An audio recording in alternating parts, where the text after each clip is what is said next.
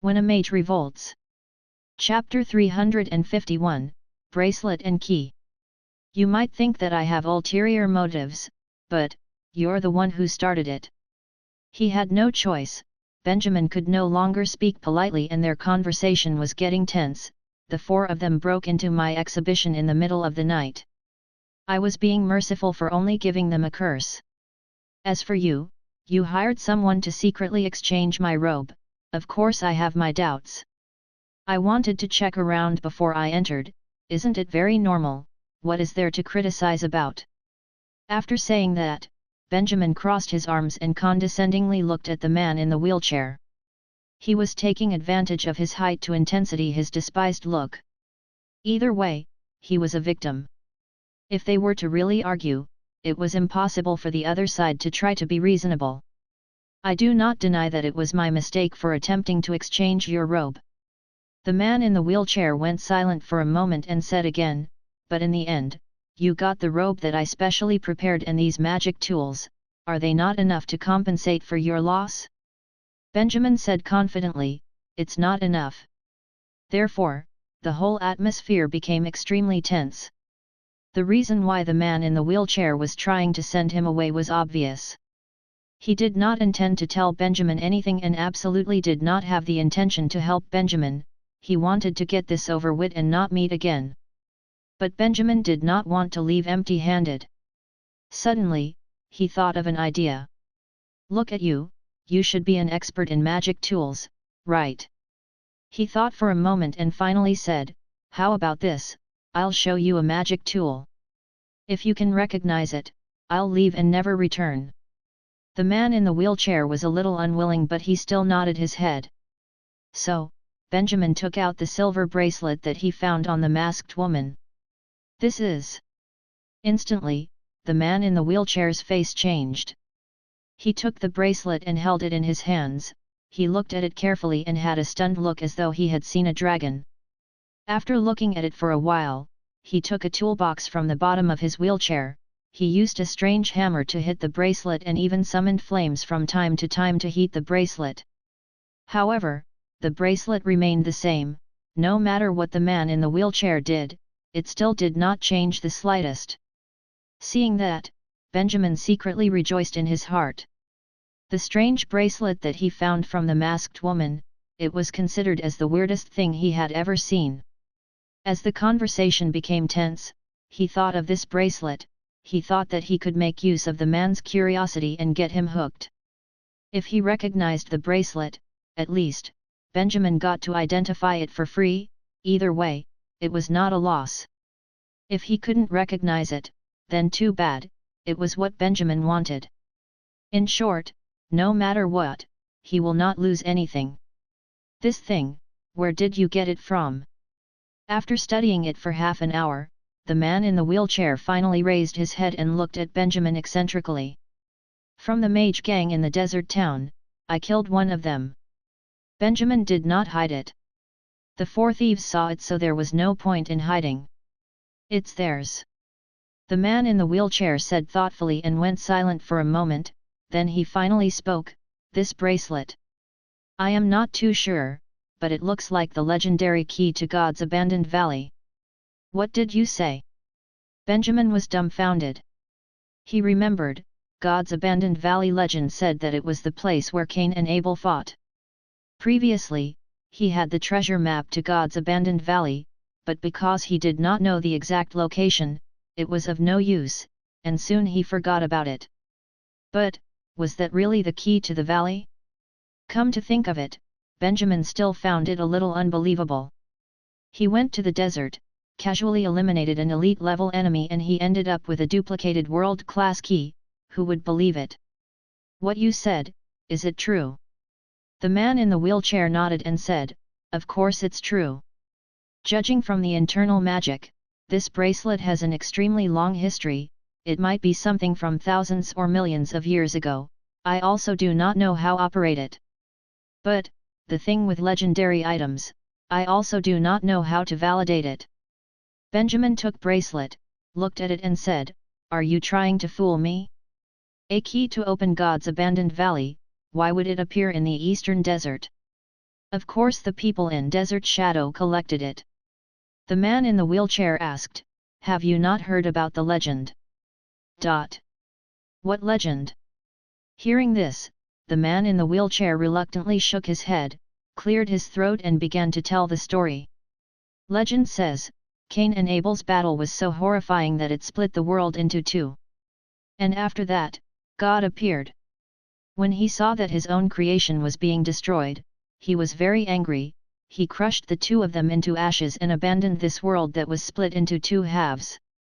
Whereas the ashes of the two brothers turned into the endless sand and covered God's abandoned valley, the edge of the world that had been cut in half. What legend? Benjamin frowned. He really had not heard about this legend before. But, if this was Ferelden's version of it, would it mean that? The man in the wheelchair continued, and it was as he imagined. So, God's abandoned valley that was mentioned in the legend, it is the end of the eastern desert and the edge of the world, which is an endless crack of space. This is also the reason why no one has ever traveled across the desert and nobody has come from the other side. After entering the desert, as you walk towards the east side, there will be an infinite dark abyss. Hearing up until here, Benjamin could not help but to take a deep breath. Putting aside the exaggerating legend, if God's abandoned valley was really in the desert, it would be reasonable for the bracelet to appear in the eastern desert as it was the key to opening the valley. But, the end of the desert, the crack of the world. If this was the version of this world, with the existence of God's abandoned valley, would it not be very dangerous? If he were to take the treasure map and the bracelet there, with one step, he might fall into the boundless abyss. It was quite scary just by thinking about it. Do you plan to leave with this bracelet? Suddenly, the man in the wheelchair said, as though he thought of something, his tone changed abruptly. I can exchange it for something, anything you want. Benjamin was holding the bracelet as he looked at him in surprise. What was this situation? Previously, he had an arrogant and stubborn attitude, but now, his attitude changed faster than a chameleon changing color. Moreover, his offer was so good that Benjamin had doubts. There was something more to this bracelet?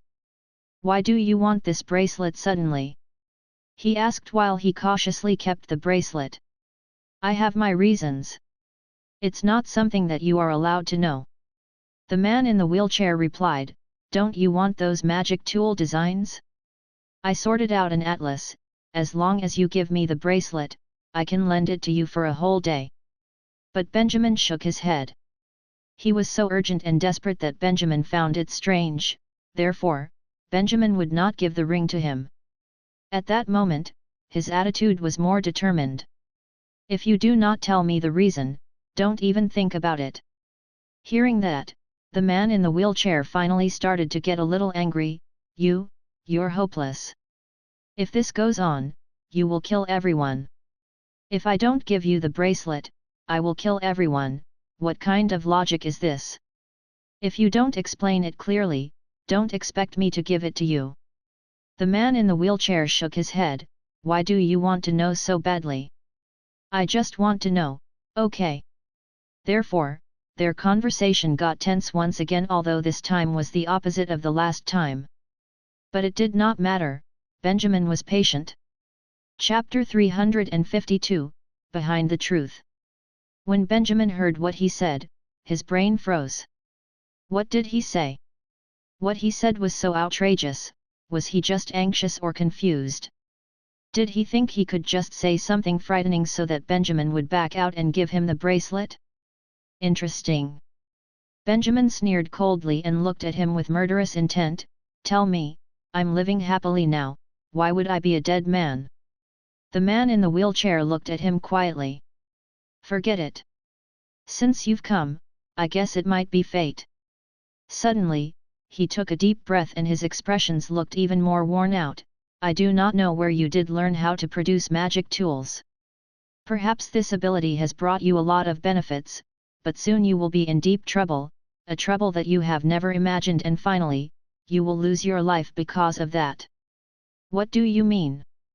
The man in the wheelchair shook his head and said, For few hundred years, the magic tool industry has continued to decline and grow weaker. Do you think it happened under natural circumstances without any inside story? Benjamin frowned. You mean? He suddenly had a very bad feeling. It was the mage's Freemasonry. The man in the wheelchair touched his disabled legs and slowly said, No. I should say, the church instructed them to do so.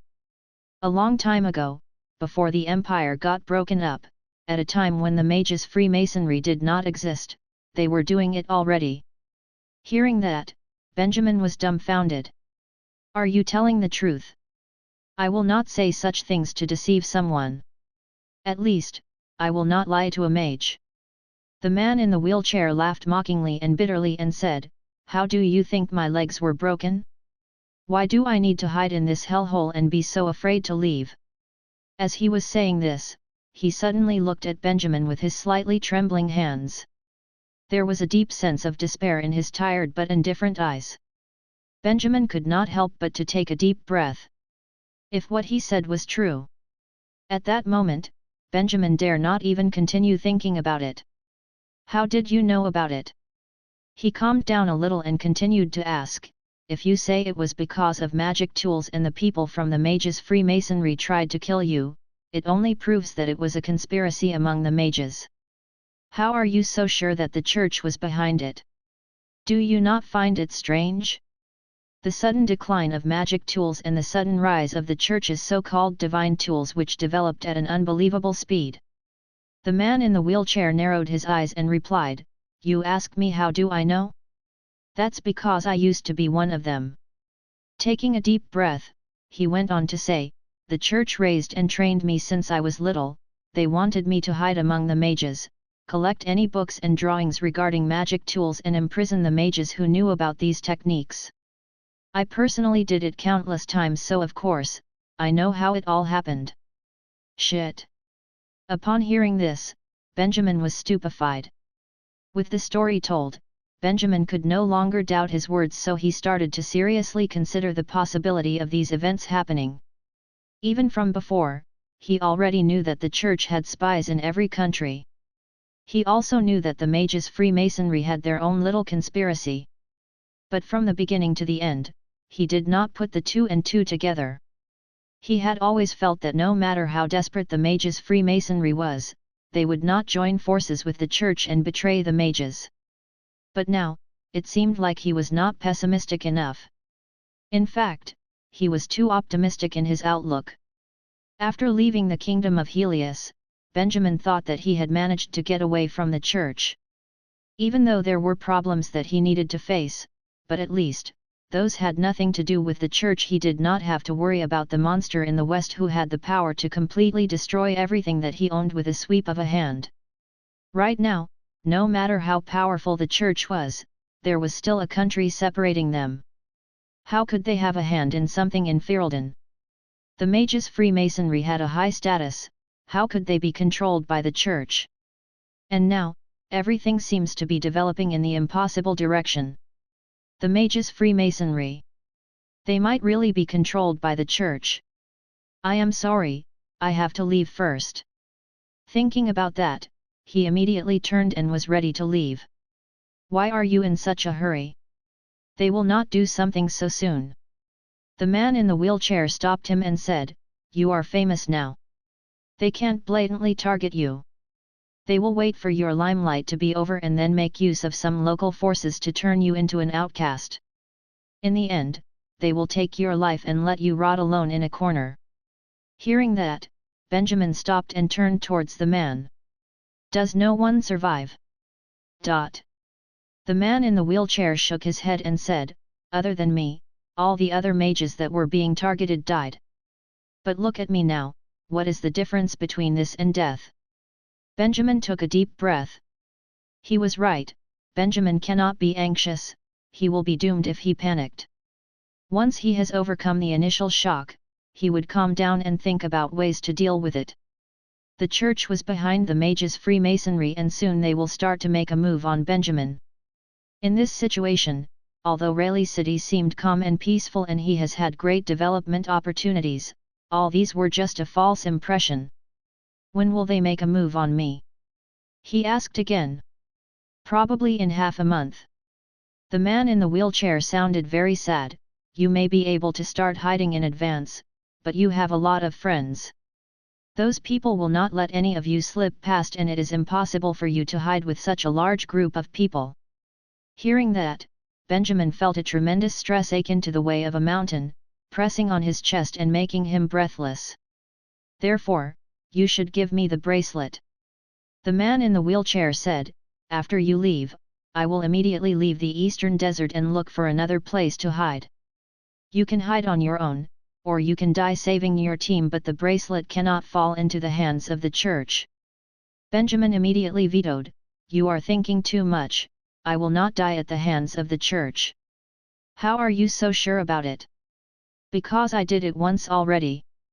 Benjamin replied coldly, do you think that I do not understand the church? I once used a large water ball to crush Haven right into a mud pond, and I conquered the Crusader Gateway with just 20 people. If no one was able to live safe and sound, then, open your eyes and look, I will be the first one. At that moment, the man in the wheelchair opened his eyes widely. You are actually... Chapter 353, Going to the City of Snow. Just by looking at the man in the wheelchair's expression, Benjamin knew that his infamous legacy had spread to ears of the hermit mages in the eastern desert of Ferelden. That was not an easy thing to do. In this era where information travels entirely through word of mouth and letters, and where the distance between the Kingdom of Helius and Ferelden was far away, the fact that the news had traveled here proved how startling the news was. Whether it was the water ball blowing up the city or conquering the gate, it was the epic news of this era and had spread over to every corner of this world. It was also precisely because of these two incidents that Benjamin had continued to hide his identity. However, now that matters had progressed to this stage, no matter how shocking the incidents were, it was impossible to compare to the situation at hand. Therefore, he chose to reveal his identity so that the man in front of him would shut up for a bit. And the man in the wheelchair was indeed dumbfounded for quite a while. This name, Benjamin. I see. He kept quiet for a long time. Then he said slowly, many years ago, before I betrayed the church, I used to admire a talented little brother like you. I had always wondered why the church was so willing to execute him, but now I know why.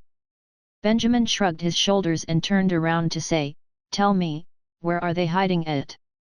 How strong are their forces in Ferelden? The man in the wheelchair shook his head and said, I have betrayed them a long time ago. I do not know anything about them now. At that time, their numbers were not large. A majority of the upper-class mages in the mages' Freemasonry were elites. As for their leader, Aldrich, he was the most loyal servant of the church. He joined the Mage Guild when he was little and had been working for the church ever since. Upon hearing this, Benjamin felt lingering fear in his heart. He knew that there was a problem with Aldrich. Fortunately, when he attended the king's dinner, that old fox Aldrich did not seem to see through his identity. Otherwise, he probably would not have gotten out of the City of Snow that day. Thinking about it in detail had Benjamin feeling chills running down his spine. The Mages' Freemasonry was one of the most influential mage organizations in Ferelden, and they had a good reputation all around the world. But in reality, they were being secretly controlled by the church. All these years, how many things had they been secretly doing for the church? If we allowed them to continue on with their plans for the next 10 years, what would become of Ferelden? It might be the case where without needing a single soldier, they would be able to turn Ferelden into another Kingdom of Helius. If you know about all this, why are you not spreading the information around? Benjamin asked. Do you think it helps? The man in the wheelchair shook his head and said, what do you think will happen if I spread the news? Nothing will change. They will always be the superior mage organization. No one will believe in what I say. Of course it helps. Benjamin said without hesitation, if that news got spread around, surely someone would be suspicious and would investigate it. As long as someone investigates it, there will be a clue. And in the end, even if only one person believes in what you said, that is also an increase in that person's strength. Then allow them to kill another innocent mage. The man in the wheelchair looked extremely tired and weak. I tried to retaliate, but it was useless. It's impossible to win against them. When he was saying that, he was holding his legs tightly with his trembling hands. He was holding it so forcefully that it would leave a bruise. However, looking at his legs, he probably did not feel anything. Benjamin saw it and shook his head. "No, I can," he said. "The king of Ferelden has begun to doubt the mage's Freemasonry. In fact, the king is supporting me secretly and hoping that I can develop a force to go against the mage's Freemasonry. If I tell the king about this news, he will definitely do something." Hearing that, the man in the wheelchair finally had a glimpse of hope in his eyes. The king is really doubting them. Benjamin nodded his head. He had also thought this through. The mage's Freemasonry, or rather the church, will soon set a trap to kill him. In the face of this situation, if he did not want to hide, he would need to face them head-on, devising a counter-attack and destroy the church's plan. To do so, he would need to allied forces together for more strength. Without a doubt, the king was his best choice. The king already had doubts. If he knew that Aldrich was a spy, he would not be able to contain his anger. No country's ruler would put up with having another country meddling their business. Just like the Queen of Isar, who was trying to eliminate all the spies, the king will certainly make a move and think of ways to take down the mage's Freemasonry. Therefore, Benjamin would join forces with the king, and together, they will prevent the church from eroding Ferelden. Unlike the puppet royalties, the king of Ferelden has real power and strong influences. The man in the wheelchair said while narrowing his eyes, "But if I remembered correctly, the church had something prepared for the king already." "They've prepared something." Suddenly, Benjamin's heart started pounding. What did they prepare? The man in the wheelchair sighed and said, "It's a very confidential plan that has been in preparation. I'm not too clear about the details, but my guess is that it is probably ways to try to weaken the king and take over his authority and let the whole of Ferelden fall into their hands." RENVL.C. However, after hearing about it, Benjamin suddenly thought of something. He shook his head and his facial expression turned serious. No. Their plans might not be to secretly weaken the king. Instead, they would imprison the king and take over this authority. The man in the wheelchair was puzzled. "How do you know?" Benjamin took a deep breath, looked up at him and said with an exceptionally heavy tone, "Because their plan has already been carried out." The man in the wheelchair was stunned. 10 minutes later, Benjamin ended the meeting in this hidden weird house in the midst of the vast desert, opened the door and walked out heavy-heartedly. In the end, he left the bracelet there. Benjamin did not have confidence in what he was about to do next. What the man in the wheelchair said was right. Regardless of the bracelet being the key to the abandoned Valley of Gods or not, this thing absolutely cannot fall into the hands of the church. So, he ended up passing the bracelet to the man. If he failed, at least it could leave a little hope to the world. The man in the wheelchair told him everything and it sounded quite real, but since the matter was so important, he did not believe it completely. Therefore, he decided to verify it himself. He will make a trip to the city of Snow. The mage's Freemasonry headquarters was in that city and he would be able to verify what the man in the wheelchair said there. But this trip to the capital was not just to verify the truth, it was also to enter the palace and warn the king. In such a critical moment, he needed the true ruler of the country to step forward and fight against the mage's Freemasonry.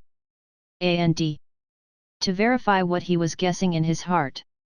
Chapter 354, Spying on the Forbidden Land. 3 days later. Ferelden's capital, the city of Snow. Benjamin disguised himself as an ordinary person and walked into the city. Up until the afternoon, the capital was calm as usual. The streets were clean, there were pedestrians and street traders everywhere, the soldiers were also patrolling the streets in an orderly manner, it looked as though nothing had happened. Looking at such a scene, Benjamin could only pray in his heart that nothing would really happen. Before coming here, he took a trip back to Rayleigh City. Rayleigh City was calm and peaceful, and the probationary period of 150 mages were still underway. However, Benjamin was clear that there was no time for them to slowly take the test. Therefore, he had a meeting with the senior mages. During the secret meeting, Benjamin did not tell them everything, but he told them about the concurring urgent issue. Everyone had doubts as they did not know what happened, but they did what they always did, they chose to believe in Benjamin. Teacher Benjamin's judgment, it will never be wrong, Joanna said. Therefore, they followed Benjamin's orders, quietly contacted those probationary mages and told them to gradually stop all their activities, then organized them in another way. As for the senior mages, they needed to start hiding in Rayleigh City, as though they were invisible. On the day when Benjamin went to the City of Snow, all of them packed up, gathered as a team and watched as Benjamin left Rayleigh City, then, they disguised and hid. When I'm gone, all of you empty up the house and hide properly, then wait for news when I'm back. That was Benjamin's orders. This trip to the City of Snow, he had a feeling that he might encounter some difficulty, and it might be very dangerous. But with the current situation, he had to go. Therefore, he made some preparations in advance. In case something happened, there would be a backup plan for him and the mages. No matter what, Benjamin would not fight before he fully prepared himself. After he finished giving orders, he quietly left Rayleigh City and flew all the way to the City of Snow. In this quiet afternoon, Benjamin went straight to the mages' Freemasonry. The building that looked like the National Library, it looked the same as the last time he came, even the gatekeeper remained the same. But this time, Benjamin did not walk in, instead, he walked beside the walls like a pedestrian while he used the water elements to explore inside the walls. After getting found out by the bold mage the last time that he was here, this time, he was a lot more careful. Therefore, after inspecting multiple rooms that were filled with books, finally, Benjamin found the forbidden corridor and a room which looked like a storage room. There were 2 mages sitting in the storage room. To avoid alerting them, he briefly looked at the 2 of them, then he went to look around the storage room. The storage room was relatively empty, it was just storing one thing, which was a material called silver leaf grass. Seeing that, Benjamin took a deep breath. It can't be wrong. He remembered what Vinci said. It was a material with affinity to the holy light, the church had a large demand for it but the mages here had not much need for it. Vinci also said that there were church spies in Ferelden who brought a large amount of silver leaf grass and secretly transported it to the Kingdom of Helius. Benjamin did not expect himself to be able to verify the man in the wheelchair's words so quickly. The mage's Freemasonry was really working for the church. Hey, super invincible artificial intelligence, can you read lips? Suddenly, Benjamin spoke in his heart and asked. In the storage room, the 2 mages were writing something, but now, they had begun talking. Just now when Benjamin was passing by them, he felt that the spiritual energy of the both of them were just average. Therefore, they would not notice Benjamin and that gave him the idea of eavesdropping them. He wanted to know what they were talking about. Do you think I'm Doraemon? I can do anything you want. The system replied bluntly. Previously, you sorted out a face database, right? The language system is the same. Benjamin did not give up and said, I can scan the shape of their mouth, oral cavity, and tongue. Through these, you can compare it with your previous database and form a sentence. It should not be a problem for you. The system went silent for a while, then said reluctantly, I'll try. At the moment, the 2 of them in the room had stopped talking. But based on his observations just now, the whole scene had been stored in the database of the system through the water element, it could be played again repeatedly, so it did not matter. While Benjamin waited for the system to finish analyzing, he continued to walk forward. He wanted to investigate more rooms. Probably because he knew that he entered the forbidden area, he took his time to ponder deeply over everything that he saw. There was a room full of assassins, who knows who they were preparing for. In another room, there were a few mages who were discussing an issue, and the names of most of the ministers in Ferelden were written on a paper. Looking from the outside, the mages' Freemasonry was a harmonic and leisurely place. But, looking from the inside, these group of people were so busy, they were all in preparation for something, as though a storm was coming. Seeing that, Benjamin felt slightly better. If not for the magic tools, he would not have met the man in the wheelchair and they would not have disputed for such a long time. Then, at this moment, he would probably still be clueless and not to mention peeping. He was saved. However, Benjamin gradually did not dare to continue peeping. He noticed several powerful mages. If he were to stay a little longer, they might be alerted. Benjamin was very clear that he must not be found, or he might raise suspicion. Who knows what would happen next? There was no doubt to the betrayal of the mages' Freemasonry, but the most important thing now was to meet the king. He should tell the king about it. Therefore, at next intersection, Benjamin changed direction and walked towards the palace. The results are done. While nearing the palace, the system finally spoke and said, "But, it might not be very accurate, you will roughly understand." Immediately, the conversation of the two mages was sent to Benjamin. "Why do we need to stock up so many silver leaf grasses? This thing seems to be of no use." The people from above instructed it. "It is said that there are a lot of holy light magic beasts recently and there is a huge demand for holy light resistance potions, so we bought it. Don't ask me, I'm not too sure about it. Hey, do you think the atmosphere of the guild has been quite weird lately? Shhh, stop talking, what if someone hears us? Let's get back to work." Okay. Quite a brief conversation. The system had polished the conversation so it would not be as inaccurate as Google Translate. However, after listening to it, Benjamin was caught in deep thoughts. Although there was not much content, but from their attitude, most of the mages in the mages' Freemasonry probably did not know who were they working for. In other words, they were still kept in the dark.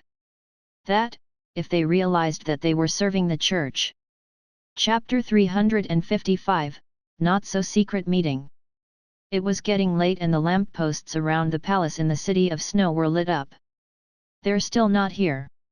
There was a small garden at the back of the palace and at the moment, Benjamin was standing in the garden, resting his back on a tree and waiting for the king's servant to pick him up. Wanting to meet the king was not easy.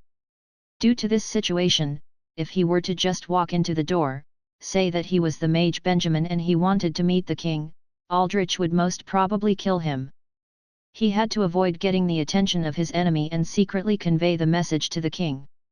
Fortunately, in order to deal with this kind of situation, the king had left Benjamin a secret way to contact him. If Benjamin wanted to meet privately, in the afternoon before 4 o'clock, leave a special mark on the street in front of the palace. There will be guards patrolling the street and if they saw the mark, they would think of a way to bring Benjamin in. And what Benjamin needed to do was sneak into the garden behind the palace and wait patiently. Although he was not talented in sneaking, doing this was way easier than sneaking into the palace.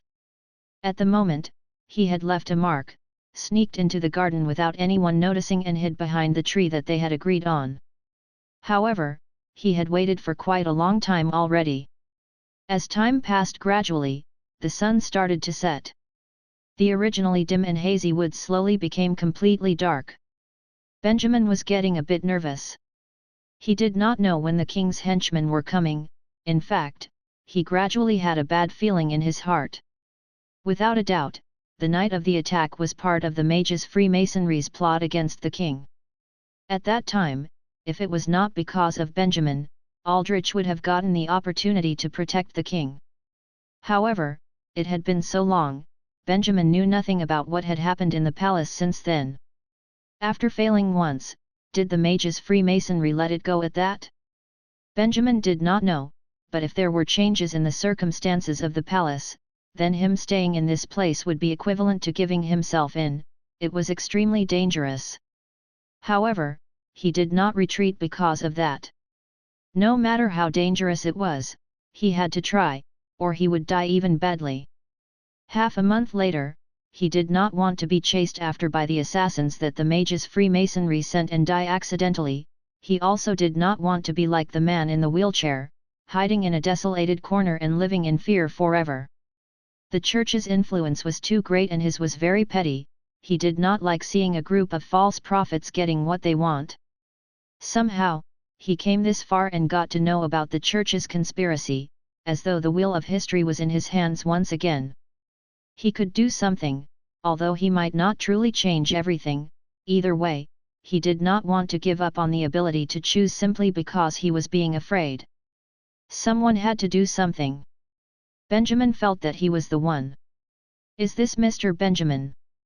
Finally, just as he was getting impatient, in the death of the night in the garden, an extremely deep voice came from behind and ended his long wait.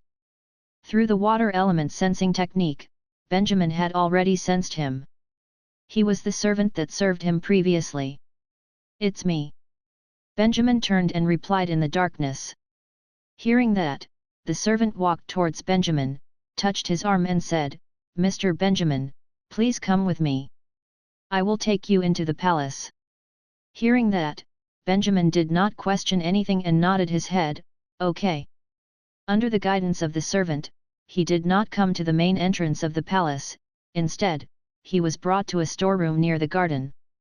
They entered the room, closed the door and the servant gave him a set of servant outfits. Mr. Master, I'm sorry for making you do this. The only way to enter the palace without anyone noticing is to dress like a servant. The servant said. Sure. Benjamin nodded his head in agreement. He was used to disguising himself, so he was not against it. However, the fact that he needed to disguise as a servant to meet the king, it proved that the people from the mage's Freemasonry were watching and the king did not know who he could trust in the palace. So is that why he decided to do this? Thinking of this, Benjamin secretly sighed in his heart. This was not an optimistic situation. A few minutes later, he changed his clothes, fixed himself and looked in the mirror. Perfect. Even if Aldrich was standing in front of him, he would not recognize him. When the servant saw Benjamin, he was amazed and nodded his head. No one will recognize you for sure. The servant opened the door, turned over his head and whispered, Master, please come with me. Benjamin nodded and followed him. Therefore, under the guidance of the servant, Benjamin came to the front of the palace, passed by all the guards and finally entered the front door. Along the way, they bowed their heads without saying a word. The guards at the door did not question and readily let them in. Finally, he entered this solemn palace once again. Princess, please do not run that fast. As they passed by a corridor, he heard a familiar voice coming from the other end of the corridor. Benjamin turned his head in surprise. However, just when he looked over there, the source of the sound seemed to have turned into another corridor and was getting further away. Therefore, Benjamin did not see anything. He frowned. That sound. Was it the maid who was taking care of the princess? Her Majesty has been getting naughtier recently. The servant walking in front saw that. He could not help but to whisper a sigh, then immediately urged, Quickly come with me, His Highness is still waiting in front. Benjamin heard this and nodded his head. He continued to walk forward with the servant. Through a corridor after corridors, Benjamin followed the servant and eventually came to the front of a room. The servant stopped here and gave Benjamin a hint with his eyes. Instantly, Benjamin understood, they had arrived. The king was waiting for him in this room. Therefore, he walked to the door, held the doorknob and gently turned it. The door was open. Come on in and be quiet, he will be guarding outside the door. The king's voice came from the room and it made Benjamin sigh in relief. Fiu novo. Luckily, he was not dead. Thinking so, he pushed the door and entered the room. It seemed to be a guest room. It was similar to the one that he stayed in previously, the bed, the window, the wardrobe. It had all the basic types of furniture, it was spacious and the decoration was beautiful. The king was standing beside the window at the moment and was looking at him with a dignified look. Your Majesty! Benjamin quickly walked towards him and bowed. Yes, just say what you wanted to say.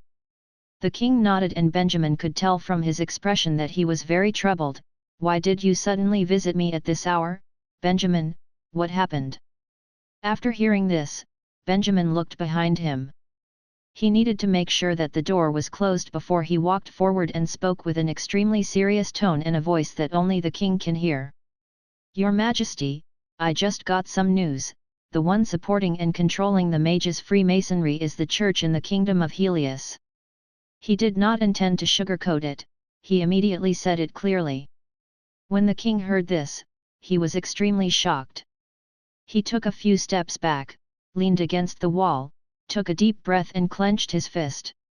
He responded fairly well, and soon, he looked at Benjamin and asked, "What evidence do you have?" Benjamin did not hesitate. He nodded head firmly and immediately told the king everything he found today from peeping into the mages' Freemasonry. Every time he said something, the king's facial expression became worse. Eventually, Benjamin was done talking. Because of the details, his words were very convincing. Although there was no actual evidence, but as long as the king was willing to, they could immediately make a sudden inspection on the mages' Freemasonry and it would definitely verify what he said. And looking at the king's face, he seemed to have fully believed in him. The church again. He shook his head. There was anger and hatred in his voice along with a little helplessness. Seeing that, Benjamin asked, "Then, Your Majesty, what should we do now?" The king sighed and went silent for a moment, then he said, "Just go back first, be careful not to let the others find out about you. These are very important news, I have to think about it." Benjamin was stunned after hearing that. You want me to leave just like that?" The king patted his shoulder and said, "Yes, even if you stay, you will not be able to help." However, Benjamin took a few steps back with a difficult look. Chapter 356, King Under Control. Benjamin's words were like a bomb that destroyed the flow of the peaceful conversation, even the king was shocked. "You? What are you talking about?"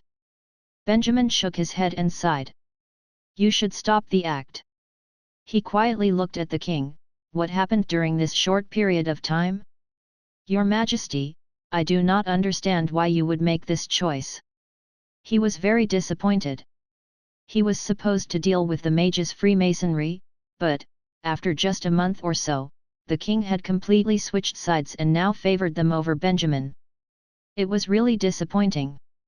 He had initially even suspected that the man before him was an impostor. However, the system checked the database and confirmed that he was indeed the current king of Ferelden. Unless this world had cloning technology, he could not be an impostor. Then what can Benjamin say?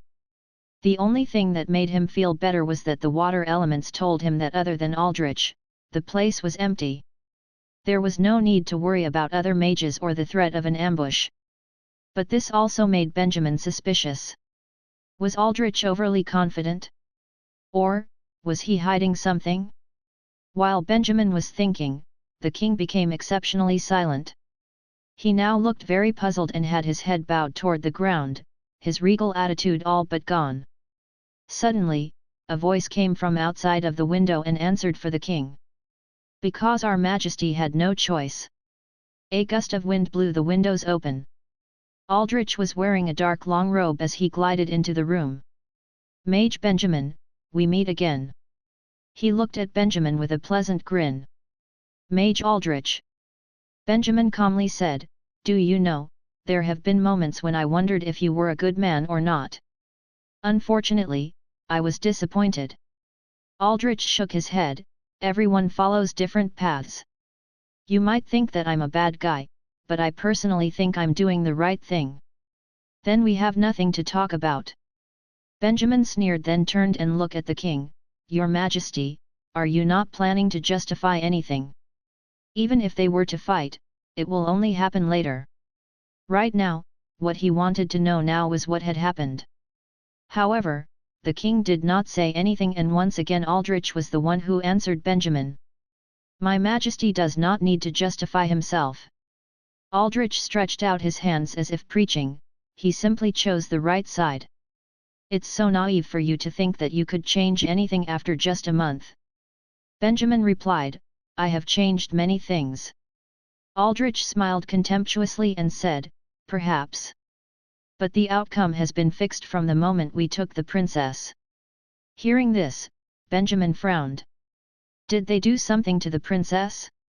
What we did is beyond you. Aldrich confidently said, when we took the princess, we completed a ceremony on her. Although she is still a naive little girl, we can make her unconsciously do a lot of things for us. Benjamin heard this and looked at the king. So, were you controlling the king in the same way? No, we can only influence the minds of children who have not yet matured. Aldrich shook his head, but we have other methods. He walked to the king's side, stretched out his hand and swept the king's fringe aside. The king had a humiliated expression but kept his eyes shut and did not resist in any way. Benjamin was stunned by what he was seeing. He noticed that there was something in the middle of the king's forehead. When he looked at it closely, he realized that it was a small silver cross. He did not know what method they were using, but the cross had been deeply engraved in his flesh as if it were a birthmark. Seeing this, Benjamin felt chills running through his body. This is our newly developed divine arts tool. Although it can't control humans' behavior, it can easily take a person's life. Aldrich smiled, why are you surprised? Since you are from Haven, right? Surely you would have heard of our ability. From Haven, right? Benjamin's expression changed. He had been recognized? Aldrich continued, Benjamin?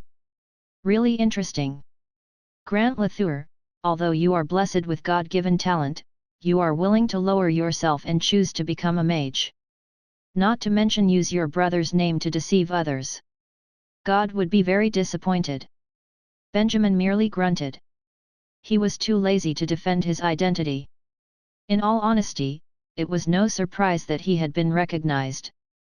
He was the #1 suspect on the church's most wanted list. His portrait would have had no doubt reached the hands of Aldrich. However, Aldrich was like Pandora's box, once he started talking, he would not stop. Do you know how excited I have been ever since I found out that you were the gifted one? He looked overly passionate as he spoke. I think it must be God's will, since you're the greatest sinner in the world. And I, a man who was born full of sin, now has the chance to repent. Benjamin sarcastically replied, so what now? Do you want to kill me? Yes. By killing you, it will wash away all of my sins as a mage. Aldrich said while nodding, I was planning to only kill you next month by preparing a whole ceremony and letting you die slowly while you bathed in holy grace. However, you not only secretly contacted the king but even discovered that I was hiding outside. Because of this, I have no choice but to end your life now. Hearing this, Benjamin sneered and shook his head. No wonder there wasn't any ambush outside, he had not planned to kill Benjamin yet. Benjamin could not help but think that if he did not expose him just now, Aldrich would most probably have let him leave safely. That's a pity. Do you honestly think that you have the ability to keep me here? Benjamin said annoyedly. Aldrich laughed loudly.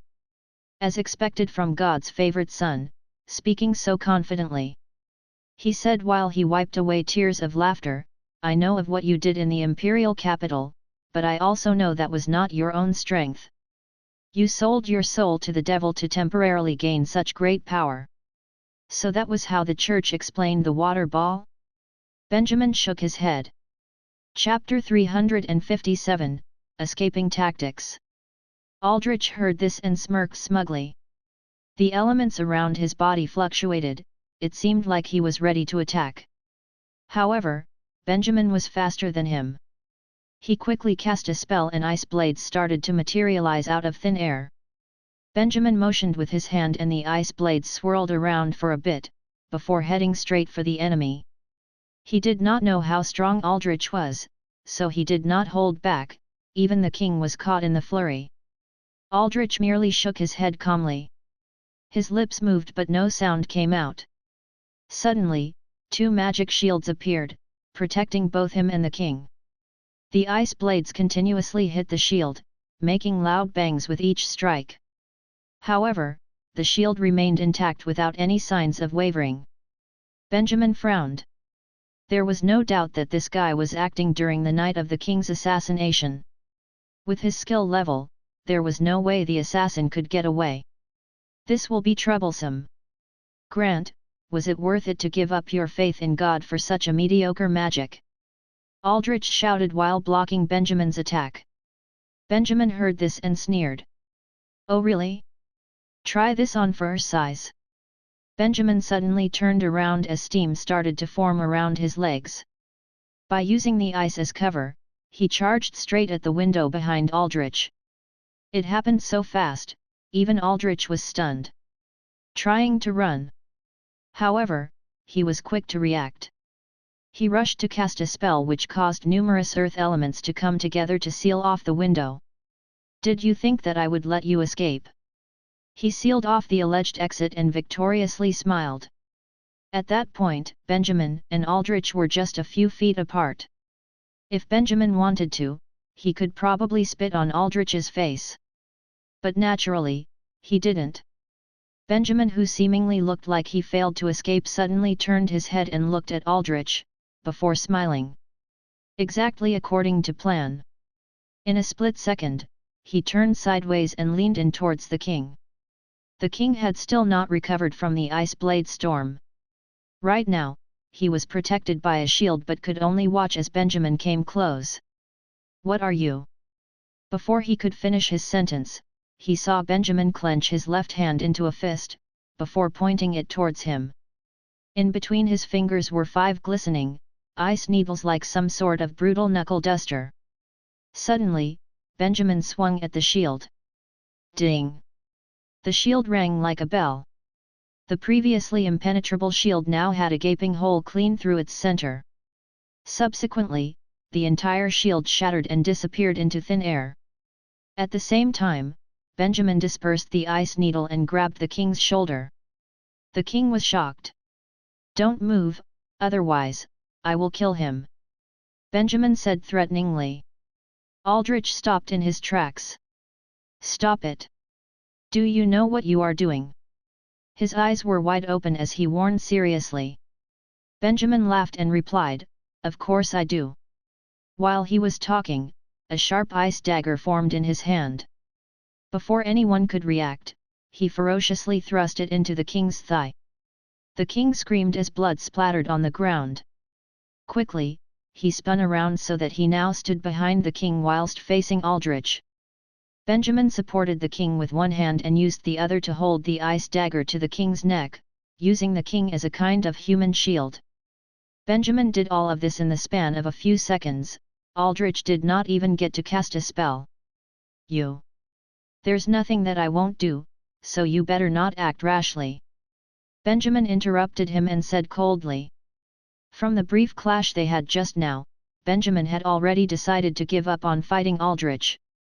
No matter what, Aldrich was still the guild master of the mages' Freemasonry. After years of battles, he was very experienced. It would not be wise for Benjamin to face him. Not to mention that since they were still in the palace, if they were to fight for a long time, other people would definitely come. Right on cue, the servants outside started banging on the door and asked desperately, Your Majesty. What happened? Do you want me to call someone? The group of them in the room looked towards the door. Tell him you're fine, or I'll kill you, Benjamin whispered to the king. The king heard this, took a deep breath to force himself to calm down and shouted, I'm fine, just stay outside. Even though they were not convinced, the guards remained quiet and went back to their job of guarding the door. They could not object to the king's orders. Seeing this, Benjamin was relieved. He looked back at Aldrich. Mage Aldrich, he is your puppet to control Ferelden, no? I'm sure that you do not want the honorable king to die here with me, a humble mage, right? Because the king was being controlled by the church, he was extremely valuable to them. Proclaiming new laws, lifting the ban on the church, limiting the freedom of the mages, all this could only be done with the help of the king. Even if the church were to find a substitute, it would be difficult to convince the public of his authority. The king of Ferelden was the key factor in their plan to invade Ferelden. As such, keeping the king hostage was Benjamin's option right now. If he were to kill the king, the conspiracy against Ferelden that the church had planned for so many years will be in vain. Based on Aldrich's loyalty to the church, he would not let this happen. There was nothing Aldrich could do. Are you crazy? God's grace bathed you while you grew up, and this is how you repay him? You are no better than the common street urchin. Benjamin smiled and responded, both of us are sinners, so let's not find fault with each other. Whilst still keeping the king hostage, he started taking small steps towards the window. Chapter 358, Unexpected Changes. Mage Benjamin, please calm down. Let's talk about this. The king tried his best to suppress the fear in his voice as he spoke. Even if I wanted to talk, you guys will not give me the chance, right? Benjamin sneered coldly and continued, what is the progress of your plan? How many priests have you already smuggled into Ferelden? Aldrich and the king went silent. From their silence, Benjamin got all the information he needed. Open the window. He was not the least bit surprised. Let me out and I will spare the king's life. Aldrich narrowed his eyes. Even if you manage to escape this time, one day I will eventually catch you. Cut the crap and just open the window. Aldrich went silent for a moment before he suddenly waved his hands. The stone wall that was blocking the window retreated. The exit now laid unimpeached in front of Benjamin. Benjamin's heart thumped heavily. He grabbed the king and got ready to jump out of the window to take his leave. However, an eerie magic fluctuation suddenly came from the window. Benjamin suddenly felt as if there was a mountain on shoulders, causing his movements to drastically slow down. You! Benjamin's expression changed. Although the stone wall seal appeared to be gone, the disassembled earth elements had not been dispelled. They still hovered around the window, forming a gravity force trap to totally suppress Benjamin. The changes did not immediately cause any magic fluctuations, and Benjamin was not sensitive to earth elements, which was why he could not sense anything. Aldrich sneered, did you really think that I would let you leave so easily? Benjamin growled and immediately pressed the ice dagger to the king's neck. However, he found that the earth elements were limiting his actions to the point where it was difficult to even flick his wrist. The dagger could only scratch white streaks on the king's neck, drawing no blood. Arino.cm. Aldrich straightened himself before starting to mutter a spell. This is... Benjamin recognized this magic. Windbinding Slash, considered one of the most powerful single-target skills available. It compressed large amounts of wind elements into extremely fine wind threads that could penetrate any shield. It was commonly used by assassins to kill people in a single strike by riddling the neck with needle-sized holes. As the room started to tremble with wind elements, Benjamin realized that he absolutely could not take this blow. And yet, he could not move or dodge. The wind threads were extremely flexible and could easily bypass the king and strike him from any angle. This was troublesome. In a moment of desperation, Benjamin quickly summoned an anti-magic water ball, which he intended to use to trap Aldrich, thus interrupting his incantation. However, it did not go according to plan. As Aldrich started spell casting, countless wind elements gathered by his side, forming a mini hurricane. Whenever the water ball got close, it was immediately blown away by the wind. It would be impossible to stop Aldrich with this method. Benjamin saw this but did not panic. If it was not possible with one water ball, then he would try 2, or 3. In a short while, the whole room was almost flooded with water. Only Aldrich, who was still casting the spell under the protection of the windstorm, remained dry. Even Benjamin and the king were totally soaked. Under the pressure of the water, Benjamin felt the gravity restraints slowly weaken. Your Majesty! Your Majesty! What is happening? The servants outside the door kept knocking on the door, but right now, nobody in the room could be bothered to respond. Benjamin's was completely focused on Aldrich. A high-leveled magic spell cast time was relatively long. In addition to this, Benjamin's continuous interference with water should have further interrupted Aldrich. However, Aldrich seemed to ignore all of it. After about a minute, he suddenly opened his eyes. His eyes pierced through all the commotion in the room and locked onto Benjamin. Immediately, Benjamin's heart stopped. Aldrich had finished casting his spell. "Quick! It's your time shine!" he shouted at the system. At the same time, the water in the room suddenly parted, as though something invisible had pierced through and created a narrow tunnel. It was the wind threads that Aldrich had summoned. The threads traveled very quickly and within the blink of an eye, was in front of Benjamin. Benjamin's eyes caught sight of it just as it was in front of his eyes. Without stopping, it went straight through his skull. Boom! The water in the room started to swirl and splash about as if out of control. Like a raging storm, it smashed heavily against both walls and furniture. At the same time, countless ice shards started appearing in the storm. They appeared without warning and together with the raging water, spread all around the room. Aldrich narrowed his eyes. Despite the protection of the shield, his vision was blocked. All he could see in front of him was a world of blue and white, like some sort of abstract painting. How could it be, he didn't die? He frowned and muttered. The power of the wind-binding slash was difficult for even Grandmaster mages to block. It would have been impossible for a young man like Benjamin. According to his earlier test, even at the early age of 20, Benjamin was considered to be a very talented mage. However, the difference in their strength was still very wide. It should be impossible for him to block the fatal wind thread. Then, what was this strange feeling? As he was about to dispel the shattered ice and splashing water, there was suddenly a loud noise. Aldrich frowned and immediately sped up his incantation. After he cleared out the shattered ice and splashing water, he saw that the whole room was a mess. Tables and chairs lay on the ground, the chandeliers were broken, and the ground was covered with broken glass. The king laid on the ground and was groaning weakly. As he turned around, Aldrich spotted a large, human-sized hole in the wall. He was shocked. He ran away? Inside the room, Benjamin was nowhere to be seen. Besides the king's bleeding thigh, there were no signs of an exploded brain or damage caused by the wind thread. Aldrich was shocked. How was this possible? He hurried outside and to have a look.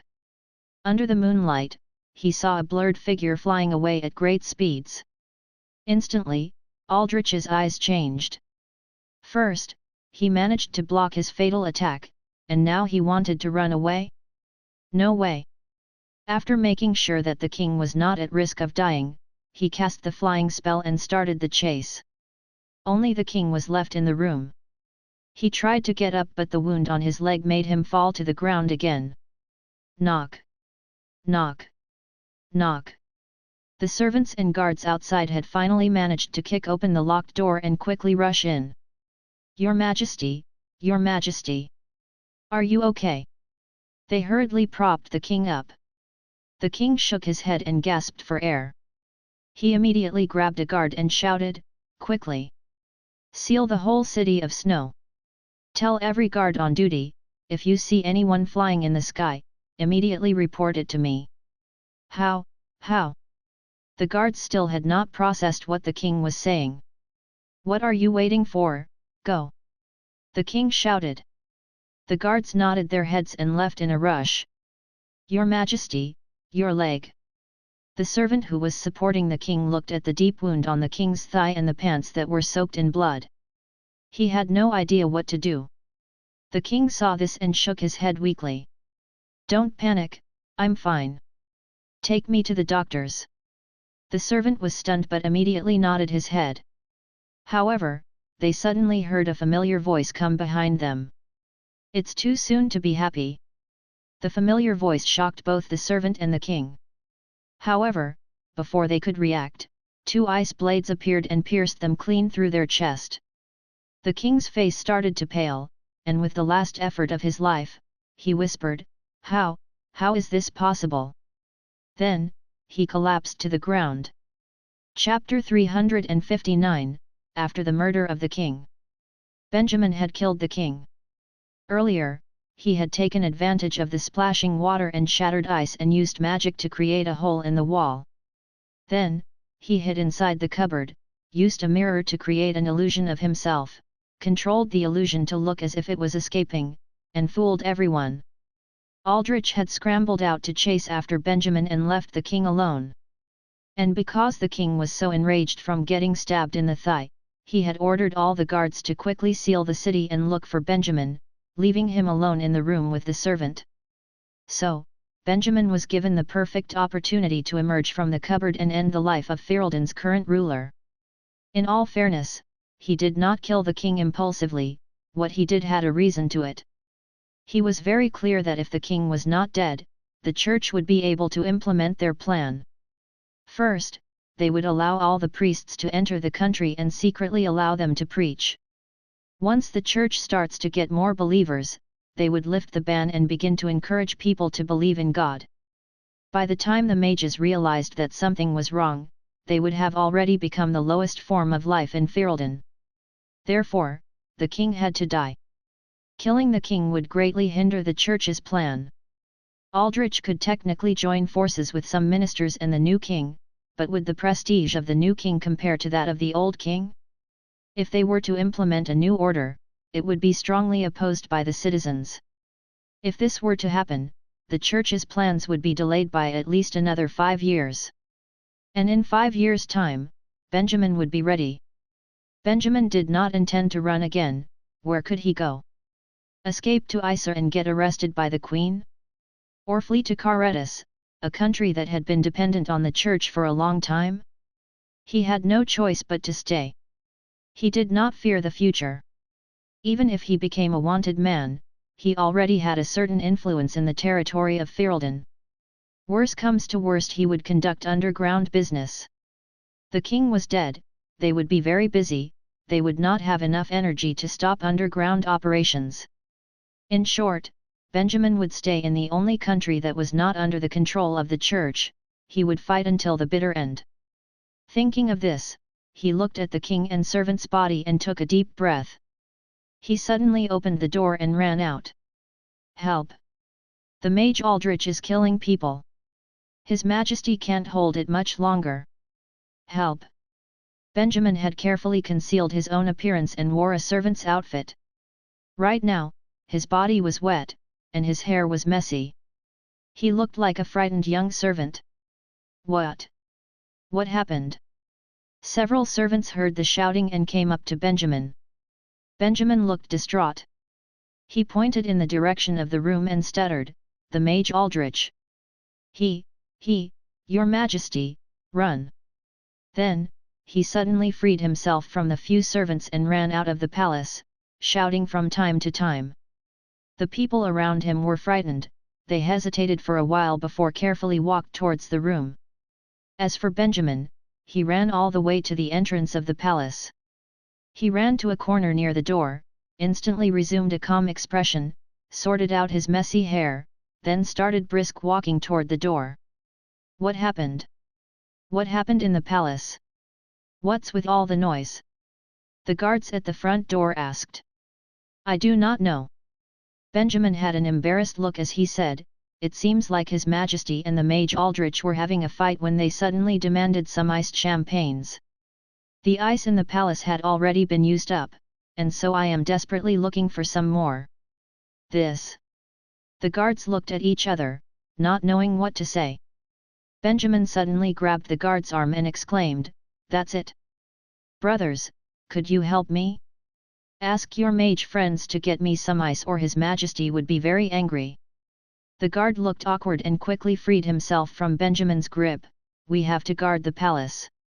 We have no time to help you, you better go to the city to look for it yourself." Benjamin wore a sorry expression as he slumped his shoulders. "Okay then." Then, he reluctantly left the palace. During the night in the City of Snow, there weren't many people on the streets. Even though there was a big commotion in the palace, the people in the city still went on with their lives as though nothing had happened. It was like two different worlds. Benjamin walked down a remote street, changed his clothes, fixed his disguise and quickly went to the city gate. The gate had already been closed in accordance with the king's last command before his death. There were also a lot more guards around the area. They all had a cautious expression on their face as they patrolled back and forth. Occasionally they would look at the sky, to make sure that no one was flying about. Benjamin also saw a few mages among them and frowned slightly. Time was of the essence. Once people realized that the king had died, Ferelden would fall into turmoil. What he needed to do now was rush back to the city of Rayleigh and plan his next move with his loyal group of mages. The illusion made by the mirror should have disappeared by now due to the distance. Aldrich would realize that something was wrong and the people in the palace would be going crazy looking for him. He could not stay any longer. Therefore, Benjamin did not hesitate. He summoned water vapors to surround his body, then jumped into the sky, using the cover of the night to his advantage as he flew higher. Wait, look! What is that? As he flew over the gate, the men who were on duty spotted him. Benjamin ignored them and continued on. Before long, the mages along with some guards were chasing after Benjamin. But Benjamin ignored them. He was more afraid that Aldrich might find him. Lord! Please wait! He heard the mages shout behind him. However, Benjamin accelerated, and soon outflew the few mages behind him. After chasing for a while, that few mages realized that they would not be able to catch him. Therefore, they stopped chasing and started discussing with each other, "This is bad. We have to go back and tell Lord Aldrich." Benjamin heard this from afar and thought of turning around and killing them. However, he soon gave up on that idea. Not only had the mages saw him, but the soldiers around the palace saw him too. He couldn't kill all of them, and so, he decided to use the time to get further away. Aldrich might have guessed that his destination was Rayleigh, but he would not figure out which route Benjamin took. Moreover, he still had the mirror. Realizing this, he suddenly took out the mirror and summoned an illusion of himself. He switched positions with the illusion, then flew off in another direction. The mages behind him were absolutely confused and could not tell which was the real one. Now, it would be absolutely impossible for Aldrich to find him. Benjamin was relieved. Chapter 360, Declaration of the Freedom of Magic. Benjamin flew all night without sleeping or resting before arriving in Rayleigh City by noon of the next day. He expected his name and portrait to be plastered all over the gates, where all the people passing by would see it. He even thought that Aldrich would call for a ban, sealing the city of Rayleigh and not allowing anyone to enter or exit. However, he found out that he was wrong. The city of Rayleigh was still as lively as ever, without the slightest hint of abnormality. Benjamin was still doubtful, so, he disguised himself again before entering the city to ask around. The death of the king was such huge news, how could the city not have heard rumors about it? Ferelden was one of the most prosperous cities in the country, how could the news not have spread here yet? Unless, did Aldrich hide the news? Upon further thought, it would not be impossible. At the time, the palace was in chaos and since Aldrich was the strongest among those who remained inside, he could have easily taken control and suppressed the news of the death of the king. After all, the king's identity was the most critical factor in the church's plan. It was possible that Aldrich wanted to take over the throne. He would cover up the news of the king's death, claim that the king was ill, then become the acting ruler. This way, he would gain control of the situation and prevent Ferelden from splitting apart again.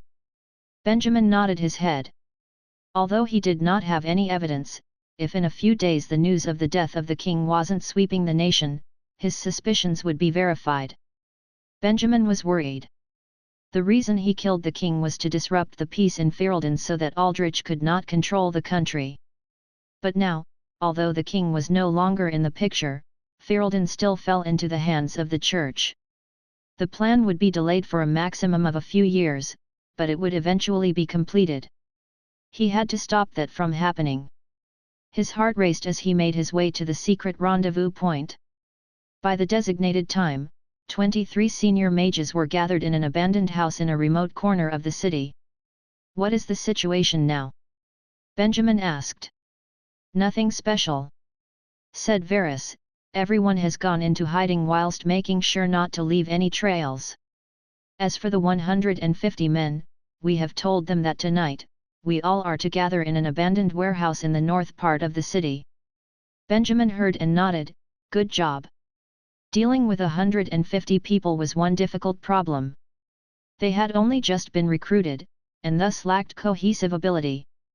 He was afraid they might slow him down if he had to fight against the authorities. On the other hand, it would be a pity to dismiss all of them. What to do? Benjamin was deep in thought. The other mages saw this and looked at each other. Eventually, Varus spoke up, interrupting Benjamin's thoughts. "What happened?" he asked with a puzzled look. Benjamin composed himself and looked at the crowd. He could not help but sigh. After a moment of silence, he finally spoke and told everyone everything that had happened in the past few days, how the church was controlling the mages' Freemasonry, their plan to turn Ferelden into another Kingdom of Helius, the king's death. Even though the group was used to surprises, the news left them stunned and speechless. Teacher, did you really kill the king?" Benjamin nodded his head. He had joined the church's side. "If I were to spare his life, we would not be allowed to continue living in peace." Lara stared at him longingly. "You're so amazing, killing the king seems to be very interesting." Andy took a deep breath and looked uneasy. "They will certainly come for revenge. What should we do? Do we need to start running again?" The other mages heard this and turned to look at Benjamin. Their eyes were filled with doubt. Apparently, they were also very concerned about this issue. Benjamin shook his head. "We are no longer a group of half-assed mages." He smiled and patted Andy's shoulders. "Moreover, the king had just died. The authorities will be completely occupied. As long as we are careful, they won't do anything to us." Ever since their training from the escape, everyone's skills were pretty much the same level. They had all found shelter in the city of Rayleigh, whilst some had even forged new identities for themselves. They were unlikely to get caught. After hearing that they did not have to run again, everyone happily nodded their head. "How strong is the mage Aldrich?" Joanna smirked confidently. "Can't we just get a group of people to kill him?" Benjamin shook his head. "If only it was that easy. Even if we were to assemble a task force, his gang would still outnumber us. Moreover, getting rid of him will do nothing for our current situation. Conversely, it might cause us to become enemies with an entire country. Arino.cm. Then what should we do?" Benjamin thought for a while before saying, "We have to defeat him." Defeat him? After hearing this, everyone was confused. Aldrich has influence over the whole mages' Freemasonry and is also the church's main player in Ferelden. Benjamin nodded and went on saying, "We have to defeat him completely and destroy all traces of the church in Ferelden. If not, they will surely rise again." In other words, they had to win control of Ferelden from the hands of the mages' Freemasonry. Everyone looked at each other. "That sounds a lot harder than killing Aldrich." Benjamin nodded his head. It was indeed very difficult, but everyone looked pumped after calming down from their initial shock. "Tell us what to do," Augustine said, and everyone nodded in agreement, a fiery look in their eyes. Benjamin smiled, clapped his fist and said, "First of all, we need to show the people of Ferelden the true colors of the mages' Freemasonry, especially the mages. We need to have them on our side." Everyone listened intently.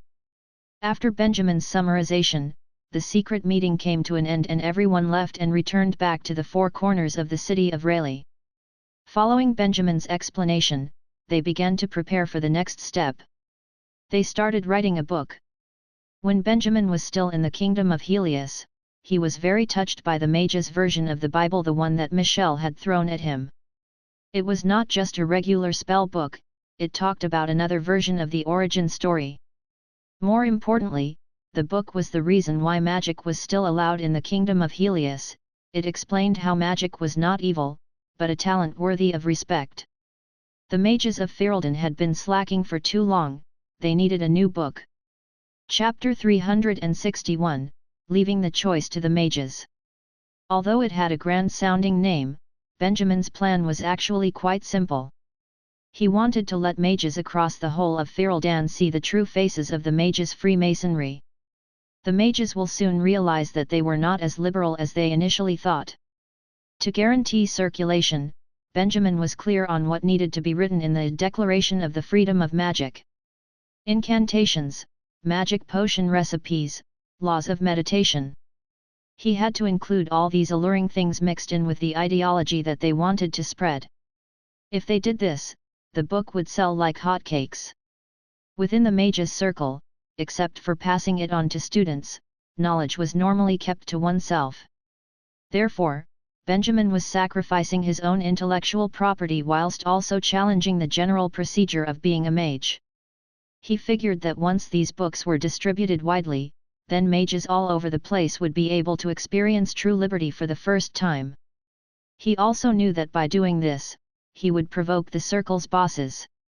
Therefore, he required more assistance. One afternoon, outside Mage Vinci's villa on the outskirts of Rayleigh City, sharp knocks thudded against the large wooden door. The drowsy servant jumped up and rushed to open the door but found no one there. He frowned. Could it be? I misheard. Just as the servant was about to turn around, he noticed a letter on the welcome mat. He picked it up. To Mage Vinci, from B.L. He narrowed his eyes as he read the words on the envelope. Soon, the servant's face was covered with question marks. He craned his neck out the door to see if he could spot the person who left the letter, but saw that the courtyard was completely empty. He initially suspected it was a prank and wanted to discard the letter, however, the peculiarity of the situation made him reconsider. Ah well. I'd better hand it to Sir, not that he would read anyway. The servant shrugged and mumbled while closing the door. He took the letter and went upstairs, stopping in front of Mage Vinci's room. He lightly knocked the door. Yes. Mage Vinci's voice rang out from inside. Sir, a letter suddenly appeared outside the door. It's addressed to you. The servant took another glance at the envelope and added on, it says here that it is from B.L. Who's that? Mage Vinci sounded confused but said, all right, you can leave it here. Yes, sir. The servant humbly pushed the door open and went in. Mace Vinci was seated at a table which was piled with thick account books. He seemed to be at work. The servant found an empty corner on the table to lay the letter down. He then bowed and promptly left. Mage Vinci nodded the whole time, without lifting his head. He was focused on the accounts at hand and didn't even look at the letter that was teetering on the edge of the table. After a long time, Mage Vinci put his book down, stretched his arms and rubbed his tired eyes. It was only then that he saw the letter. The pure white letter had fallen onto the red carpet, creating a very sharp contrast. It was hard to miss. He subconsciously picked the letter up. BL. He read the line on the envelope before shaking his head and smiling, perhaps thinking it was some sort of prank. However, a thought suddenly rushed to his head. BL. Benjamin Latour. His face changed from a relaxed smile to a stern frown. He immediately sat up straight. He was confused as he opened the letter and started to read its content. As he did this, his expression became more and more shocked. Halfway through, he had to stop to take a deep breath. His Majesty. Aldridge. How could it be? 5 minutes later, he reached the end of the letter and jumped up from his chair. He intended to find Benjamin to inquire further about the situation. As he reached the front door, he stopped and clenched his fist as if deep in thought. It looks like trouble is coming to Ferelden. He let out a long sigh and mumbled to himself. It was nightfall. In an abandoned warehouse somewhere in a secluded corner of Rayleigh City, 153 mages were struggling to absorb the same information. Is this true? The 150 mages who passed the interview earlier and the 3 that sought refuge from the mages' Freemasonry stood together in shock. They started debating amongst themselves. Benjamin had called for them earlier before delivering the unbelievable news. The church was behind the mages' Freemasonry. Sir Aldrich, the church's orders and the assassination of His Majesty the King, how could we have heard nothing of it? This is absolute madness. They were at a loss. Most of them were local mages who seldom travelled, some had never even left Rayleigh City before. Their limited exposure caused them to struggle to believe the news when compared to those who escaped the Kingdom of Helius with Benjamin. And so, they burst into an uproar when Benjamin revealed the truth to them. The church may have set up spies all over Fereldan, Benjamin has mentioned this before. They were prepared to play a part in resisting the church, but all this was so sudden.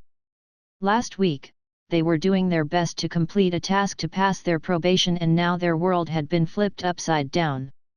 Their home was no longer safe, and everyone was living in constant danger.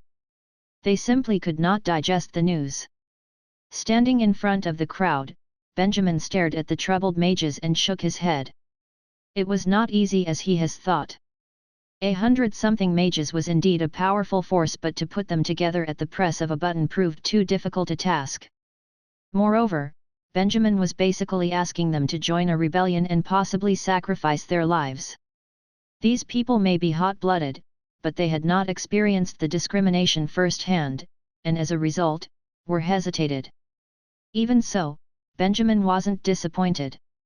Even if they no longer openly supported Benjamin, it did not mean that they would not be providing any assistance. At the very least, they could help spread the news. The news that the church was behind the mages' Freemasonry and that the king was murdered by Aldrich. The second piece of news was, of course, fake, but to gain public support, Benjamin had to hit below the belt. Truth be told, even whilst leaving the castle, Benjamin had already tried his hardest to frame Aldrich. He had instructed the Crow and mercenaries stationed elsewhere to spread rumors quietly. He smirked as he thought of this. Another few more days of spreading and the rumors would have become a force to be reckoned with. Aldrich will have to pay for hiding the death of the king. As for the people here, everyone, I know that these news is very hard for you to digest. Once the discussion settled down, Benjamin spoke solemnly, this is no small matter and I will not force you to do anything. If it is your wish, you may leave my party. The party that the people constantly talk about will cease to be. The crowd looked at one another in complete disbelief. Benjamin was silent for a moment before continuing. All of you who stand before me possess the capability. You may become great mages in the future. I do not wish to drag you into this. However, wait and see, in a few days, there will surely be news from the capital. They may say that His Majesty is sick or may blame the death on me. Then you'll see, that everything I have said thus far is true. When that happens, if you wish to do something and not let these pompous mediums destroy our homeland, you may look for me. I will stay here for 5 days. If you wish to join me, please quietly assemble here at nightfall 5 days from now. But I must warn you, from then on, we will be living like nomads and face all kinds of danger. He continued on, we may never succeed, and many will die in the process. But, at the very least, they would have died fighting for something they believed in. I will not run. Even if not a single person enters the warehouse throughout the 5 days, rest assured I will still be waiting here until the break of dawn. Right, that is all. I have nothing further to say. Dismissed. After finishing his speech, he did not bother to look at the mage's reaction and turned around. He stood tall and left the front door calmly. His lonely figure quickly disappearing into the foggy night. Chapter 362, Fereldan in Chaos. Over the next few days, Fereldan appeared tranquil on the surface, but trouble was secretly brewing. Benjamin and the rest did not stay in Rayleigh City, they had gone separate ways and were in many Fereldan's cities and towns in preparation for the release of the Declaration of the Freedom of Magic. For the plan to work, they couldn't just restrict themselves to a few cities. The death of a king should be nationwide news. Since Aldrich was not willing to announce anything, Benjamin figured he'd give him a helping hand. Of course, they did so while remaining low profile. They disguised themselves and snuck into many bars and taverns, secretly spreading the rumor. "Hey, have you heard? His Majesty. His Majesty seems to have passed." "What? Wasn't he all right a few days ago? How could this be? Where did you hear this from?" "I heard from a friend in the palace. He said the murderer was a man called Aldrich, the president of the Mages' Freemasonry. He also said Aldrich is now in control of the palace." The same conversation was repeated countless times in taverns nationwide. The mages under Benjamin divided into groups of 2 and made them discuss the topic in public, making sure not to lower their voices so that curious ears would overhear them. Although it wasn't a very tasteful approach, he knew people couldn't resist finding out more about such scandalous news. "Have you heard the latest news about His Majesty?" "You heard the news too?"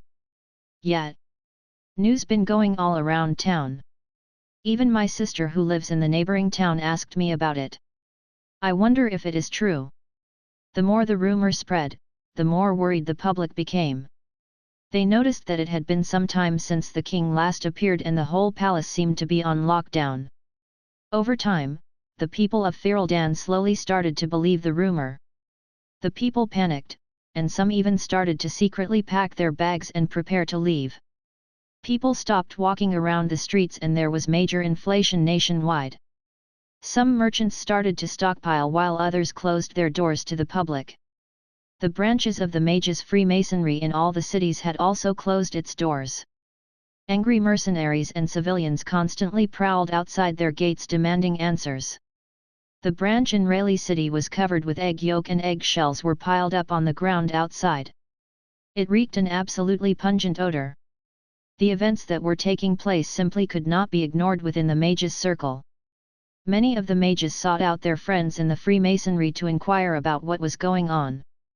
However, they soon discovered that all of them had disappeared without a trace. Hence, the mages' circle was in chaos and did not know how to proceed. "Mage Benjamin, is everything you've said true?" Late at night in an abandoned house on the outskirts of Rayleigh City, Mage Vinci stared at Benjamin who was standing in front of him with a heavy heart. After sowing the seeds of the rumor, Benjamin returned to hide in Rayleigh City so that he could observe the progress of events safely. As public panic grew, Mage Vinci decided that he could not sit quietly any longer. When he received no response from the Mages' Freemasonry, he made efforts to contact Benjamin so that they could meet. "It's true. I was at the palace at the time." Benjamin nodded and firmly replied, "About a month ago, there was an attempt on His Majesty's life. The assassin was from the Mages' Freemasonry, but Aldrich pretended to know nothing of it. His Majesty was suspicious and had instructed me to investigate him privately.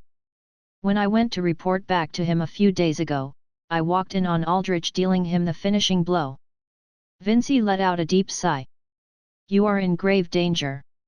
After a moment of silence, he advised, "Once Aldrich is no longer preoccupied, he will come after you. You better pack your bags and leave quickly."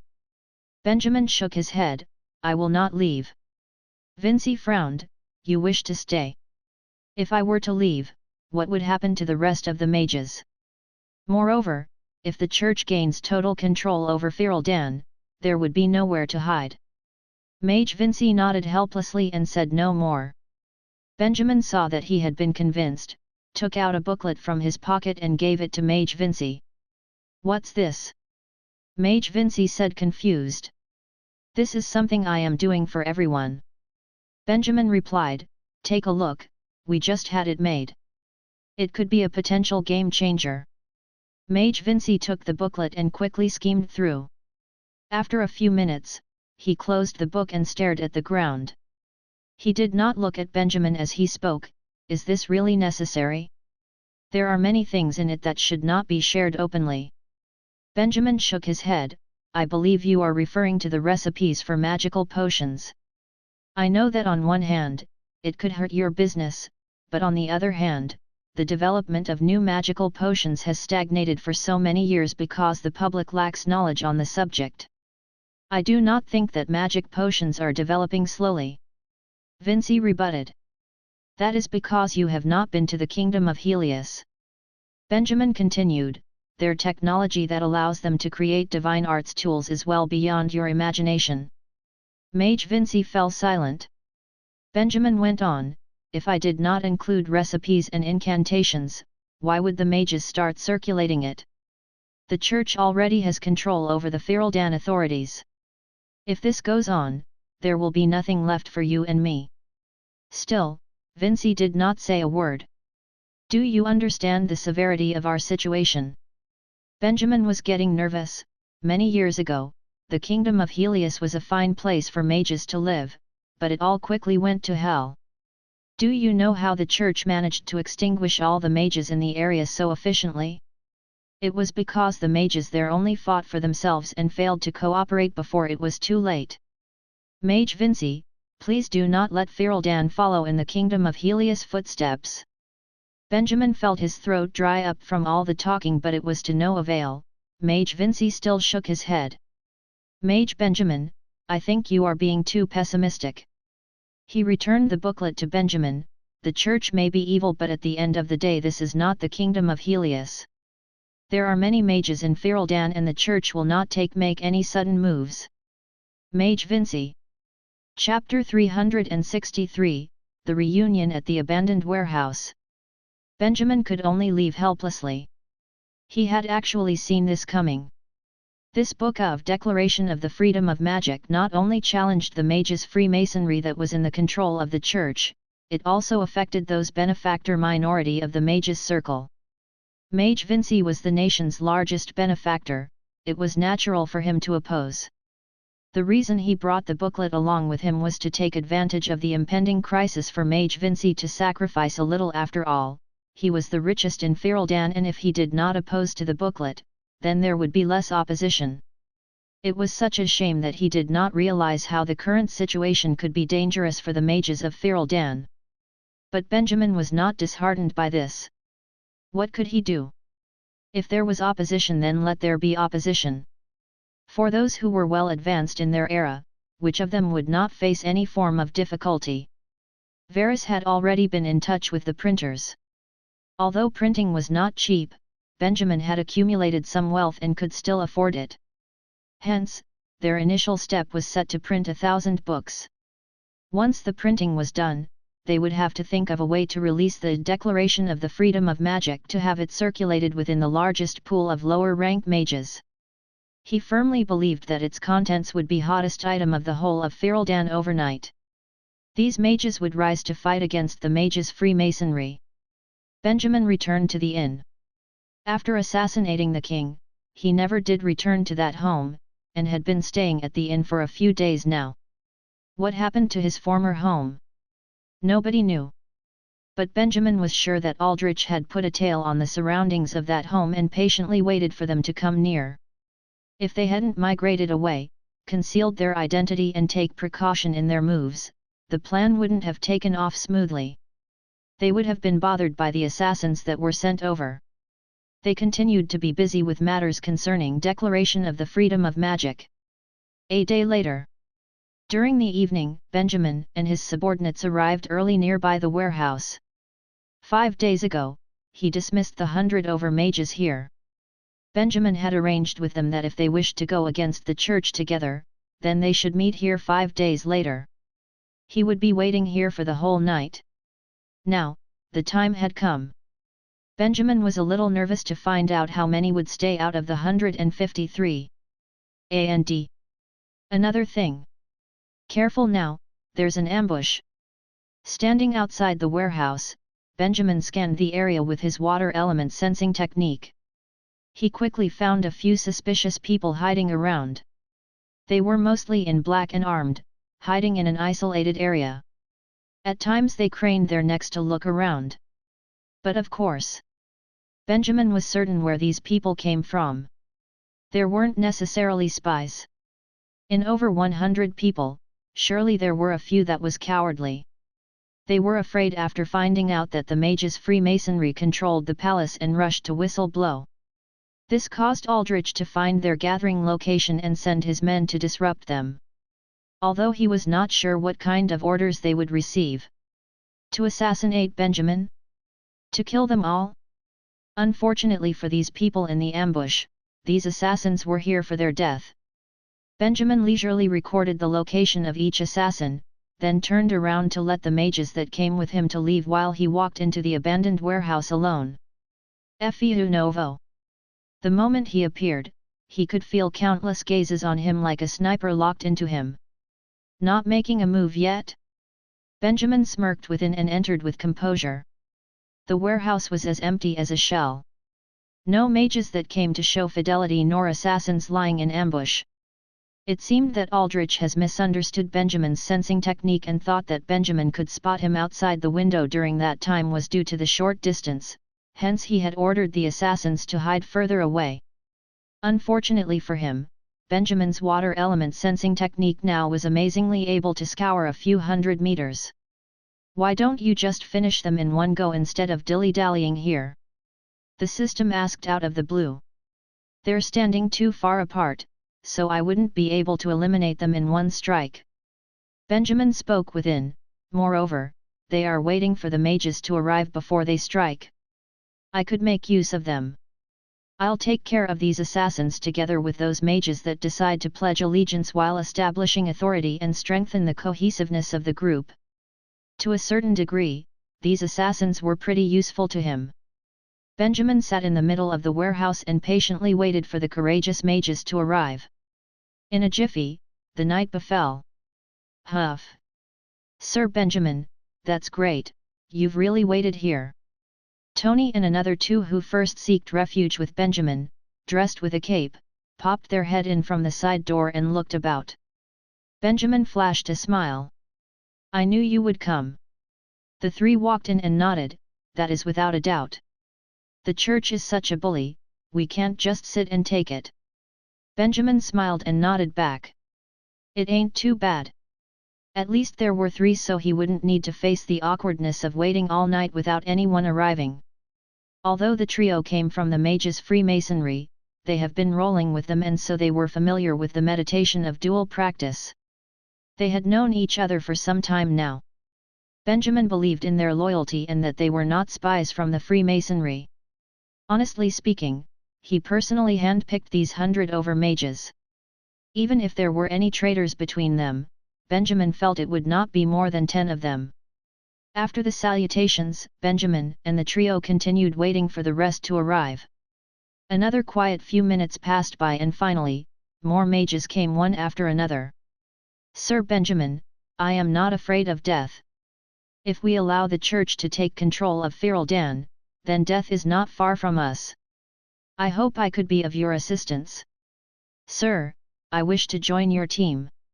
I may not have the most amazing capabilities but I know many of the mages in neighboring cities. I could come up with a way for them to help you. We are here too. The people from the mages' Freemasonry have disappeared in these few days. Something fishy is going on here. One mage after another, wrapped in identity-concealing cloaks, quietly came to the abandoned warehouse. Although the amount was incomparable to that of 5 days ago and by midnight, there was only over 30 of them, Benjamin was satisfied. Not everyone has the guts to stand up and fight against forces that were much stronger. At the very least, these people were prepared to become an underground organization. They were all draped in large capes, covering their faces.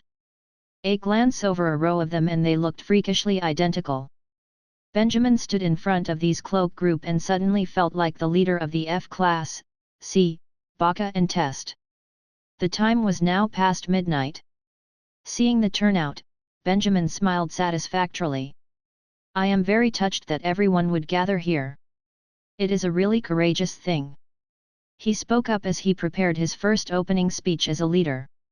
He nodded at such a harmonious atmosphere but suddenly changed the topic and with his cold eyes, glared at a direction in the crowd.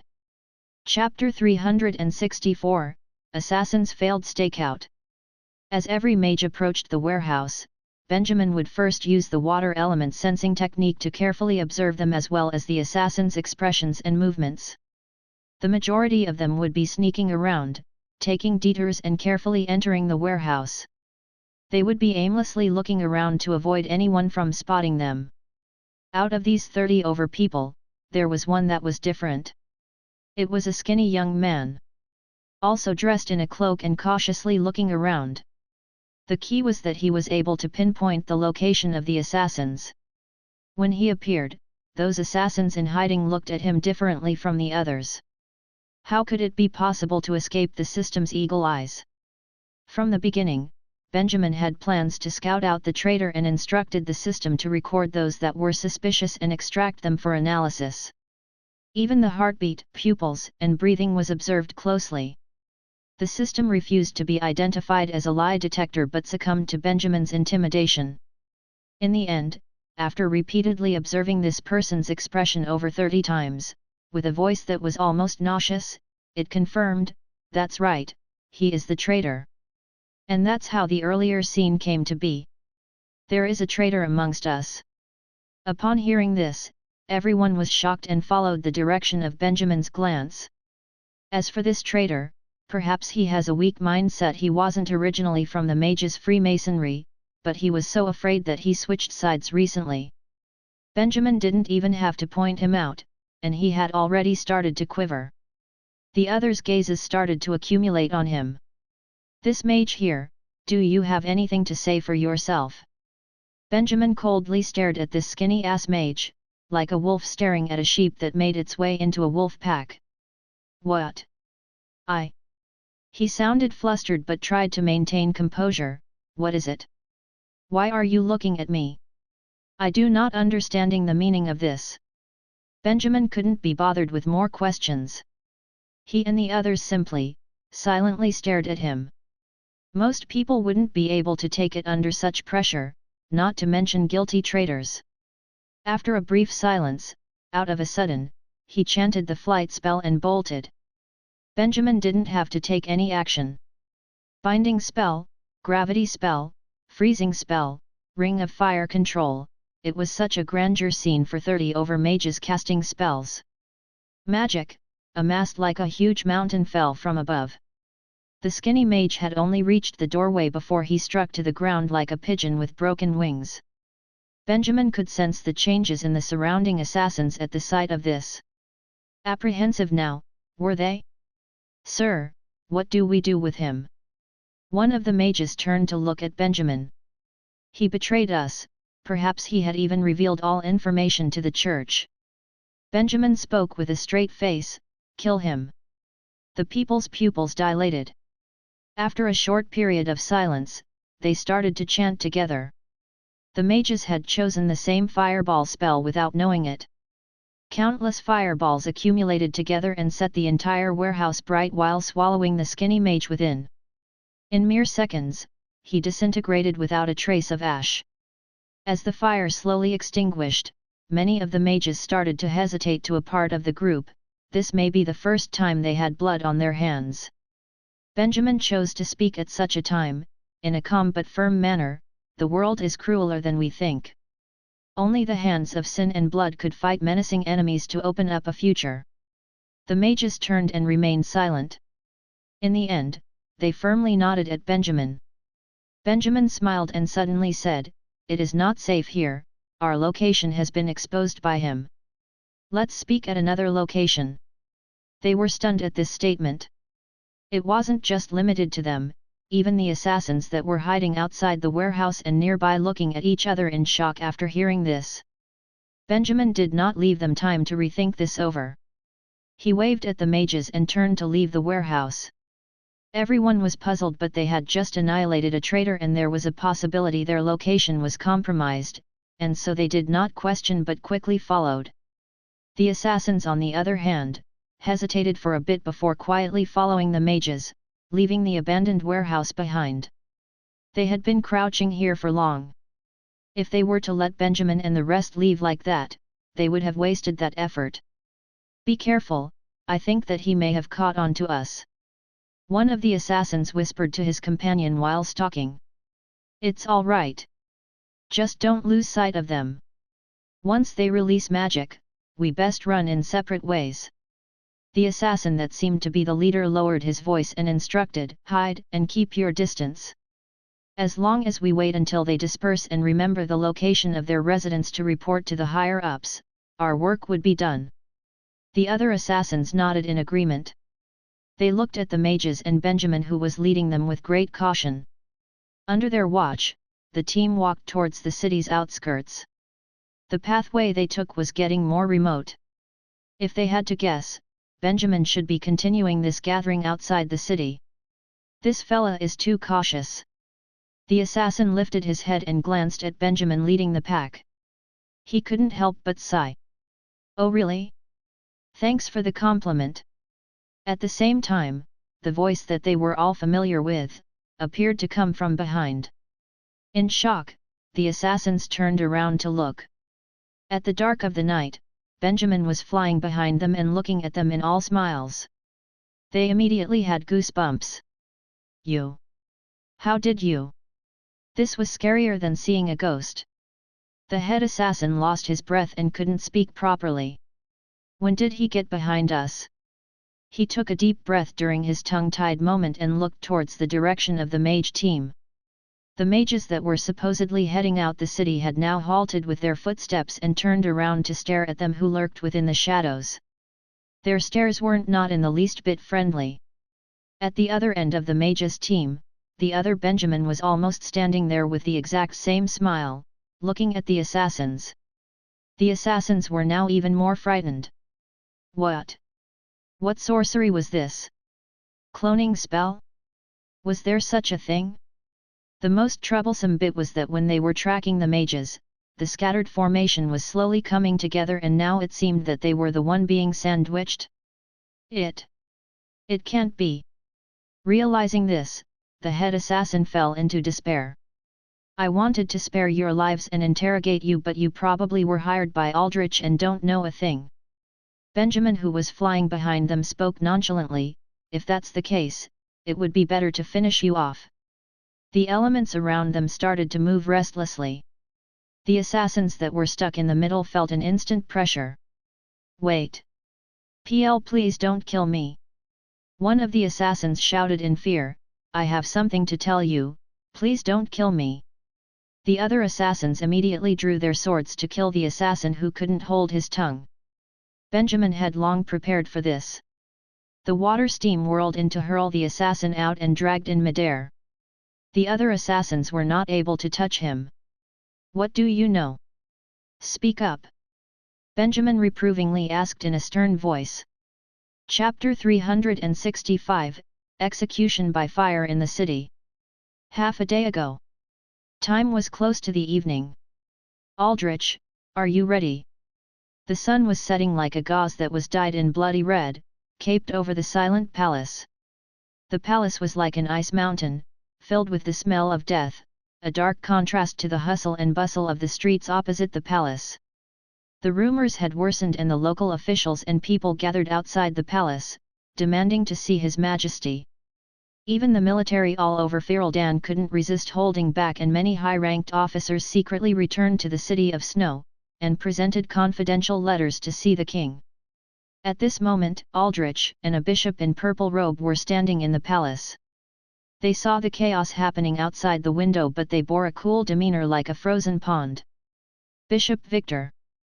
Aldrich turned. I have been preparing for this moment all my life. The bishop silently nodded. They did not stare at the window any further. They turned and walked out the room. Outside the room, there were the queen and a few ladies in waiting standing there. As the both walked out, they lowered their heads in fear. Your Highness. Aldrich benignly smiled and walked over to hold her hands. It will begin immediately. The future of Fereldan will rest in Bishop Victor and your Highness' hands. The queen kept silent and suddenly pulled her hands away from Aldrich's. She held her tummy and did not say a word. Instead, she quietly nodded. Aldrich was not upset with the queen's gesture of refusal. He conversely portrayed tenderness. He took a few more glances at the queen with his old droopy eyes. "May God bless you." He then turned and made way to the corridor. The purple-robed bishop, the queen who was seemingly teary-eyed, the ladies-in-waiting whose heads were lowered. Each and every one of them followed behind Aldrich, silently moving forward, as if they were on their way to mourn at the funeral. Aldrich led at the front. The sun shone at his wrinkled face, as though it was outlining ranges of mountain. 10 minutes later, they reached the entrance of the palace. The entire crowd has now grown in numbers. A number of guards, a few prestigious officials, a general. Although the number has increased, but they were in line with uniformity. The one that stood in front was now the queen instead of Aldrich. The queen wore a black simple dress with a black veil. At times she took out a handkerchief to wipe her tears. Aldrich was now stripped off his neat judicial robe and his white hair and clothes were a mess. Both his hands were chained to the back and his body was wrapped around with an anti-demon chain that caused much difficulty for his old body to take each step. A few of the soldiers apprehended him and followed the pack from the back. There was a loud clanking sound each time the chain dragged through the ground. "Your Highness, are you ready?" Just before they stepped out of the main gate, the bishop lowered his voice to ask the queen from behind. The queen turned and took a glance at the lavish coffin carried in the formation. She took a deep breath. "I am ready." With the sound of a buzz, the front gates opened. The rays of the sunset and the bustling crowd entered the queen's sight. She couldn't help but shiver. She remained quiet for a few seconds before touching her tummy and took steps to continue forward. The crowd outside the palace grew silent at the sight of the queen. Your Highness." Some of the officials and people recognized her. The queen paid no attention. The moment they laid sight on her, she held her head and crossed her arms. With a calm demeanor and a graceful bearing that a queen should possess, she quietly moved forward. The quiet crowd parted before her.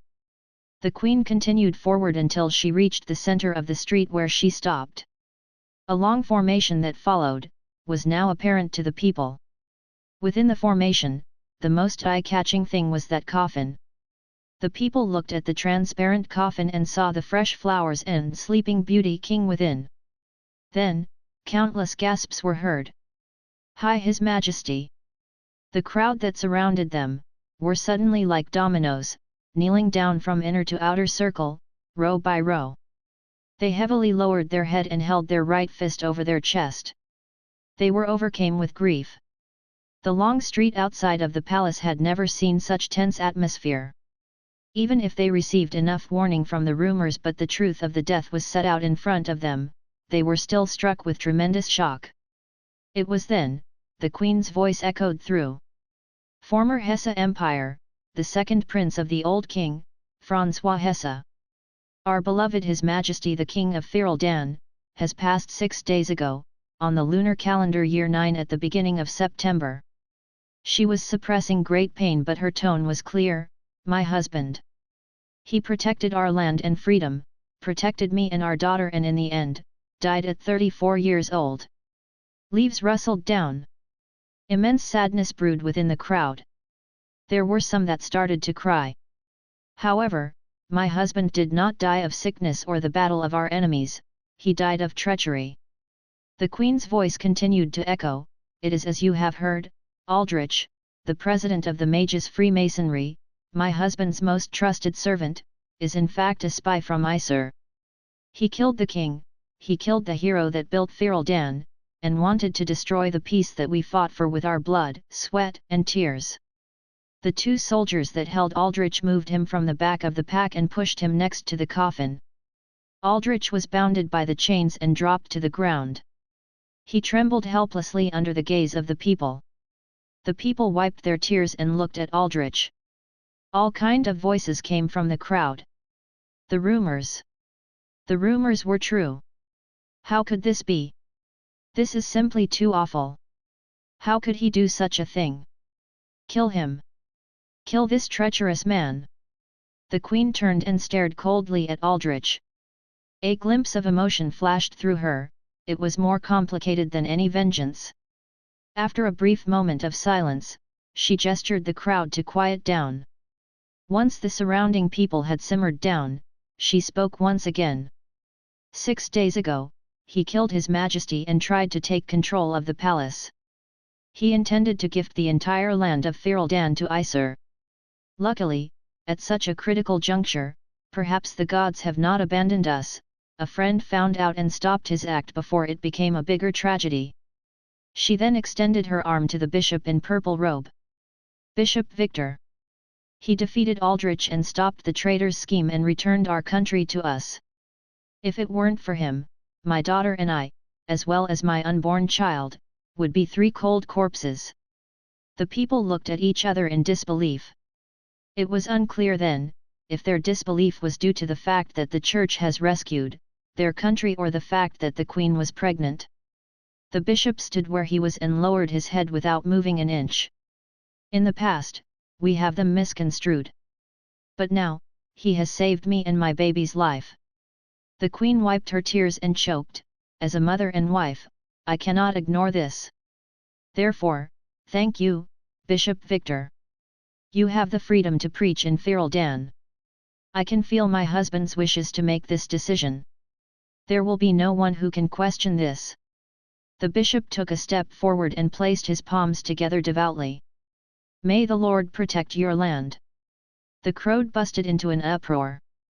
The ban on the church was the historical oldest policy and they were used to it.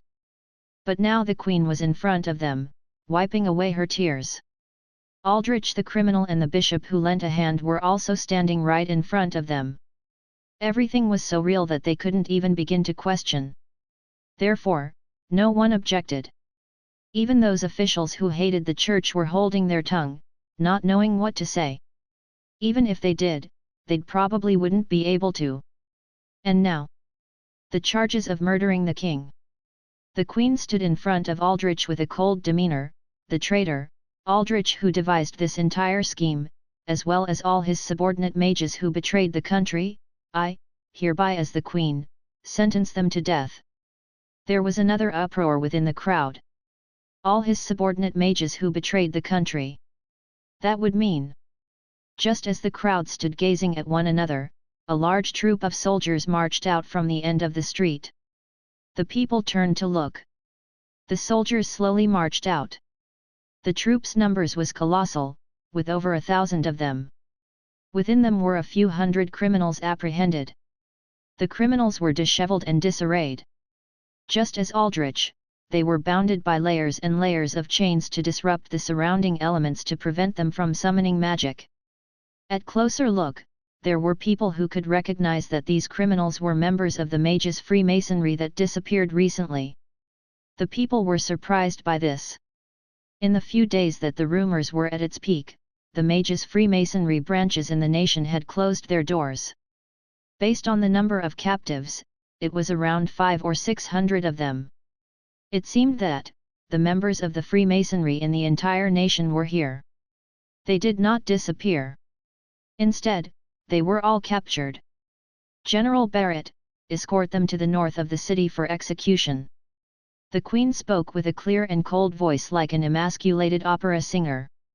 General Barrett carried heavy footsteps and walked out. He expressionlessly bowed at her. Yes, Your Highness. The people couldn't even react. However, the intensity of the atmosphere led them to clear a pathway. General Barrett led Aldrich and the 1,000 soldiers led the few hundred mages to the north of the city. They were traveling slowly. It took them more than an hour to reach their destination. The people of Snow City came one after another by word of mouth. Their destination was a piece of wasteland in the north of the city. The piece of wasteland was quite different from what they remembered. The ground that was supposed to be flat had a huge pothole. General Barrett stood in front of the pothole. He turned and nodded. Soon after, he pushed Aldrich into the hole. Someone within the crowd let out a scream. Perhaps, they were shocked at the thought of what was to come. The 1,000 soldiers behind the general received the orders and moved the mages to the front. One by one, the mages were pushed into the hole in front of everyone's eyes. Next, a scene that burned itself into everyone's eyes happened. The mages that were bounded by chain were almost at the verge of collapse from the walk. Once they dropped into the deep hole and saw Aldrich, they became crazy hungry bulls that saw red. They struggled up and charged at Aldrich. "Why are you doing this to us? Why?" Heart-wrenching screams echoed through the pothole. The more mages that were shoved down the hole, the more chaotic it became in there. It wasn't long until Aldrich was drowned in a pool of angry mages. It was like a caterpillar disappearing into a hill of ants. The people frowned and many couldn't look. Despite being smushed, Aldrich was carrying an unexpected expression. He could feel the teeth biting into his flesh. He could feel the hatred of the mages. He could feel the pain of his bristled bones. But at that moment, his old wrinkly face shone a calm and sincere smile. He narrowed his eyes and looked up. The smell of burning fats filled his nostrils and sparks appeared within sight. The screams of the mages reverberated. Finally. Chapter 366, The First Government Ordinance. From the passing of the king to the lift of the ban, a few series of government orders were issued all across Ferelden. The beginning and the ending took around a few days. But, being one of the more important cities in Ferelden, Rayleigh did not consume as much time. On the second morning, the bulletins were already posted along the streets. There were almost no flashy clothing to be seen in the city. Every house had a black flag in front of their doors that waved with the wind. Ferelden was still a young kingdom. Even though it was not long ago, they just experienced the sudden death of the old king and the splitting of the country.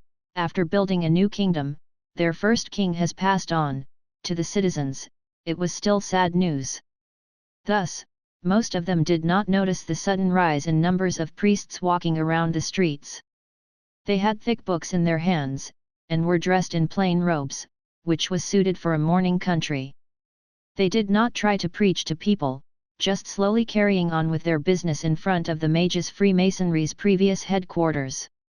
Ferelden's Mages Freemasonry did not exist anymore, their remaining branches had been all shut down.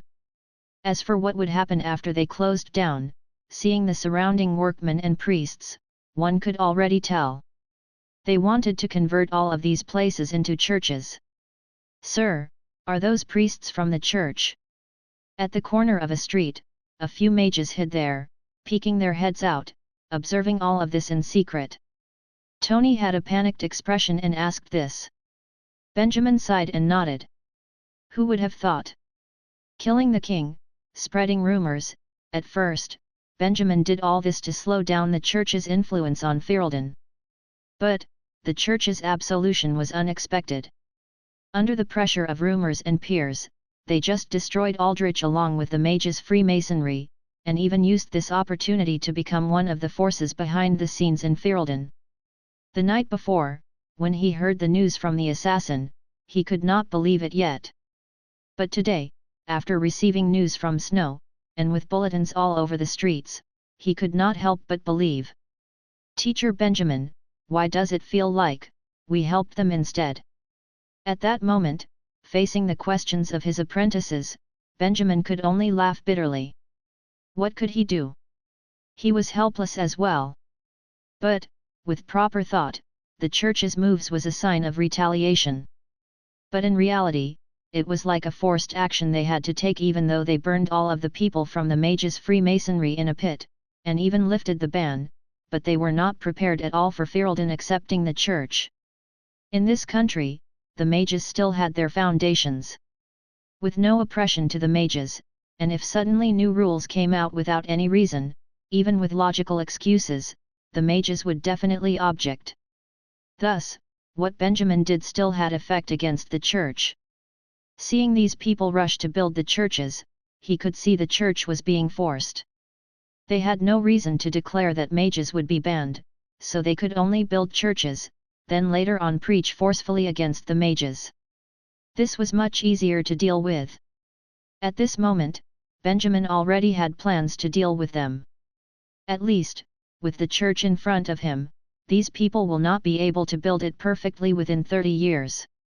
Sir, we can't let them preach in our city. ENL.M. Rest assured. Benjamin nodded, I won't let the church have their way so easily. Even though it was not good to start conflict with the church directly, he still had tricks he could pull to stop the church. Under these circumstances, the influence of the crows would be greater than they expected. Of course, these were only in the small details, and they would continue on, but not cause a huge effect. What was more important now was how to use the mages to retaliate. Thinking of this, Benjamin patted the mages on their shoulders and led them away. Half a day later. Mage Benjamin, you're not wrong at all. The church has started their work. In a secluded house in the city, Vinci and Benjamin were meeting in secret. From the moment he walked in, he was already this panicked. Benjamin only smiled. Mage Benjamin, me denying your request previously, it was my bad. Vinci saw this and was silent for a while, as if he was regretful, but then said, but, the church has already put pressure on us, we have to do something. Benjamin heard this and nodded. But, he did not speak, he only took out the Freedom of Promoting Magic booklet out, and placed it onto the table. Vinci's face was rather unsightly. Do we really have to distribute this? Benjamin nodded. Vinci sighed and said, all right, with the enemy so close, but yet you are still so adamant, I will believe you this time. No matter if it's Rayleigh or Ferelden, I have connections. If you print it out, I promise you I can make sure this book soon reaches into every corner of the kingdom. Benjamin heard this and finally smiled, saying, then it's up to you, sir. From another angle, the church's move actually helped them a lot. At least, for the mages in Ferelden, they had yet to see the power of the church, thus not putting them in their sights. With this, the mages would care more, and it would allow Benjamin to do more. Right, Mage Benjamin. Vinci took out a small notebook, then said, are you planning on going to Snow? This morning, a few mages that had connections with the royal family left to advise the Queen to remove that ordinance. Benjamin frowned. Advise the Queen. Vinci nodded and said, yes, a few of the mages know the officers and have relations with Snow, some of them have met the Queen personally. They think this government ordinance is unreasonable and they want the Queen to remove it. Are they mad? Call them back. Benjamin shook his head and showed an expression of panic. The royal family is already under total control of the church, the Queen does not have her freedom anymore. A quarter of the military rights are already under control of the church, the others are still undecided, but if the church uses the Queen to put their own orders, they would be under control as well for sure. Saying this, Benjamin stopped for a while, then continued, under these circumstances, going would equal to suicide. Vinci was stunned. That serious? Benjamin nodded. But, they should have arrived by now. Benjamin heard this and sighed, saying helplessly, then you can start mourning for them already. A government that has yet to experience a war would be like this, utterly naive. The government ordinance is already in place, they think they can just go win the Queen over, thinking that the royal family has yet to be controlled? Chapter 367, The Person with Rights to the Army. Finally, Benjamin brought out the information of those brave mages that sacrificed themselves and left. Actually, pleading for mercy was not really a bad thing, but, he needed enough people and he had to do in public. In the open, the church would not dare to do anything to these mages, but in private, they would definitely. But, they had already left, Benjamin could not let them just die for nothing. He had to create a strong backlash, and he needed more support. The declaration of the freedom of magic was only the beginning. When the unsuitability of the mages and the church started showing up, he planned to create a weekly newspaper. These few mages that went to die would become the front cover of the newspaper, being one of the first innocent mages that were harmed. Of course, he had to do all this step by step. He could not rush this. Just like when he was against Vinci, the pretext had yet to accumulate to that point. If he were to stand up now, people would just think he was a madman. Once it has accumulated enough, the pre-mission, historical background, complete, then with him standing out, other people would see him as a hero. With this, Benjamin went back to the inn for now, packed his things, and got ready to go out. He had to see another person. "Sir Benjamin, please don't tell anyone about this meeting we had." In a secluded alley in Rayleigh, Michael was hooded, and carefully looked around, then said this to Benjamin. "I understand." Benjamin smiled and said, "You're an officer of the city, with the circumstances now, you seeing a mage in private in Rayleigh, that would definitely raise some eyebrows. But, why is Lance here as well?" After dealing with the Rabkahala cult, he has not met these two so much anymore, but, they still maintained their relations. Right, Benjamin needed help from the government, so he invited Michael over. But, Lance tagging along was weird. These two did not really get along with each other back then. Michael heard this, then glanced at Lance, saying, after the change of weather in the palace, he snuck out like a dog that just lost his home. If not for me, he would already be captured by those people now. Lance was helpless. But, Michael seemed to be telling the truth, his situation was not good, so he had kept quiet and tried to resist showing his reluctance. Benjamin frowned. Change of weather in the palace? People being captured? What happened? He asked. Right now, the government issues are basically all handled by the Queen herself and the newcomer Bishop, Victor. Michael shook his head, but, Her Majesty is pregnant, and is not that well, most of the things have to go through the bishop, don't you think this is a change in weather? Hearing this, Benjamin raised his eyebrows. Taking over, even though he had already predicted this would happen, but the church did this without any hesitation, when they said they would take over, they took over, not afraid of what the other officers have to say. No one amongst you objected. Michael nodded, and said, of course there was. The bishop has mentioned a lot of unreasonable things, and was scolded by the lot of them, he should be really angry now. Benjamin chuckled. Seeing this, looks like the church did not really have much progress in snow.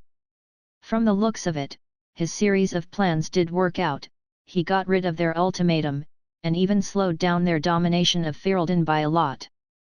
But, the church was still the church. Be careful, the church still has more what than meets the eye. Thinking of this, he became serious. The church was standing behind Aldrich's back, their real goal was to control Ferelden and turn it into another Helius, they would be willing to do anything. Michael nodded. Lance interrupted, don't worry about this guy. When the bishop first came, this guy already warmed himself up with the bishop, how could he be afraid? Benjamin heard this and laughed, then said, today, I have invited the both of you over, it is because I have something important to ask of you both. Tell us. Benjamin breathed in deeply, then asked, right now, how much of the troops are under control of the church in Ferelden? This was of utmost importance. At the day of the execution, he had heard others describe it. According to them, there were around 1,000 men that held the mages down. The one that pushed Aldrich into the pit was General Barrett, whom Benjamin had personally eaten with before. Without question, the general that the king trusted was already being controlled by the church. As for the royal forces under his command, most of them should already be under control of the church. Well, what about the others? If all of them were already controlled, then Benjamin thinks it's game over.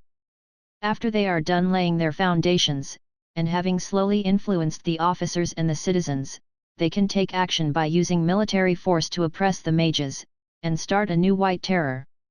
It would be hard for the mages to retaliate.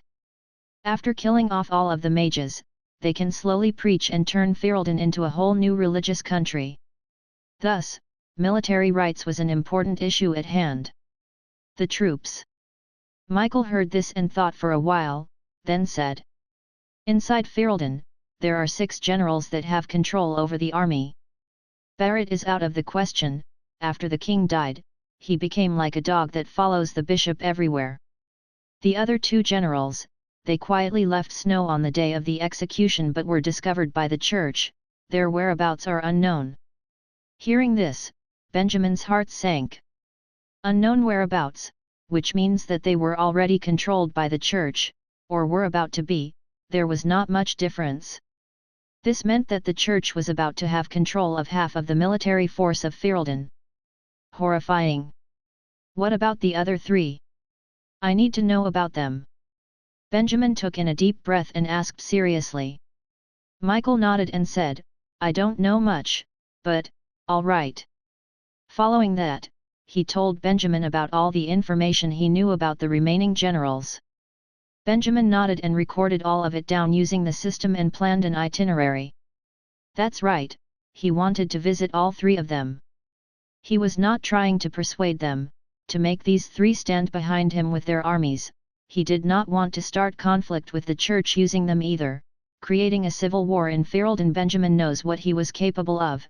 He did not have the speechcraft or charisma to do all that. What he wanted to make sure now was that these three generals would not fall under the church's control. Of course, all of this had to wait after he met up with them. If there was chance, he would not hesitate to start a fire, making these generals go independent. In conclusion, he had to do all he could to mess with the church's plans, buying himself more time. What else could he do? Chapter 368, The Generals of Ferelden. General Tarek, shouldn't you think about it for a while longer? Enough. What nonsense about the church controlling the queen, utter nonsense. I won't arrest you for blasphemy, you should consider yourself lucky. Please leave my camp now, mage, or else. General Hunt, what I say is all true, please think properly about it. Interesting words, I understand. The church has controlled the royal family, is that so? Thank you for your reminder. I have my own plans, you may leave now, sir.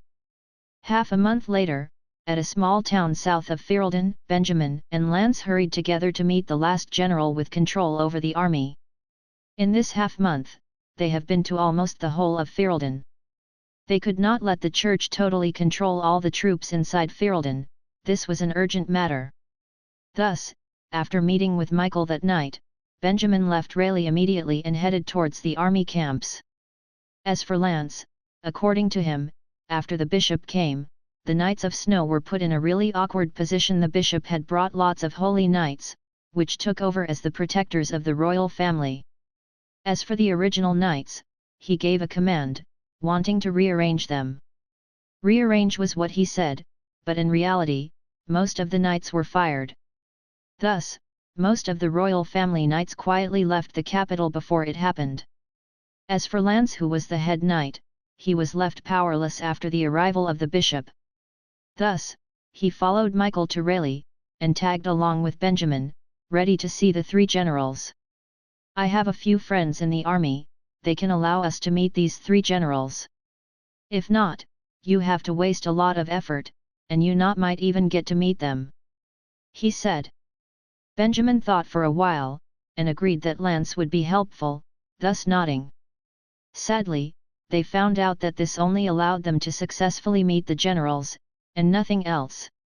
Benjamin already said all he could, but, whether it was warnings or kindly advice, the two generals that he met with did not really treat him all that well. One treated him as a conspirator, and the other one was nonchalant and did not heed much of his words, then sent him away. He did not care what their attitude was. What was most important was, he did not know whether his warnings helped the two generals. The church wanted to take control of the military, and would definitely target them. These few generals had a lot of troops under their command. It would be hard for the church to make a move. Once they become cautious, it would be hard for the church to succeed. Benjamin hoped that his thick skin that made him remind them would actually help them take more caution. He did not request for much, this was all he could hope for. We're almost there. Flying halfway, Benjamin confirmed the location and said, that last general, do you know anything special about him? General Stuart. Hearing this, Lance thought for a moment, and said, He has to be the general I understand the least. He's rather old, and he guards the border of Koretz. Before the king passed away, he rarely came to Snow. Hearing this, Benjamin nodded in acknowledgement. So, he's a loner. Lance shook his head and said, I'm not quite sure, I never really met him before. But, before the kingdom split, he was already a quite powerful general, and he has even fought the Holy Knights of Helius before. He's a rather capable senior. Hearing this, Benjamin's eyes lit up. He was someone who has battled the church before, he should be able to understand how scary the church is, plus, he was an old general full of experience, maybe, he could understand how Benjamin thought. For this half a month, the forces in Ferelden had yet to pledge their allegiances. The church secretly controlled the royal family, but the way the rites worked in Ferelden still continued on as before, other than the priests and mages having conflicts on the streets, and the churches in every town that has yet to even have their foundations done, there was not much change in Ferelden. With these unknown ties, if an experienced general could just stand out and oppose the church openly, this would be a huge blow to the church. They might even lose control of the royal family. Right. Suddenly, Benjamin seemed to have thought of something, turned around and said, How are you so close to the troops all over the country, aren't you a knight? A knight can become a bodyguard. Lance smiled, and said, Don't look down on me, I've led troops to war before. What war did you fight? Benjamin was surprised. I just went to defeat mountain bandits, but, at the time I did lead around 1,000 people. Lance shook his head, and said with regret, Rising to a general from a knight is not impossible, if the king did not die, and the kingdom was not in chaos like right now, maybe in 10 years' time, I might have become a new general of Ferelden. Hearing this, Benjamin nodded and smiled. Don't feel sad. He turned around and said, Maybe, you becoming a general someday would take even less than 10 years. Lance was confused, What are you trying to say? Benjamin shook his head and replied, Nothing much. Lance wanted to continue asking, but Benjamin controlled the pillar of steam and accelerated. Lance, who was dragged around mid-air, almost lost his balance and turned into a human cylinder. He spun around and was too busy to continue asking any more questions. As for Benjamin, he looked downwards at the camp, stopped his laughing, and took a deep breath. We've arrived. He gently reminded. Following the turning of the pillar of steam, the two slowly spiraled downwards. After 5 minutes, they finally reached the entrance of the army camp and descended. Who are you people? The guards saw this and quickly asked after being surprised. 2 people suddenly appearing out of a clear blue sky, to a soldier, it was rather eerie. Wait, aren't you the head knight Lance? But, the soldier just glanced at Lance, and his eyes brightened, saying with excitement, Aren't you still in service to the king? Why are you suddenly here? Lance just laughed loudly, and walked over, patting the soldier on his shoulders. Son of a gun, long time no see. I came here today because I needed to see General Stuart. So, is he in? He's in. Of course he's here. Wait here for a moment, I'll inform the general immediately. The soldier was suddenly full of energy and replied. With this, the soldier dashed away. After a while, he came back from the camp, and told the 2 that they could enter, that the general was waiting for them in the largest tent. Seeing this, Benjamin was not surprised at all. Lance had explained before, he trained recruits for years. So, no matter which battalion they went, he could find one of his students.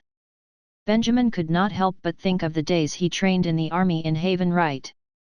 A knight becoming a trainer for new recruits was rather common. Chapter 369, Coming to an agreement with the generals. You're saying, the death of the king, is actually part of the church's conspiracy. The mages Freemasonry were on the same side of the church, and they controlled the royal family. Inside the wide tent, an extremely tall and well-built old man had his palms on the table, and was really worried. With a tone like a long siren, he asked. Benjamin stood in front of him and nodded. "General Stewart, things are exactly as I said," he said confidently. Before this, the king had already suspected the mages' Freemasonry, and asked me to investigate them secretly. When I wanted to report to the king, he somehow fell into harm's way, thus, I can say this with confidence. Hearing this, Stewart humphed and said, "You don't have to explain so much, I'm not suspicious of your words." Benjamin's eyes brightened. "General, do you trust me?" "Who are you? Do I know you?" Stewart shook his head and said, "I'm not suspicious of your words, and that's only because I know the church, I know what kind of people are inside the church." This old man was really straightforward. "General, the situation in the kingdom now is not that pleasant." Benjamin did not heed much, and continued advising, "General Barrett has already become one of the church's men, and the other 2 generals are missing. Right now, half of Ferelden's army is already in the church's hands, you must do something." Hearing this, Stewart nodded but did not say anything. Benjamin saw this, and knew the opposition was still thinking, so he remained calm and did not say much. In this silence, suddenly, Stewart raised his head, like a grey bear that was hunting. He stared at Benjamin, suddenly saying, "Are you from Helius?" Benjamin was stunned. Stewart continued, "Blonde hair, blue eyes and shoulders thin like paper, a standard look of a citizen of Helius, and even possibly a noble. When I fought Helius at the Crusader Gateway, I have seen too many of this kind of people. Tell me, did you come from Helius?" Benjamin was speechless. This, he could tell? He should have disguised himself first. "Right, you are absolutely correct, General, I come from Helius. But, under these circumstances, there is no point for me to pretend." Benjamin thought for a while and acknowledged. "A fellow suddenly coming from Helius, advising me to go against the church, maybe I should capture you for spying." Stewart scoffed coldly and said so. Saying that, he straightened his back, and his unusual tall height made him look like a mountain, plus his cold battle-hardened stare, it gave off a lot of pressure. He was pressuring Benjamin. The atmosphere became frozen. "You can do that?" Facing this kind of pressure, Benjamin laughed, and crossed his hands. "I am a mage, I escaped from Helius, I am clearer than anyone about how frightening the church's existence is. General, you've fought against Helius so many times, you should understand." Stewart scoffed again but did not retort this time. Benjamin saw this and smirked. "This is good. Ever since the kingdom split, with Isa in front, the people of Ferelden have forgotten how to be cautious of the church." He continued, "But the church? The church never rests, every second, every minute, they are thinking of how to make every country theirs." Stewart was silent for a while, and said, "That bunch of madmen will always be like this, never knowing how to be grateful for what they have." Benjamin added, "That's right, but right now, their hands have already grabbed Ferelden. The king has passed on, and the queen has lost her ability to retaliate. In the whole of Ferelden, who else can stand up? General, if you don't do anything, this kingdom will be ruined." He thought of everything to force the other person to take heed, as if without him, the kingdom would die out soon. Finally, on Stewart's scowling face, there was a slight hint of a smile. "You're right." He nodded, and said, "The people in the country have become too complacent, only people like you that escaped from Helius knows how scary those madmen are." Benjamin was elated, and asked investigatively, "So, this means you are willing to stand up against the church?" Stewart shook his head. "It won't be that simple." He crossed his arms, and said, "If I openly speak out against the church, they would put all sorts of hats on me, then with the troops ordered by the Queen, they would use them to fight me. Don't look at how much men I have, once something happens, the capital would stop their supplies, and the lot of us would starve to death here." Benjamin raised his eyebrows. "You mean?" Stewart laughed, and said, "You came from so far away, you should have your own plan, right? I don't need much. If you could do something to distract the church and their troops, I can send my men to take over the city of Lewis at the west. With this, I can have the capability to openly speak out against the church. Benjamin heard this, nodded, and said, I see, rest assured General, 2 months later, Rayleigh will attract their attention. If it was a distraction, he could do it without any problems. Plus, in his original plan, with the freedom of promoting magic in circulation, and the conflicts rising between the church and the mages, he could muster more mages under him. With accumulation, after 2 months, he planned to start something in Rayleigh. He could not keep hiding. A crying child would be fed milk. If he wanted the freedom of speech for governance, he could not just remain silent. The mages in Helius did not speak out, thus, they all ended up being associated with things like fallen ones and demonic energy, ending up in their current state. Of course, at the same time when he started something, he could still help Stuart, giving this general a chance to stand out, raising the flag of fighting the church, forming an military force of some sort. It was like killing 2 birds with 1 stone. In simple words, the church wanted to completely control Ferelden, so Benjamin had to cut in to change the forces involved.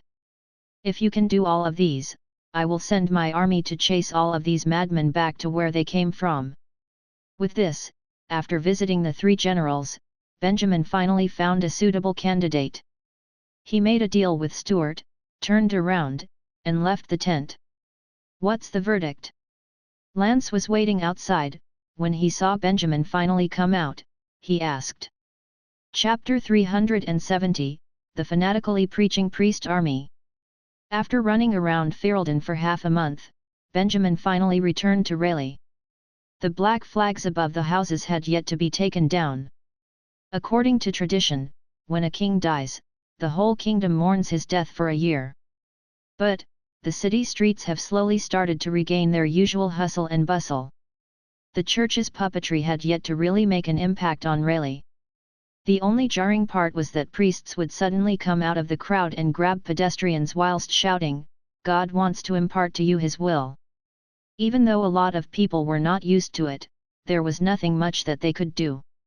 Many mages had already had conflicts with these people, to the point where there have even been street brawls. But ultimately, they could not just kill them, so, the priests continued their preaching. "Sir, God wants to impart to you his will." Even Benjamin was stopped as he made his way to the inn to drop off his luggage. "Leave me alone." Benjamin ignored the priest and walked away coldly. However, he underestimated the man's adamance.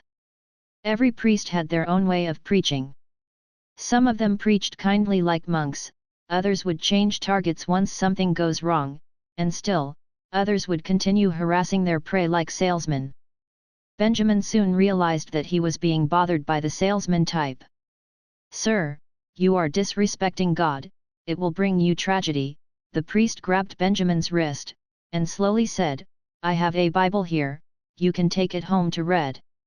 God is omnipresent, if he feels your remorse, your sins will be forgiven." Benjamin's eyes flashed with annoyance. After thinking for a while, he turned on his water elemental sensing technique and scanned the priest from top to bottom as he rambled on, completely oblivious to the spell. Not that formidable, and not like the priests that the church personally trained, who were normally fully equipped with crosses of protection.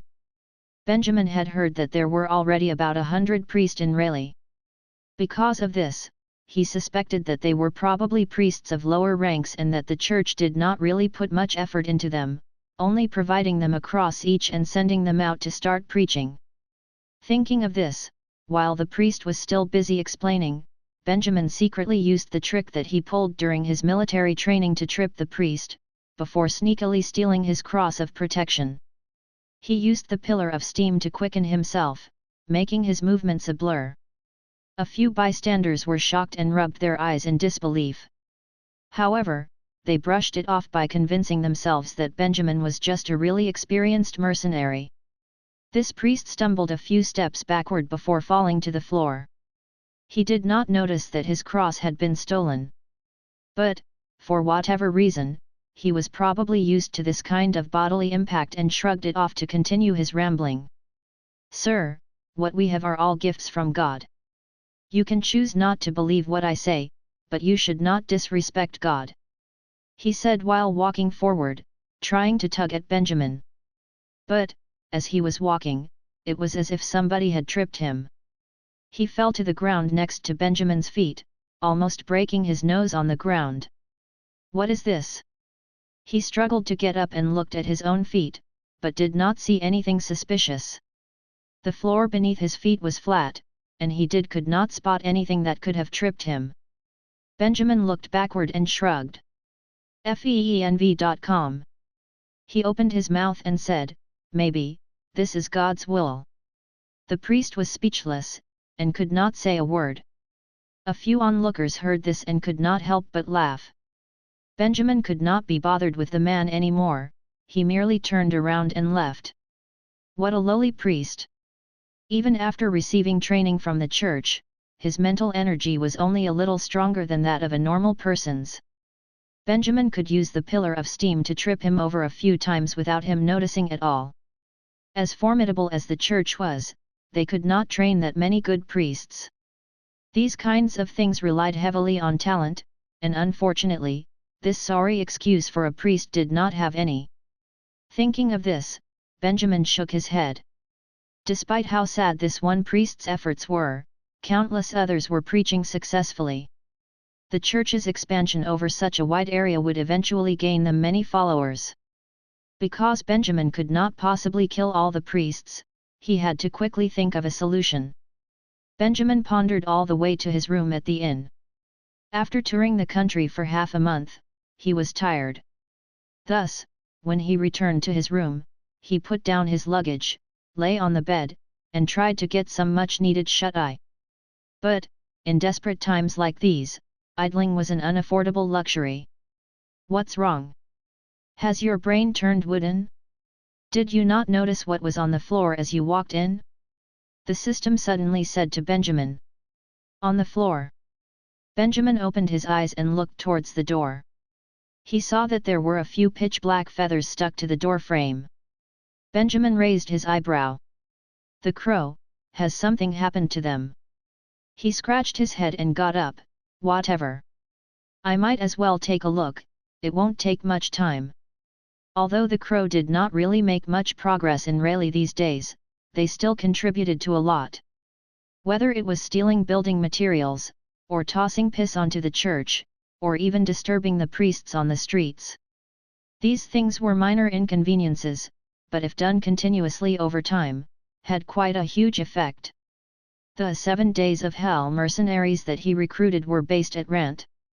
Benjamin had ordered them to cause trouble for the church, but according to their reports, the church's progress there was significantly better there compared to Rayleigh. Benjamin had just returned to his room but did not even have time to catch his breath before he put on his disguise and hurried out of the inn. I wonder what happened. 15 minutes later, he met with Jessica. Chapter 371, The Leader of the Priests. Benjamin frowned when he heard this. As expected, it was not easy to bully the people from the church. He had ordered the crow to start causing trouble for the church half a month ago, but even so, they didn't want to let go. They mentioned street gangs, but what else did they know besides that?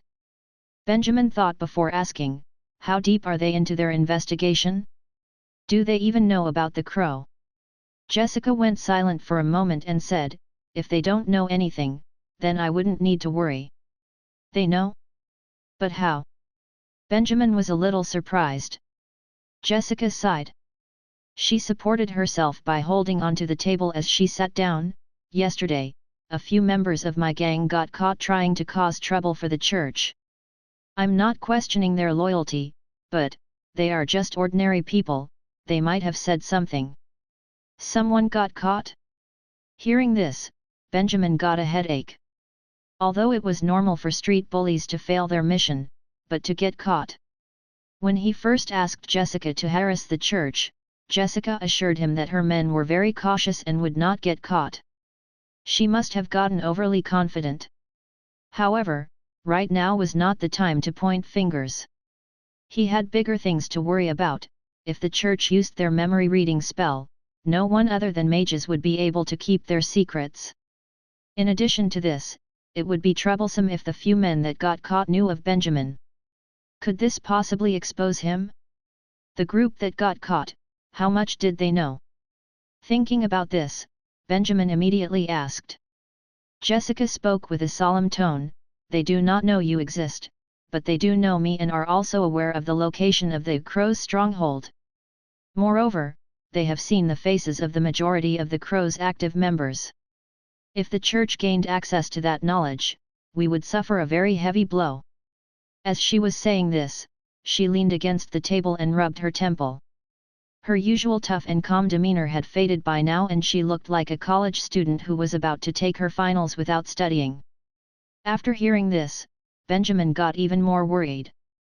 According to what she said, if the church read their memory, the whole Crow gang would be doomed.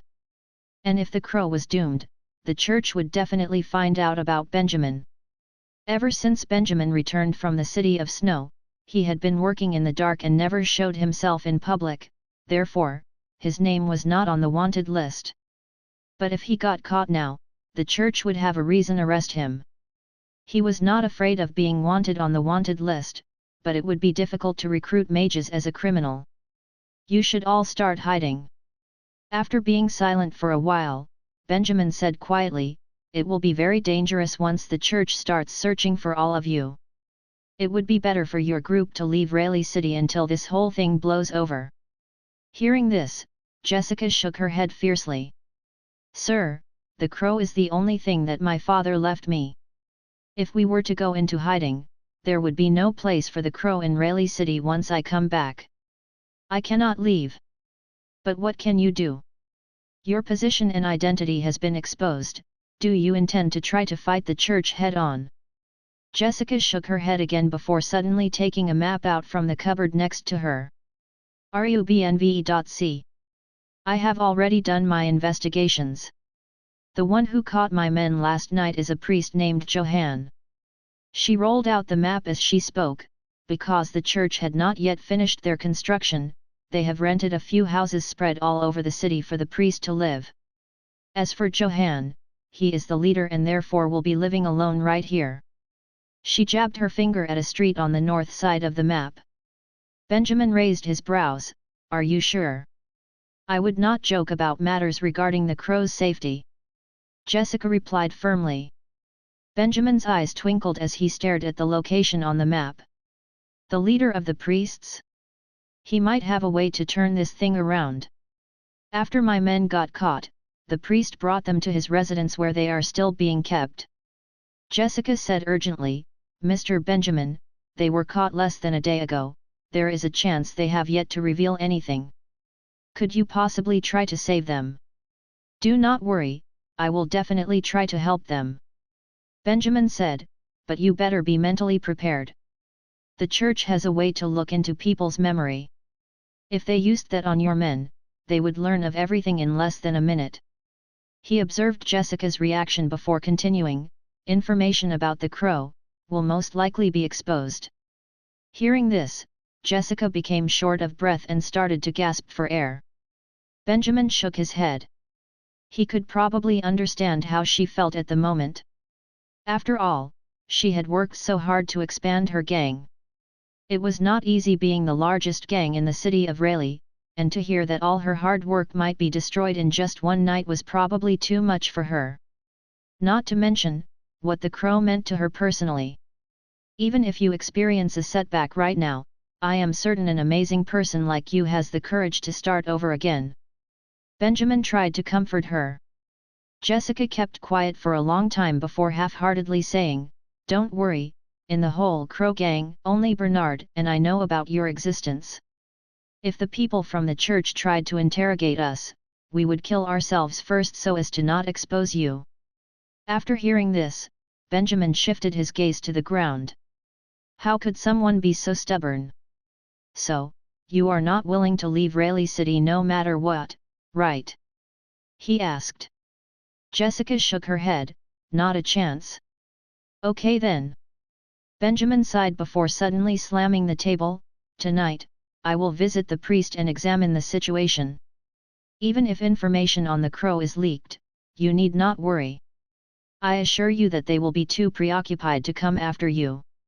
Jessica was surprised and asked confusedly, why? Chapter 372, The assassination starts from the small towns. After leaving the crow's stronghold, Benjamin returned to his hotel. He had already planned his next move. Having so many priests walking all over the place was a huge issue, but he still had to solve it. Since Jessica had already discovered their leader, why should he hesitate? He could start with the leader. If he could cut off the snake's head, the progress of the church would be disrupted yet again. Thus, Benjamin issued a new command to the few mages and mercenaries who were closest to him spread out around Ferelden to investigate the leader of the priests in every city. All of you need to move quickly. I want to find out about the neighboring region's leaders by tonight. Benjamin rested his hand on the table and said seriously, tonight, I will make my move to assassinate them. After all, his goal was to save the crow. If the priest were constantly dying, the focus of the church would naturally be on preventing further death. They would have no time to bother about the crow.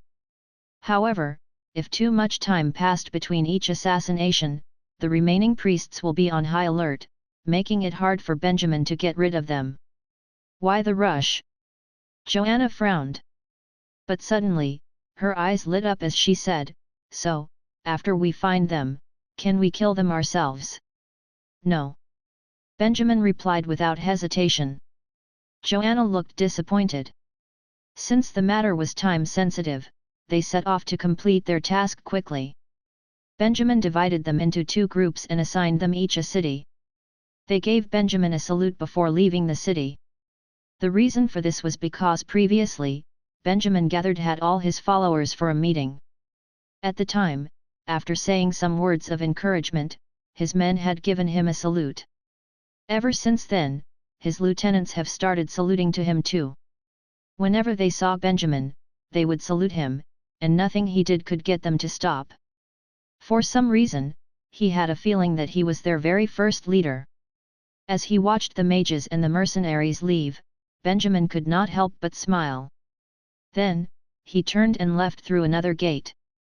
To maximize efficiency, he was also in charge of a city. Of course, since he was also responsible for the assassination, it should be a relatively simple task. The town of Tori was located a few kilometers to the north of Rayleigh City. Previously, when he participated in the 7 Days of Hell, this small town had been the rendezvous point for the underground mercenary organization. Since Benjamin was already quite familiar with the town, the investigation should not be too difficult. Although the church did not conduct any missionary work in this town, they had sent some priests here anyway. Benjamin did not intend to ignore them. Benjamin did not plan to start the assassinations in Rayleigh City. If he did, the church could easily trace it to him. He would start with the smaller towns so that Johann's eventual death in Rayleigh City wouldn't be looked into too much. Although Benjamin did not actually think that he could confuse the church, there was no harm in trying. There were many ways to investigate the priest leader, the simplest way being to stalk the regular priests in the streets. It wouldn't be long before they attempted to contact their leader. However, Benjamin decided against this method. As he walked into town, he activated the water element sensing technique and asked the system to inspect his surroundings. There were not many priests in the town. Benjamin estimated that there were at most 10 of them. Benjamin only needed to identify the one with the strongest spiritual energy. You can do it by yourself, why must I do it? The system said unwillingly. Because I'm lazy, Benjamin replied smugly. The system was speechless. And so, Benjamin took his time walking around the town of Tori whilst waiting for the system to send him the results. In the afternoon, the town was still relatively quiet as there were not many people on the road. At one point, Benjamin was even stopped by a priest who was trying to spread the word of God. However, something was off. There seemed to be quite a large number of mercenaries in the town. Doubt filled Benjamin's heart. Was this related to the illegal mercenary organization? But, they should have been defeated by the mercenary association. He thought of the rich businessmen who were killed during the 7 days of hell. Since so many influential people had suddenly disappeared, it should have greatly impacted the business community in Ferelden. And yet, he did not notice any changes. Were the mercenaries here to investigate the murders? As Benjamin was thinking about this, a mercenary walked toward him and shoved a portrait in his face. "Hey, do you know this person?" The person in the portrait looked familiar. After examining it carefully, Benjamin realized that he was the leader of the underground mercenary organization. It seemed that they were indeed investigating the incident. Benjamin was surprised. "So? Have you seen him?" The mercenary was very sharp. Because Benjamin did not answer him immediately, he immediately realized that something was wrong and questioned him again, this time with a much deeper tone. Seeing this, Benjamin started his act. "Yes, he seems a little familiar." He frowned, scratched his head, and looked as though he was recalling something. A moment later, his eyes lit up and he exclaimed, "Yes. I think I saw him in the City of Snow." City of Snow? Why would he be there? How would I know he's a knight, right? Benjamin said, acting confused. "I do not actually know him, but it was on the day of mourning. I saw him by chance outside the palace. At that time, he marched behind the queen and the bishop. He wore a suit of armor and carried the king's coffin together with a few others. That's why I have an impression of him."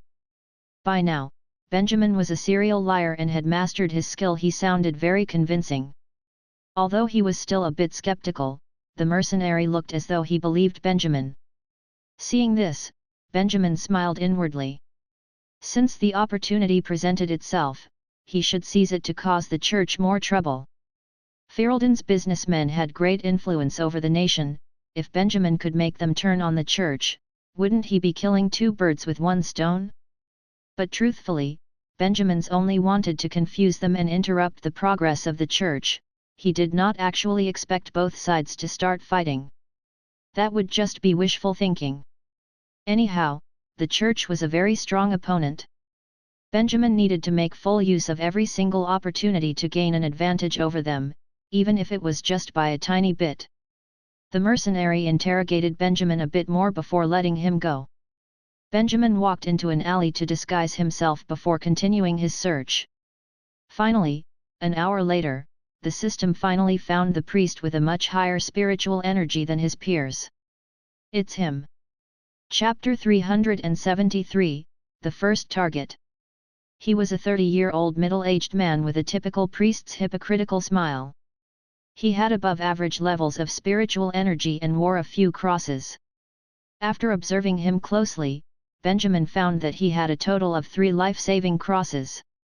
Benjamin hid behind the street vendors on the side of the street and thoughtfully nodded his head. Ordinary priests only had 1 cross, whereas the leader of the priests had 3 crosses. The church had a hierarchical ranking system and often separated each class very clearly.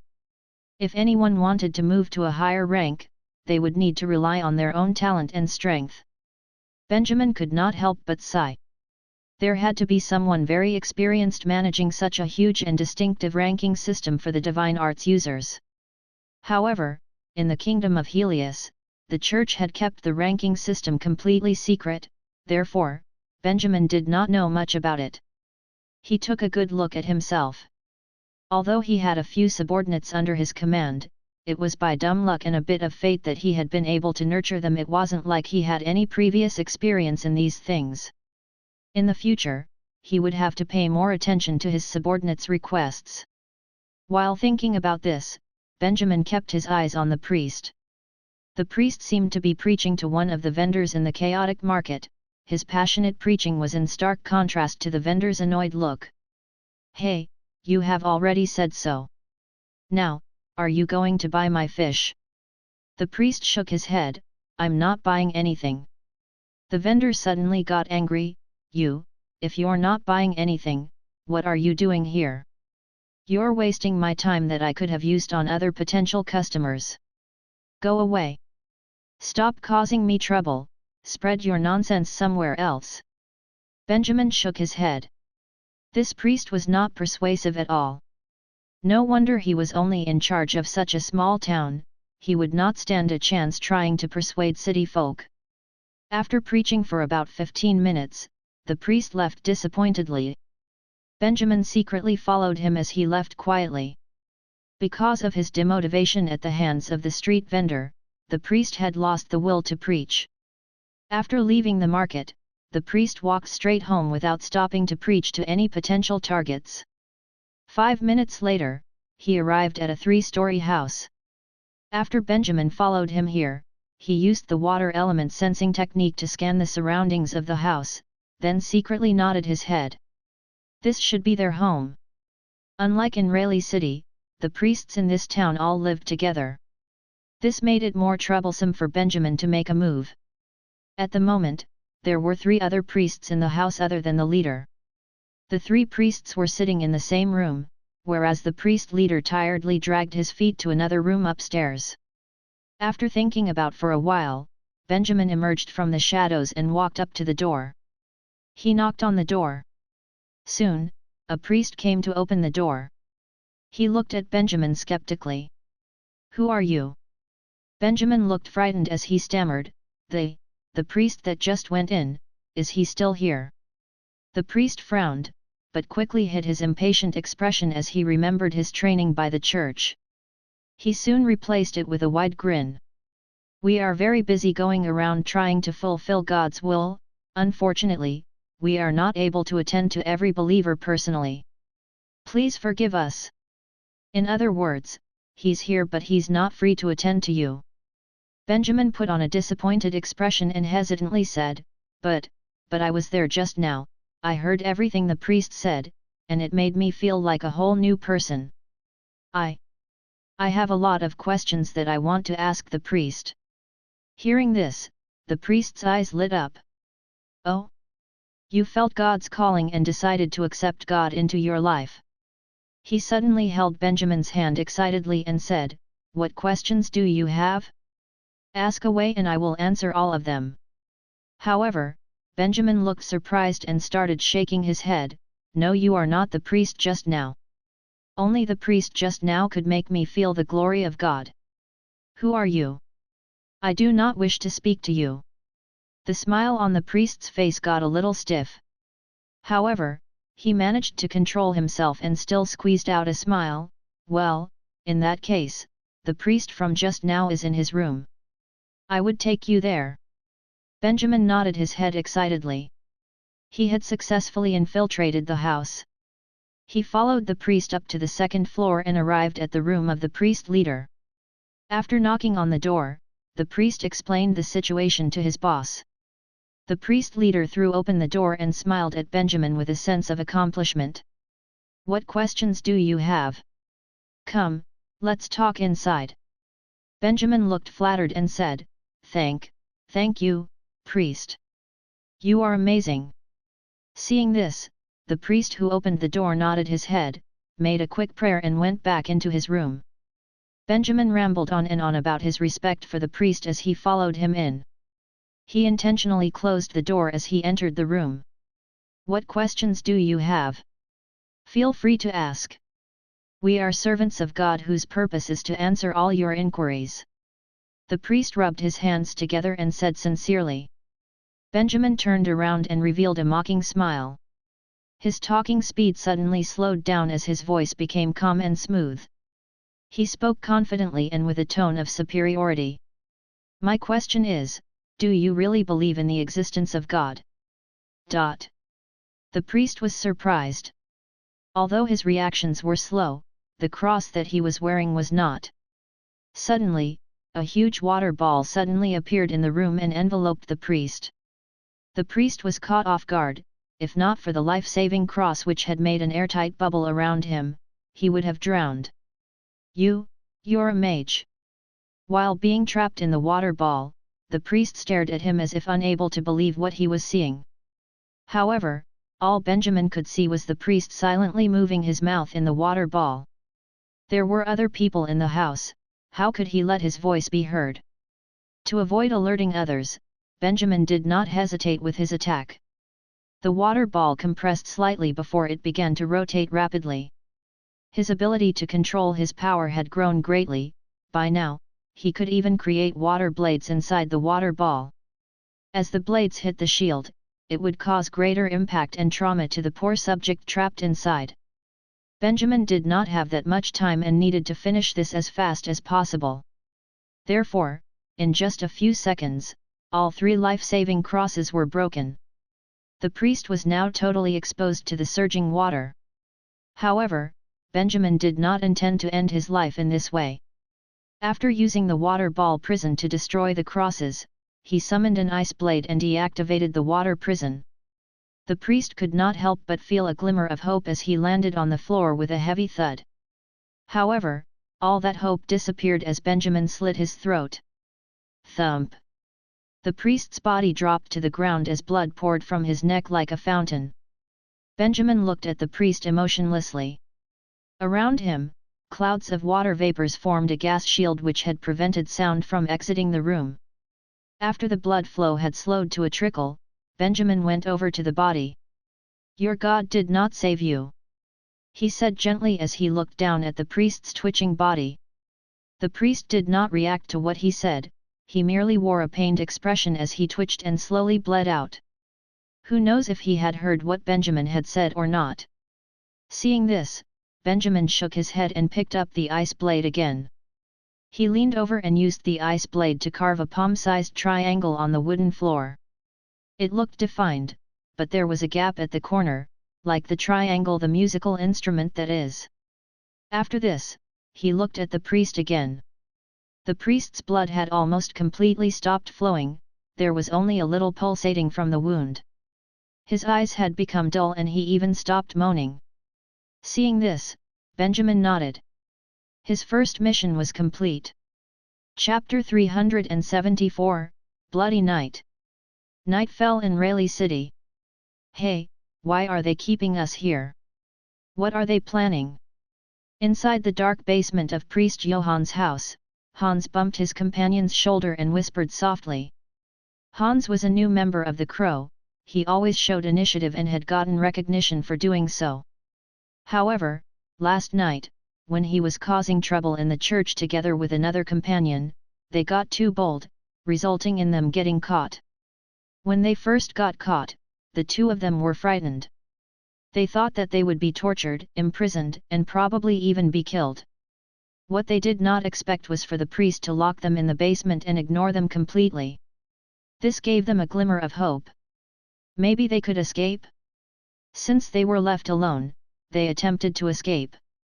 As a gangster, they knew some basic lock-picking although they were not as skilled as a burglar or robber. So, they tried for half an hour to untie themselves from the rope and sneak out of the basement. However, they soon realized that it was far more complicated than they had imagined. After they broke free from the rope and were about to start picking the lock, they noticed that the cell was never locked in the first place. There was nothing but a weird cross sealing the door. A powerful force repelled them, causing them to fall whenever they touched the door. They tried many times, getting bruised and sore in the process, but to no avail. Before long, they realized that the power sealing the door was not something that they could crack open. Therefore, they dropped to the ground as despair washed over them once again. Even after almost a day later, the priest who had caught them still did not show himself.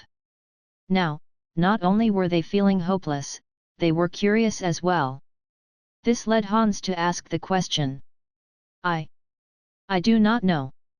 His companion replied angrily, "I don't care what they want to do, but if I continue to stay here any longer, I'm going to starve to death."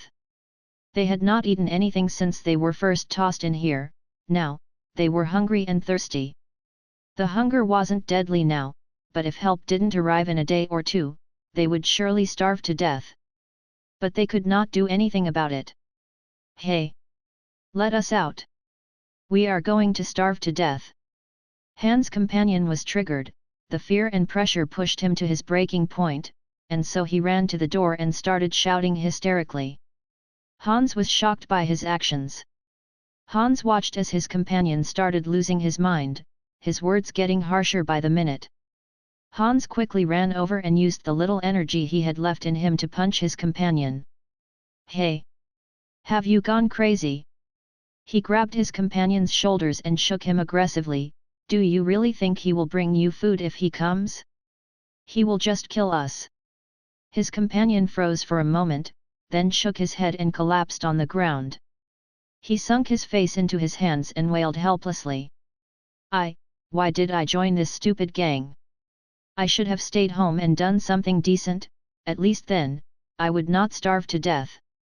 I did not listen to my sister's advice and came to the city, and now I'm really going to starve to death." Hans lay down on the ground and shook his head.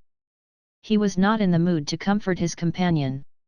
Was he really going to die here? However, the shouting of his companion had startled the priest outside, and in the middle of the night, a deep voice came from the other side of the door before the door suddenly swung open. "What's with the noise? A tranquil night is the gift of God, but both of you sinners are destroying it." The priest who caught them slowly walked out from the door. He wore a cold expression and looked at them as though they were animals. They were both shocked. The priest's gaze made Hans uncomfortable. However, after thinking about the scary magic that he had used to catch them, Hans held back the urge to retaliate and instead put on a pleasant smile. "Mr. Priest, could we have some water and something to eat? If this goes on, we will starve to death. Both of you vandalized the church's property, so now you will pay the price," said the priest. "I'm helping the both of you to repent your sins by denying you food and drink. You should be thankful for me." If the two of them were not so goddamn tired, they would have probably started a fight. Hans secretly clenched his fist and continued to ask cautiously, "Mr. Priest, how long are you going to keep us here? Do you have anything to ask us?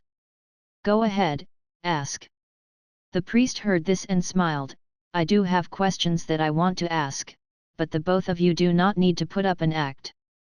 When the package arrives, I will use my own methods to get the necessary information. Don't think that you can fool me with your stupid lies." Hans did not understand what he meant.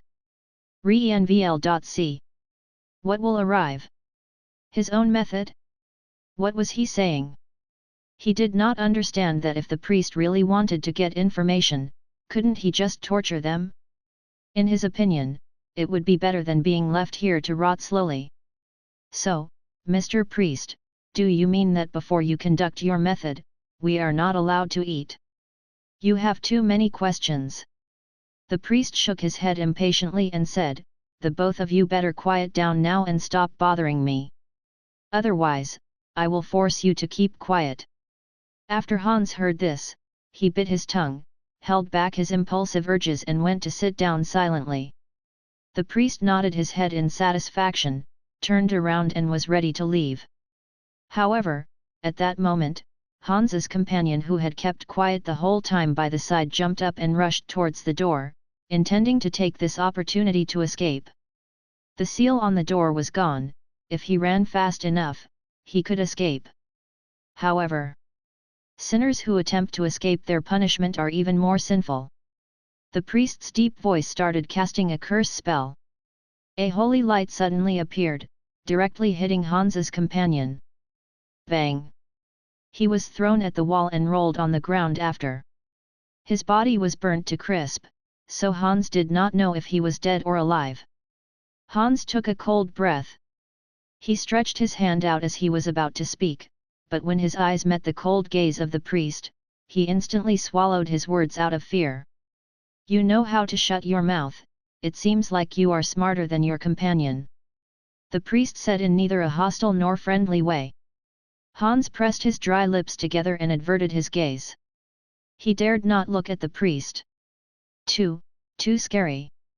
However, at that moment, a completely unfamiliar voice rang out in the dark basement. "You act as if you yourself are very smart." The mocking words were accompanied by a huge water ball that suddenly appeared out of thin air. In a flash, it had trapped the priest inside of it. The priest and Hans were both stunned. This is... Before anyone could react, the water inside of the water ball started rotating quickly. The crosses that were protecting the priest broke in the blink of an eye. The priest drowned before he could even retaliate.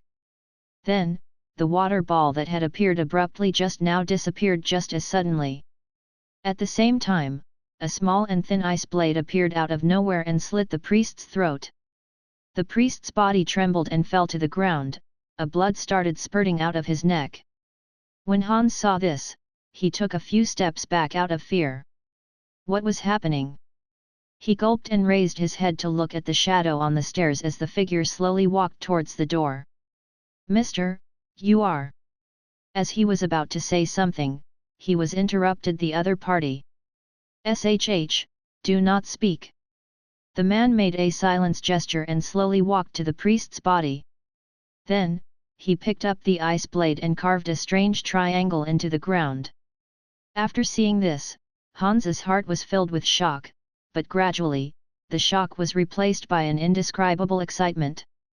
The priest was dead. The priest who had previously acted as though he were as mighty as God was extinguished in the blink of an eye. Hans cautiously looked at his mysterious savior. He watched as the man was bending over to finish drawing the triangle. Then, he straightened himself and nodded his head in satisfaction. It seemed like he was proud of the brutal mess that lay in front of him. Chapter 375, a very realistic question. "Sir, are you a mage?" Hearing this, Benjamin turned around, looked at the gangster, and smiled. "Go look for Jessica and tell her that the information had not been leaked.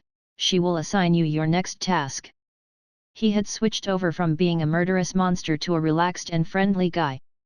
Before Benjamin made his move, he had camped beside the staircase for some time.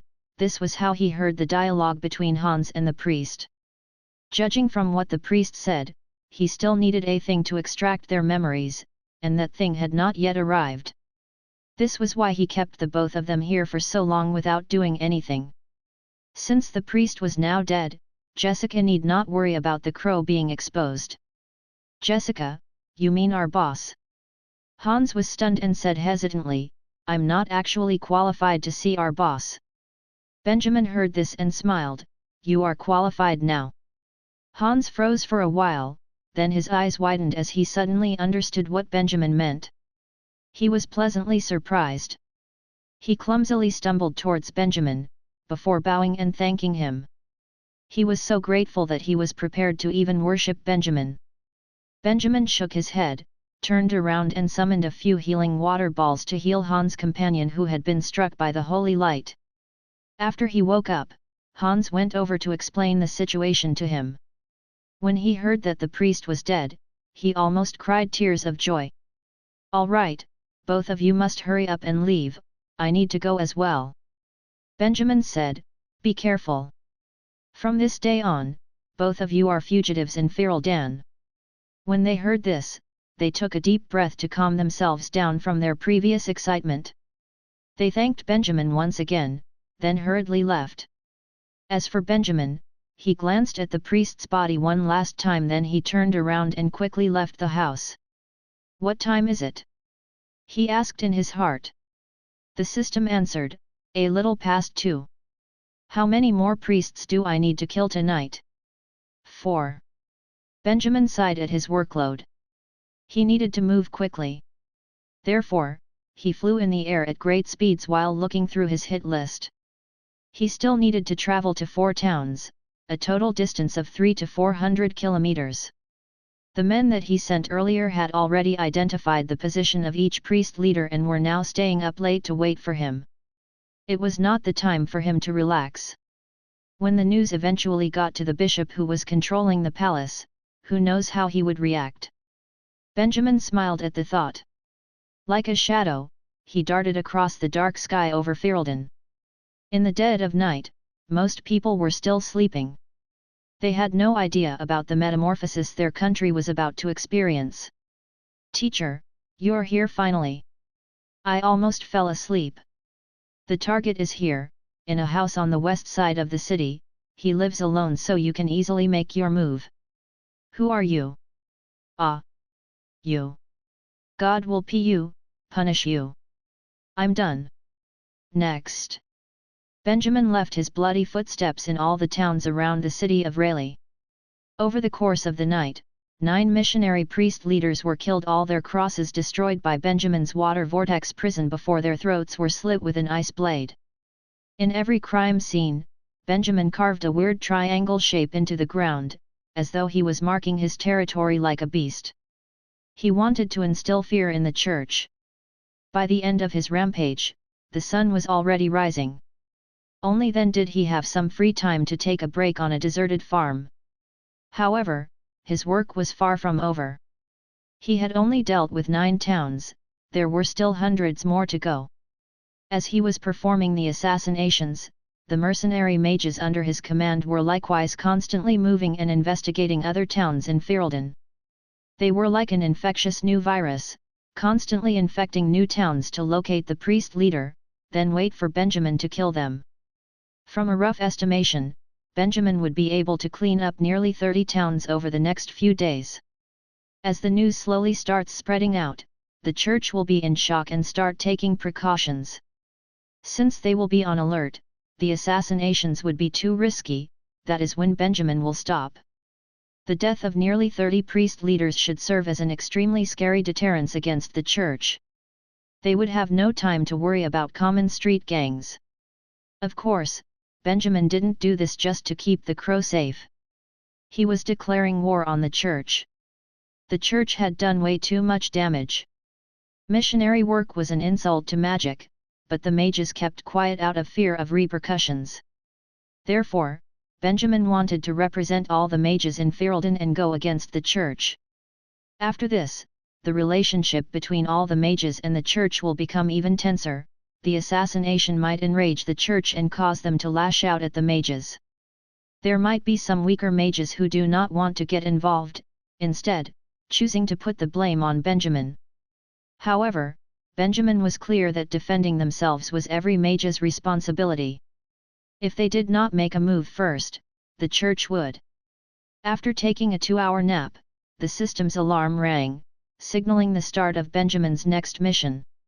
The next morning, the air was tainted with the smell of blood. Father Johann? Are you awake? It's already late. Many priests and construction workers stood outside the house of the priest leader.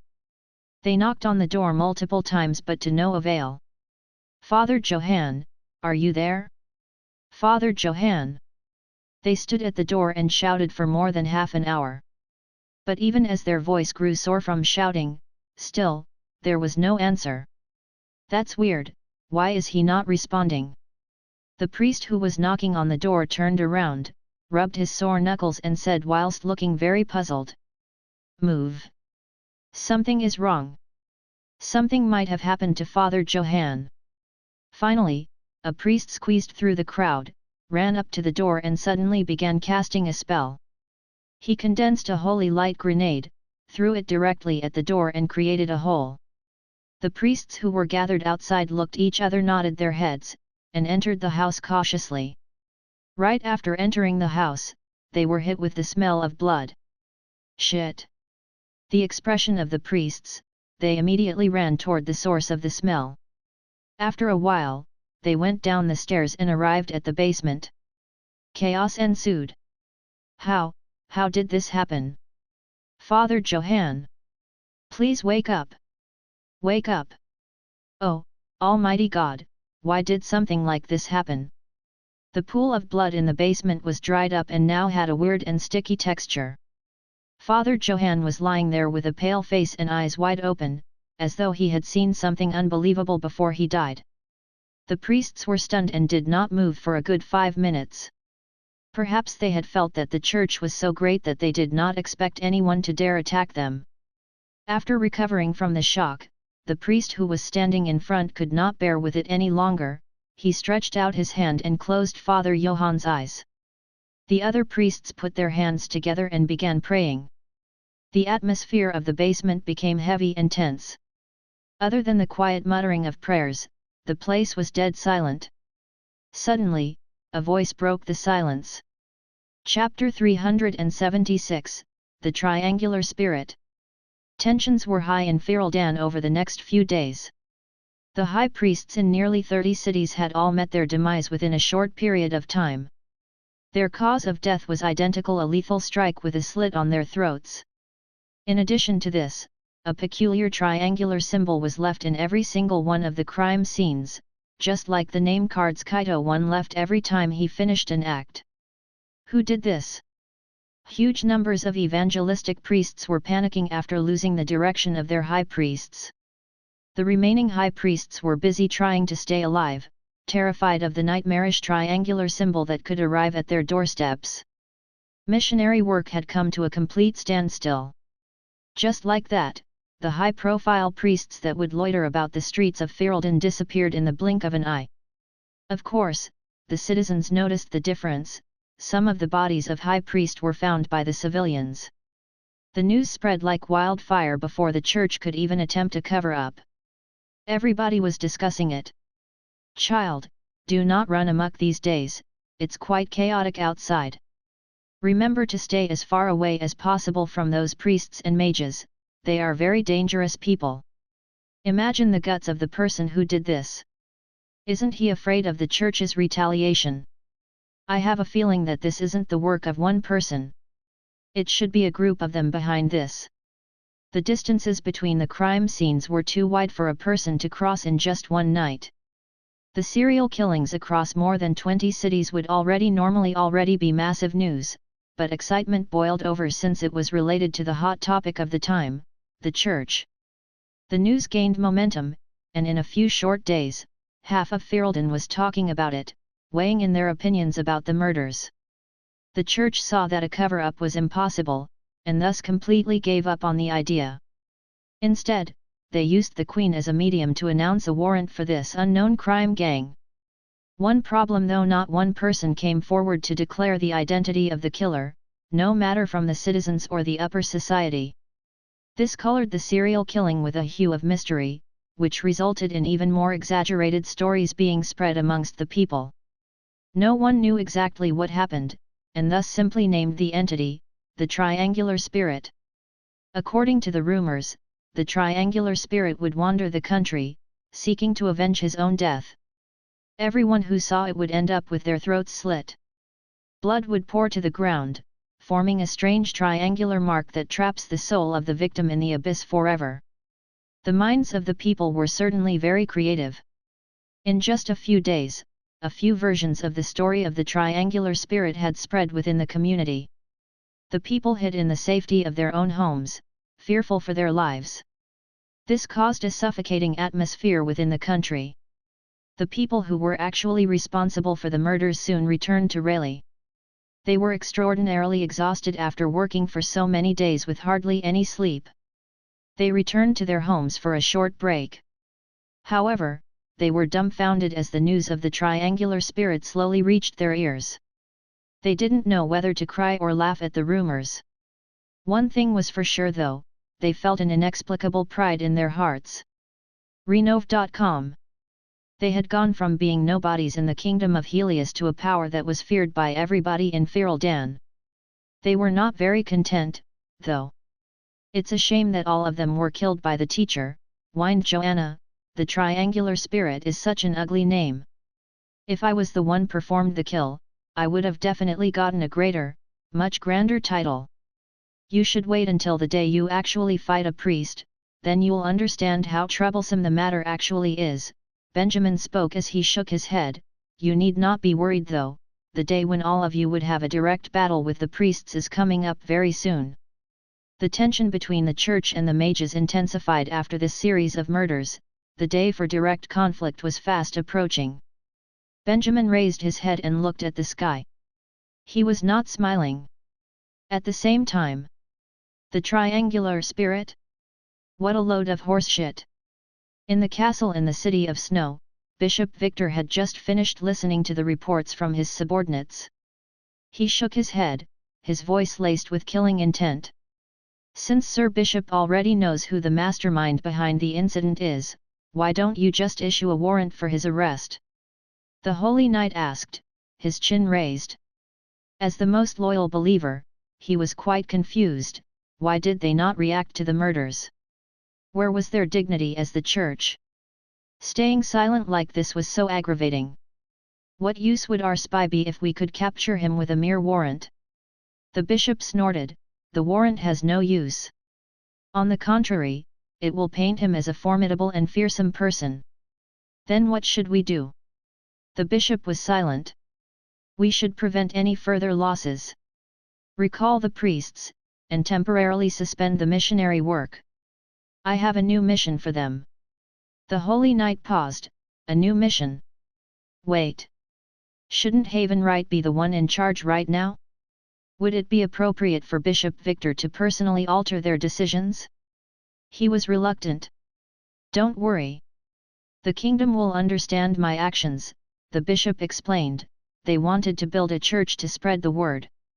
However, they do not have enough understanding of the situation over here. You've seen how complicated it is.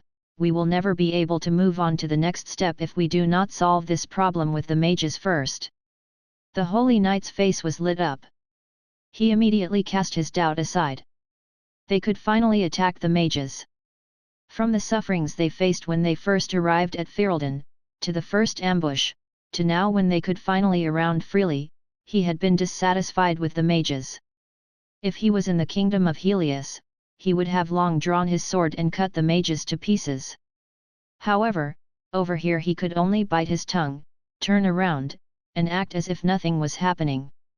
He had held it in for too long. The Holy Knight suddenly kneeled and declared loudly, "You're right. Sir Bishop, I am ready to execute God's will and wash away the sins in this country." Surprisingly, the bishop shook his head. There is no need to rush. The words excited his lips slowly, and he spoke with his eyes narrowed. There's news from General Stewart that in 2 months' time, the most active group of mages will come to the city of Rayleigh and attempt to start a riot. He paused, then said forcefully, "Then, we can finally capture them, once and for all." The Holy Knight took a double take. General Stewart. Oh, how naive the mages are to even dream of working together with the military forces of Ferelden, sneered the bishop. They would never have imagined that General Stewart was the first person to have sworn his loyalty to God, now would they? The Holy Knight only nodded. He was speechless. Although he would need to tolerate the mages for another 2 months, it would all be worth it if it was for the glory of God. Chapter 377, Returning to the Eastern Desert. After concluding the meeting discussing the serial murders, Benjamin dismissed everyone, left the deserted alley and walked back to his lodgings. He contemplated the steps that he should take on his way back home. There was not even a glimpse of a priest's shadow on the streets, and it was evident that the church was forced to halt their missionary work. However, there was no way the church would give up this easily. Instead, they would probably find another unexpected way to claim their revenge. It was imperative for them to be alert of their actions from now on. The number of mages in his group expanded due to private communication between the mages these few days. However, it was far from enough for them to go against the church. He wondered how did the declaration of the freedom of magic was circulating between the circle of mages. Just as Benjamin was contemplating all this in his mind, the system suddenly spoke to him. "Hey! 4 friends of yours are found 80m in front of you. Do you want to go and say hi or something?" 4 friends? Benjamin frowned at that. His eyes followed the pointers given by the system. In the streets just meters away from him were the 4 Eastern Desert bandits who lived in seclusion, who also tried to steal Benjamin's things. They were looking around as if they were searching for something. Benjamin was speechless the moment his eyes met them. These people. Why did it seem like he would run into these 4 things every time he walked around the city of Rayleigh? Benjamin approached them and patted at one of their shoulders. The 4 of them turned their heads simultaneously to look at him, but they could not recognize Benjamin underneath his disguise. Thus, they just stared at him with an expression that said, Who the heck are you, bro? Follow me, whispered Benjamin. Benjamin had no choice. As a standard underground gang, there was no way that he could wash his disguise away on the streets itself. That was basically screaming at the church, "Quick, come and catch me." Any conversation should take place at a more private location. Why should we follow you? Sadly, the four bandits were not very cooperative. They looked at him as if he was insane. Benjamin was honestly fed up when he heard that. Do you still remember how I flew all of you to the eastern desert to meet the elder not long ago? He hesitated before he continued, and his voice went even lower. Yeah, that's me. Their eyes were immediately filled with confusion. No, something is wrong. He doesn't look like this. You're lying to us. That's because I'm in disguise now. Benjamin was at the edge of a nervous breakdown. However, he could only keep his voice low. Aren't you people bandits? How is it possible for you to not see through this? What kind of useless bandits are you? In their silence, Benjamin finally managed to tug them into a deserted alley. Then, he washed the disguise off his face, and the faces of the four bandits morphed from one of stunned dumbness to total surprise. It really is you, said one of the bandits in disbelief. That's so masterful. There was not even a flaw that we could spot. Benjamin was at a loss for words. That was probably because of your incompetence, all right. He shook his head and threw these thoughts to the back of his mind. Then, he said gravely, shouldn't you be with the wheelchair-bound man? Why are you here? The elder told us to seek for you, they answered. Seek for me? Benjamin frowned. What for? Did anything happen? The wheelchair-bound man immediately exposed Aldrich as an agent working undercover for the church in their last conversation. Could it be that another unexpected person was found out to be working for the church? Really, he would face difficulties in handling these situations if similar storylines keep repeating itself. We have no idea either, the bandits replied, shaking their heads. However, he did mention that it's important and that it's crucial for us to find you. Benjamin could do nothing but nod. Since it was something critical, it was better for him to go. Besides, there were quite a number of secluded mages there, right? The changes within the churches would have impacted them these days. There was a possibility that some of them would be unsatisfied with the church and would be willing to join Benjamin's cause. There was also the bracelet that was rumored to be the key to the legendary abandoned Valley of God. Benjamin handed it to the wheelchair-bound man for safekeeping that time when the situation was too dangerous and there was no indication of the direction of events. Now, it was time for him to get it back when everything was gradually settling down. As he thought about it, he realized there were quite a number of loose ends he needed to deal with there. Just like that, Benjamin returned to his lodgings to pack and left secret signals for the other mages before he led the four bandits to another journey. Where did you relocate after I left? Benjamin asked as he flew. We didn't relocate, answered the bandit. The elder initially wanted to change a hiding place in fear of the church's pursuit into the desert. Who knows, the confusing news about the king's demise, the church's permission to spread their word, and also the triangular spirit reached us after several days. After the elder heard of it, he told us that there was already someone who distracted the church from us, and we would no longer need to relocate. Benjamin's lips twitched into a smile. Indeed, too much happened within the span of a month. The situation shifted so fast that it would be much better to stay put than to relocate in a rush. It's just that. Somehow they seemed to have no idea that everything was Benjamin's handiwork. He wondered how their treatment of him would change if they find out about the truth. Right. You planted a curse into our body too. A bandit barked angrily all of a sudden. You told us that our intestines will rot in a month. However, the elder told us that the curse had no such effect. You lied to us. Benjamin shrugged dismissively. I did that just to let you lead the way obediently. Since there's no problem to deal with now, I will relieve you from the spell. The four bandits sighed in relief after that, the smiles delightful and relaxed. Since there was no change in where they stayed, the system already had the location memorized even if Benjamin only visited the place once. They arrived at the small hut in the oasis of the eastern desert of Ferelden within a day. As usual, Benjamin splashed the unconscious bandits awake with the water ball of healing and left them to their own devices. He walked into that hut alone. Between the neatly arranged racks was the wheelchair-bound man. "It has been a long time," greeted Benjamin. The man looked at him and heaved a sigh. "What have you done? If only I knew it would turn out this way, I would have never told you the truth about the Mages Association." Benjamin was slightly confused. What had happened that he would be interrogated right after he laid eyes on the man? This was as if Benjamin made a mistake. He did not think that he had made any mistakes. "Was that the sole reason you got me from 5,000 miles away?" Benjamin asked as he shook his head. "How would you know if I'm in the right or wrong if you had no idea what I did?" "Of course I knew what you did," retaliated the man in the wheelchair. "You killed the king, spread rumors in Ferelden to mislead the public to believe that Aldrich is the killer. You then killed high priests from more than 20 cities, and it is probable that your actions have already angered the church completely." He inhaled, then took a book out from a slot beside the racks and hurled it towards Benjamin. "Also, you made this."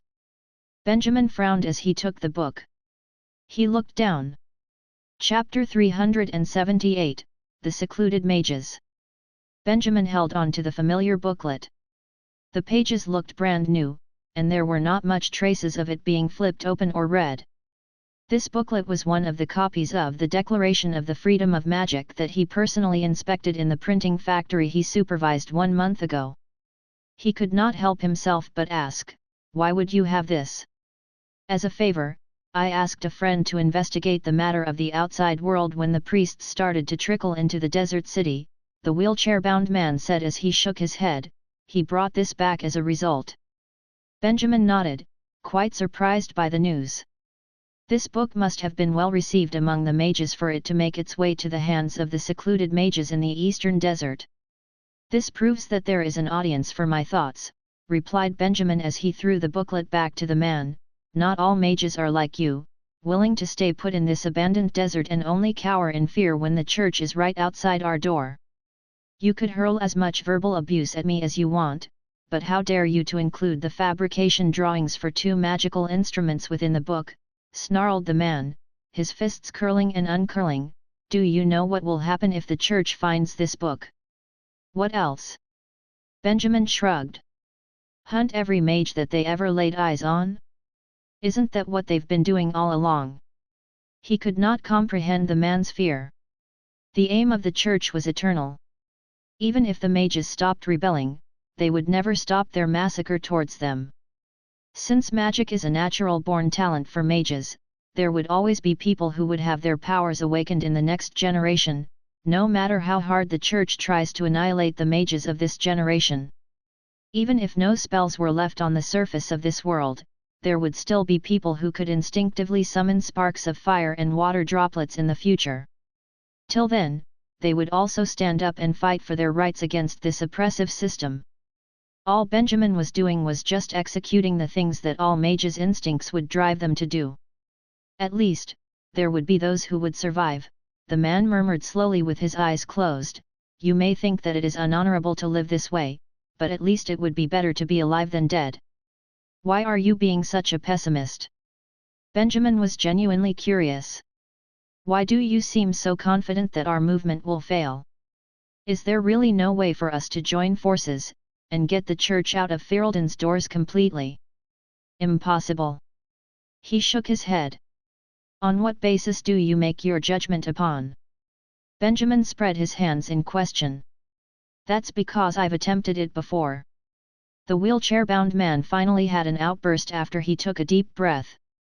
He tried to suppress his quaking emotions as he forced out his words. "Initially, when I learned the art of making magical instruments without the permission of the church and decided to betray them, I did just as much as you did. I contacted every single trustworthy mage, spread anti-church propaganda among the people, sabotaged the church from the inside. Do you really think I have not fought before? I tried everything, but look where I ended up today. As he spoke, he took another book from the racks. It was quite thin, and he threw it towards Benjamin. Benjamin caught it with a frown, then read it. On the book was etched, the Holy Bible. He was stunned. With a questioning heart, he flipped open this Holy Bible, and was surprised to find that it was identical to the first magical book he obtained back in the Kingdom of Helius. When this book has lost its value to you, please gift it to those who need it. There is a need for the truth to be preserved. He instinctively recited the first sentence written on the flyleaf. The wheelchair-bound man laughed at himself. Don't read it. I don't even know what emotions overtook me at that time for me to write something like that. You wrote this book. Benjamin lifted his chin, unconvinced. Who else would it be? The man turned his face to the side, his voice filled with self-contempt. Those folks in the Silence Academy have long lost the fight within them as time passed. I was the only one who did such idiotic things like this, with no fear of the dangers before me. This is not idiotic, Benjamin argued as he closed the book, there was nothing more meaningful than this. At places like the Kingdom of Helius, it's this book of yours that allowed magic and the truth to be passed on to the next generation. How many then died horrifically under the chase of the church? The man's question was laced with ice.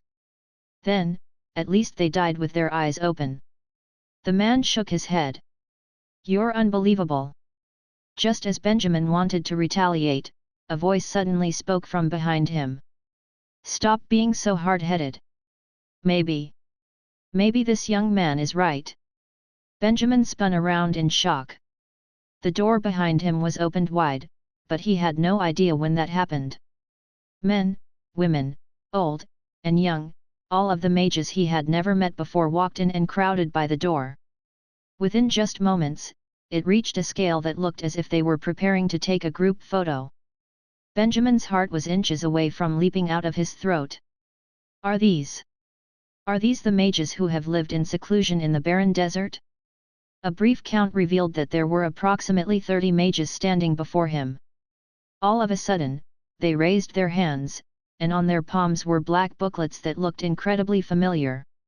A blue, triangular symbol was etched on the cover of the book, and below it was a precise and strong title, The Declaration of the Freedom of Magic. At that moment, all of the mages held the Declaration of the Freedom of Magic tightly in their hands, while they gazed at the wheelchair-bound man in silence. The scene looked like a black and white picture immortalized within the history books, emanating an air of solemn and respect. Benjamin froze, and so did the man. All of you read the book. The leading mage nodded, yet.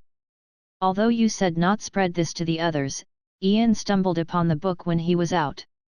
Soon, this book managed to spread around in the desert. There was no way you could have stopped this. The man could only heave a long-suffering sigh on his wheelchair. Ian, that man. He was always the one who brought problems back home despite his claims that he never left here, he shook his head. Instead, the leading mage glanced at the book in his hand. I don't think he brought a problem home this time though. Besides, this book is much finer than the one you made all those years ago. The layout is reasonable too.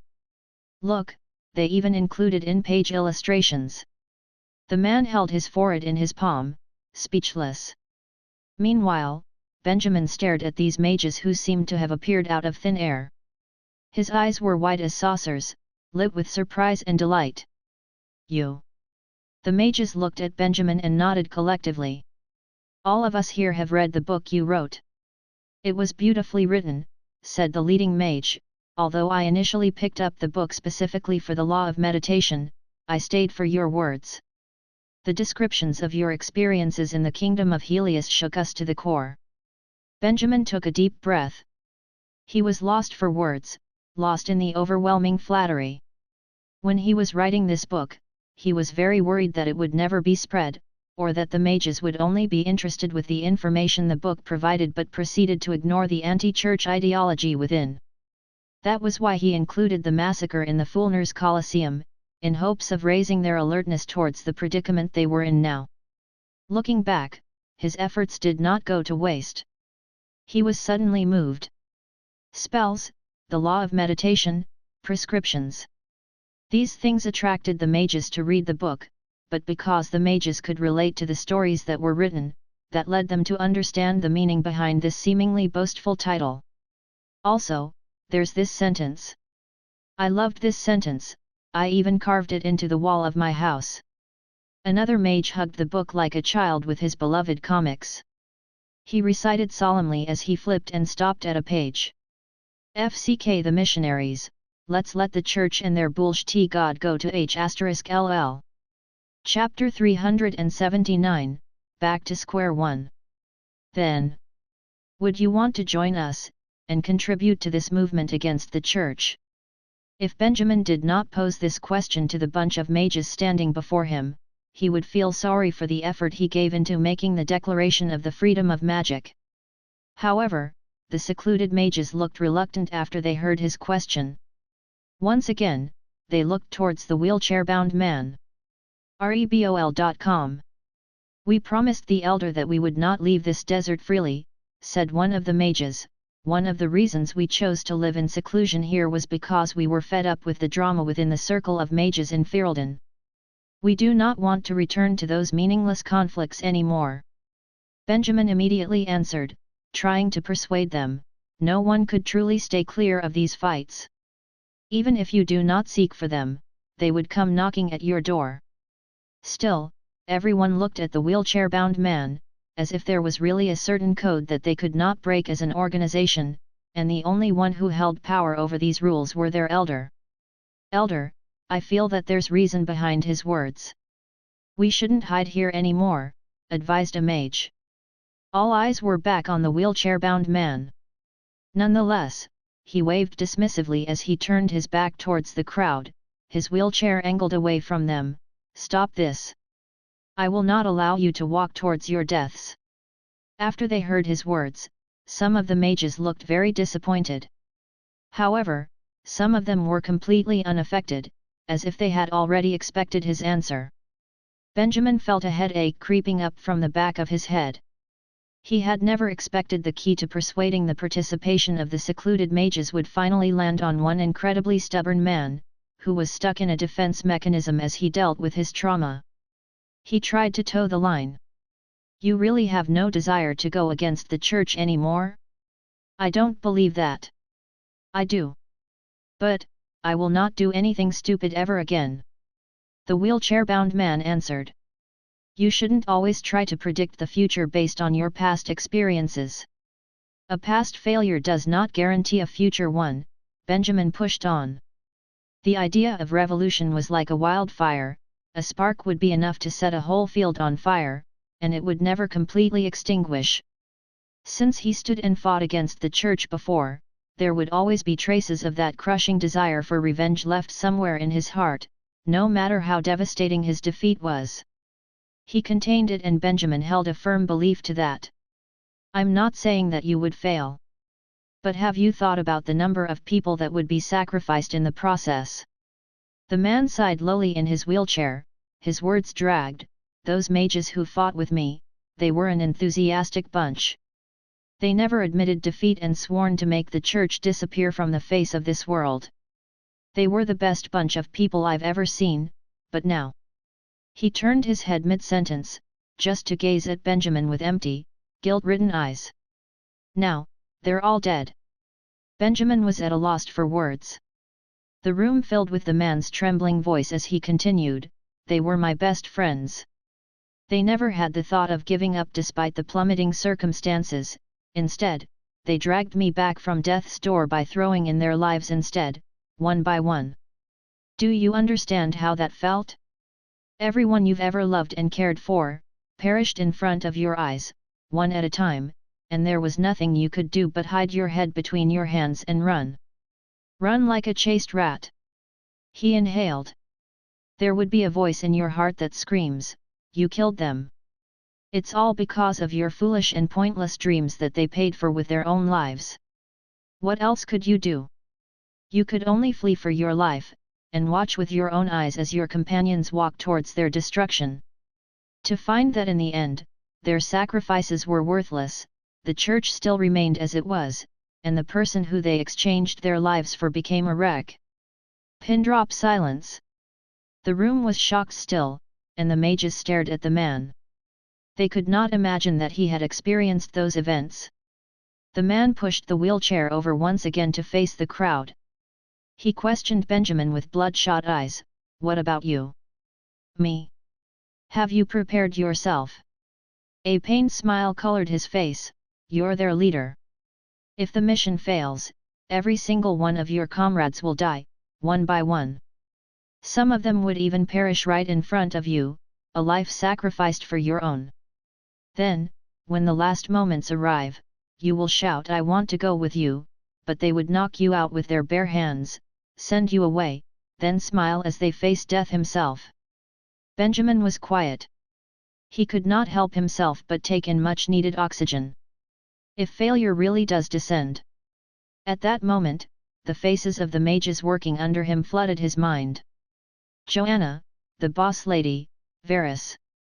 Benjamin could even imagine the smile they would wear moments before their demise, the words they would utter before they fell into nothingness. That sudden rush of melancholy forced Benjamin's eyes to close. "It seems like you're not ready," said the wheelchair-bound man as he shook his head, "You're just like me before this. Your eyes were always fixated on the great ambition, and no thought was given to the paid price in the events of a failure." "No, I've thought of it." Benjamin's voice was calm as he spoke, his eyes bright. The man halted. "If we fail, we'll just embrace our deaths." Benjamin's words were slow and clear. "It is normal to sacrifice for a cause if one wants to make a change. Even if they died for this, their demise was to build a path of hope. They worked hard and hustled for their dreams, and walked to the end of the line while fulfilling their aspirations. No one would sympathize them." The man was silent for a while. He then continued, "That's what you think. I will never let these people leave with you. I wouldn't be able to go through another crippling experience like that if you failed." "You?" The mages exchanged nervous glances. No one had any idea of what they should do. Benjamin suddenly felt useless, too.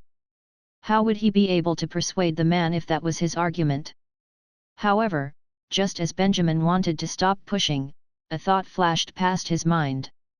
He had led the fight against the church and waved its flag at its forefront. "Pardon my rudeness, but may I know your name?" Benjamin's expression shifted as he blurted. The man was quiet. "I have many names. Greg was my given name from my parents. Then, I was brought and raised in the church as an undercover mage. I was called Henderson at that time." "What about your comrades?" Benjamin asked again. They call me Morris." Benjamin inhaled sharply when he heard that. "Do you know someone with the name of Michelle?" he quickly asked. The man looked slightly befuddled, and he answered, shaking his head, "No, I don't." "Who is she?" Benjamin frowned as he considered that. Then, he continued, "She was a holy knight for the church, and her name in the church was something like Christine. She named herself Michelle after she became a mage." "Christine?" Morris was stunned, his voice filled with surprise. "The niece of the Bishop of St. Peter's Cathedral? The only female holy knight? She became a mage." "Niece?" Benjamin was taken aback by that revelation. Michelle was the niece of that bishop? "Are you serious?" Holy sh*t. From the man's clear expression, that piece of information should not be a mistake. Why would he be left in the dark? This was such a shocking truth. "Oh, how long can your reflex arc be?" The system popped up and commented. "What do you mean?" "You knew?" Benjamin asked in his heart. "Of course I didn't, no one told us the relationship between Michelle and the bishop, right?" The system sounded very dignified. "I was just suddenly filled with inspiration and felt the description would fit you." Benjamin shifted his attention back to reality. He studied the wheelchair-bound man, Morris's expression, and suddenly realized that there might be some misunderstanding here. He contemplated for a moment before he explained, "Yet she became a mage and ended up publicly opposing the church. She saved me when I was escaping Haven Right, and she told me to go to Ferelden and seek for her mentor, Morris." Morris maintained his silence after that. The surrounding mages exchanged nervous glances again, their faces colored with surprise. They had no idea how the story would unfold beyond this. After 5 minutes of prolonged silence, Morris finally spoke, his words dragged, "Christine. Or the Michelle you mentioned. We never really had any exchanges before this. I used to think she was a loyal believer and protector of the church. I even suspected that she had found out of my betrayal and was spying on me." Benjamin fell into deep thought after that. Moments later, he said, "Maybe she did find out about your betrayal. Then, she too chose to turn her back against the church." Morris still looked stunned. His words left him. Benjamin laughed lowly. He turned and reached for his bag, taking the initial copy of the mage's version of Holy Bible out of it. "She gave me this book. It was also the first magical book that I've ever come into contact with," Benjamin said calmly while he passed the book to Morris.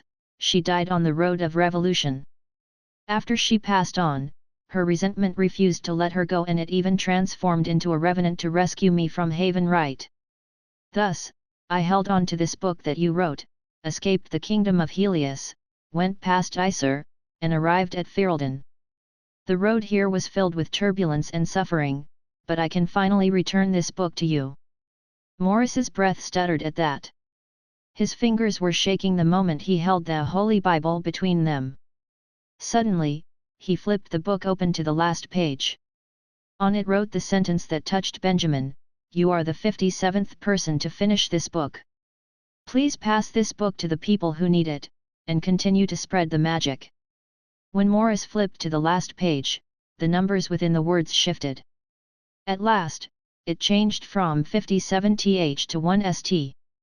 In that split second, Benjamin could clearly see the tears in Morris's eyes.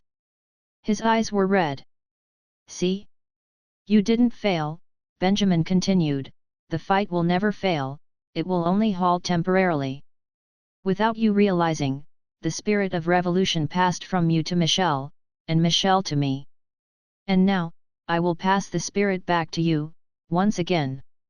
Morris raised his chin and looked at Benjamin with helpless eyes.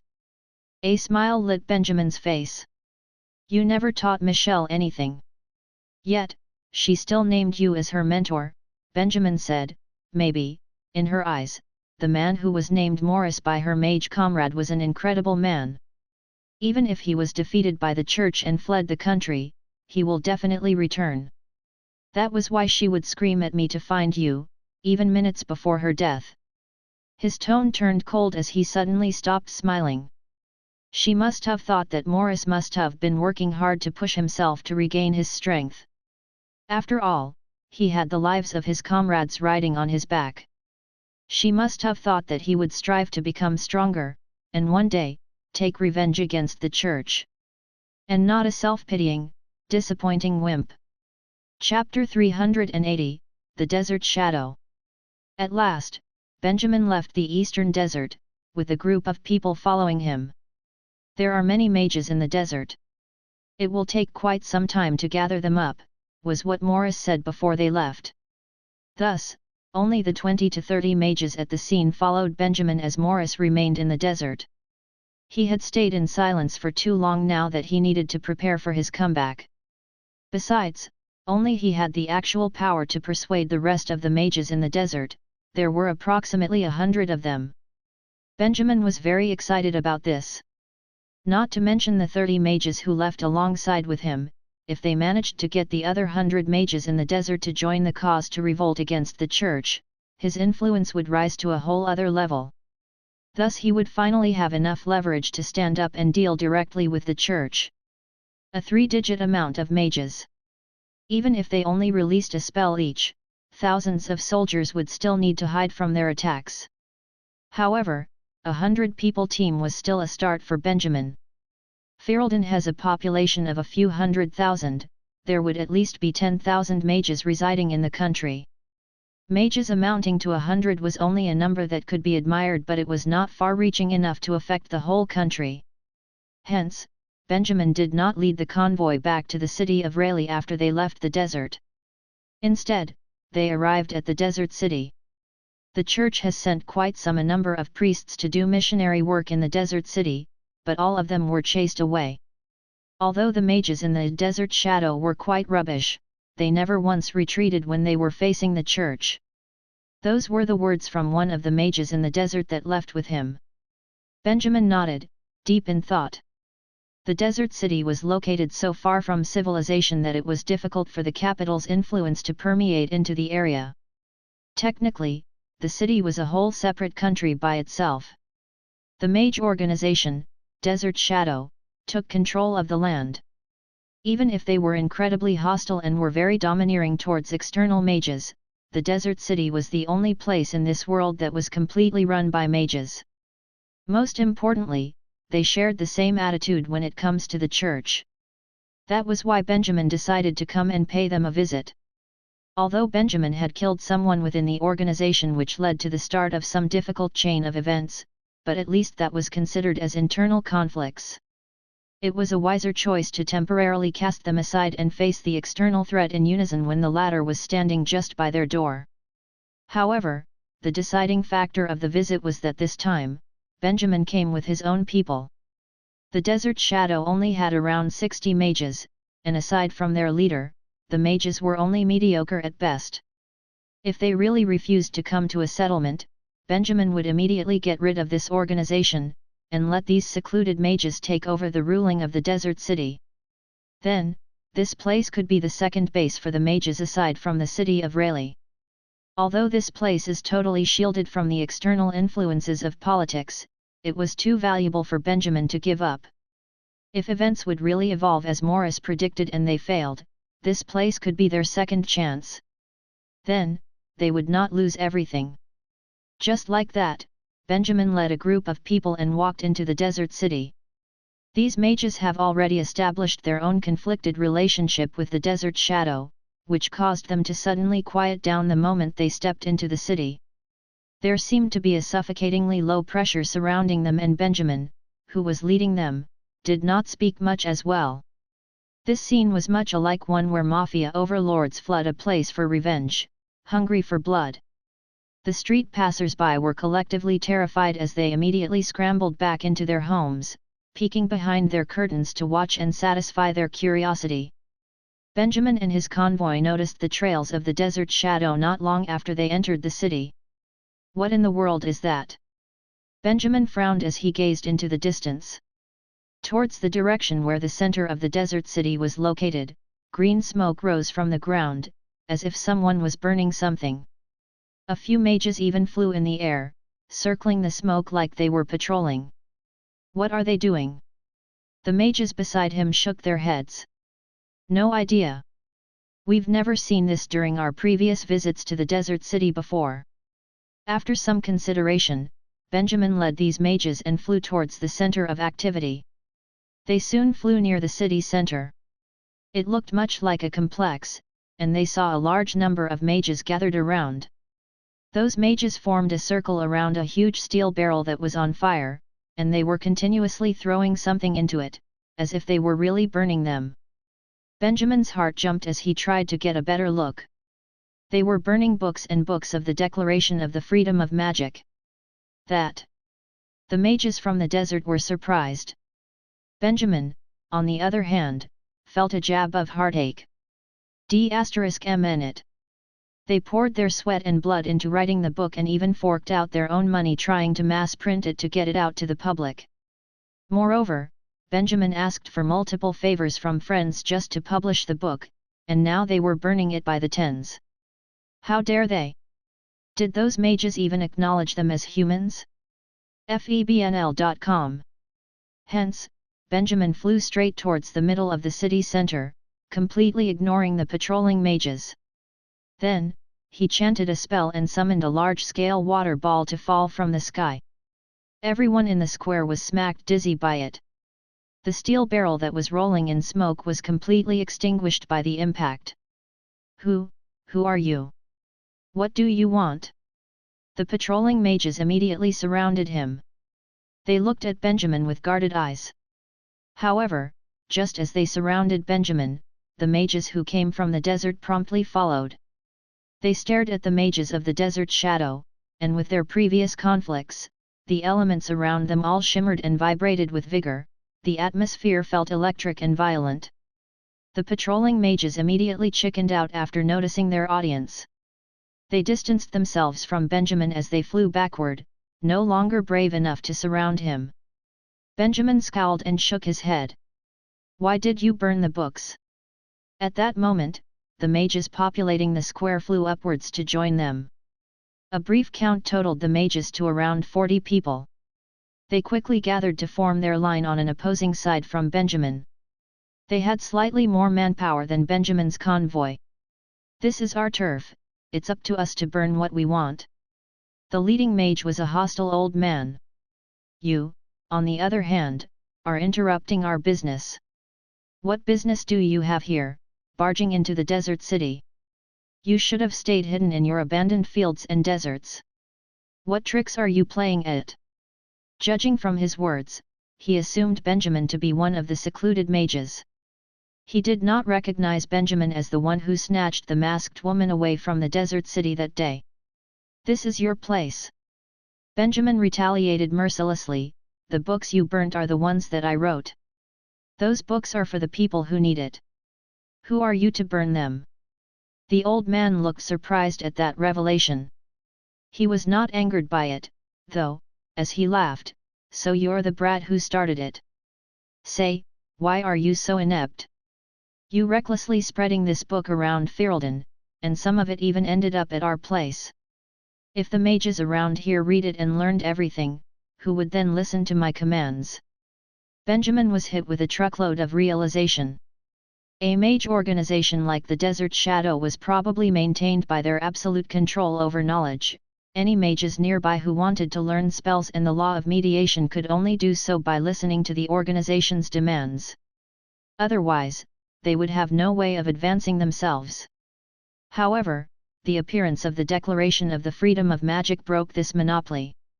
Mages could now learn magic by themselves, and no longer had to listen to the orders of others. This would, of course, cause dissatisfaction among the monopolists. Benjamin barked out a laugh, his tone harsh and cold as he sneered, if your words were of those reasons, why wouldn't the people listen to you? If you're spouting nonsense, isn't it normal for the people to not obey?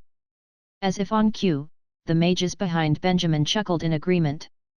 In line with Benjamin's words, they cast taunting looks at the old man. Chapter 381, The Mages' Gang Fight. Benjamin's heart was not moved by the old man's threats. Instead, he suddenly looked to the mages behind the old man. Come to think of it, since they had resorted to burning the books, this showed how the Declaration of the Freedom of Magic had caused a certain reverberation in Desert City.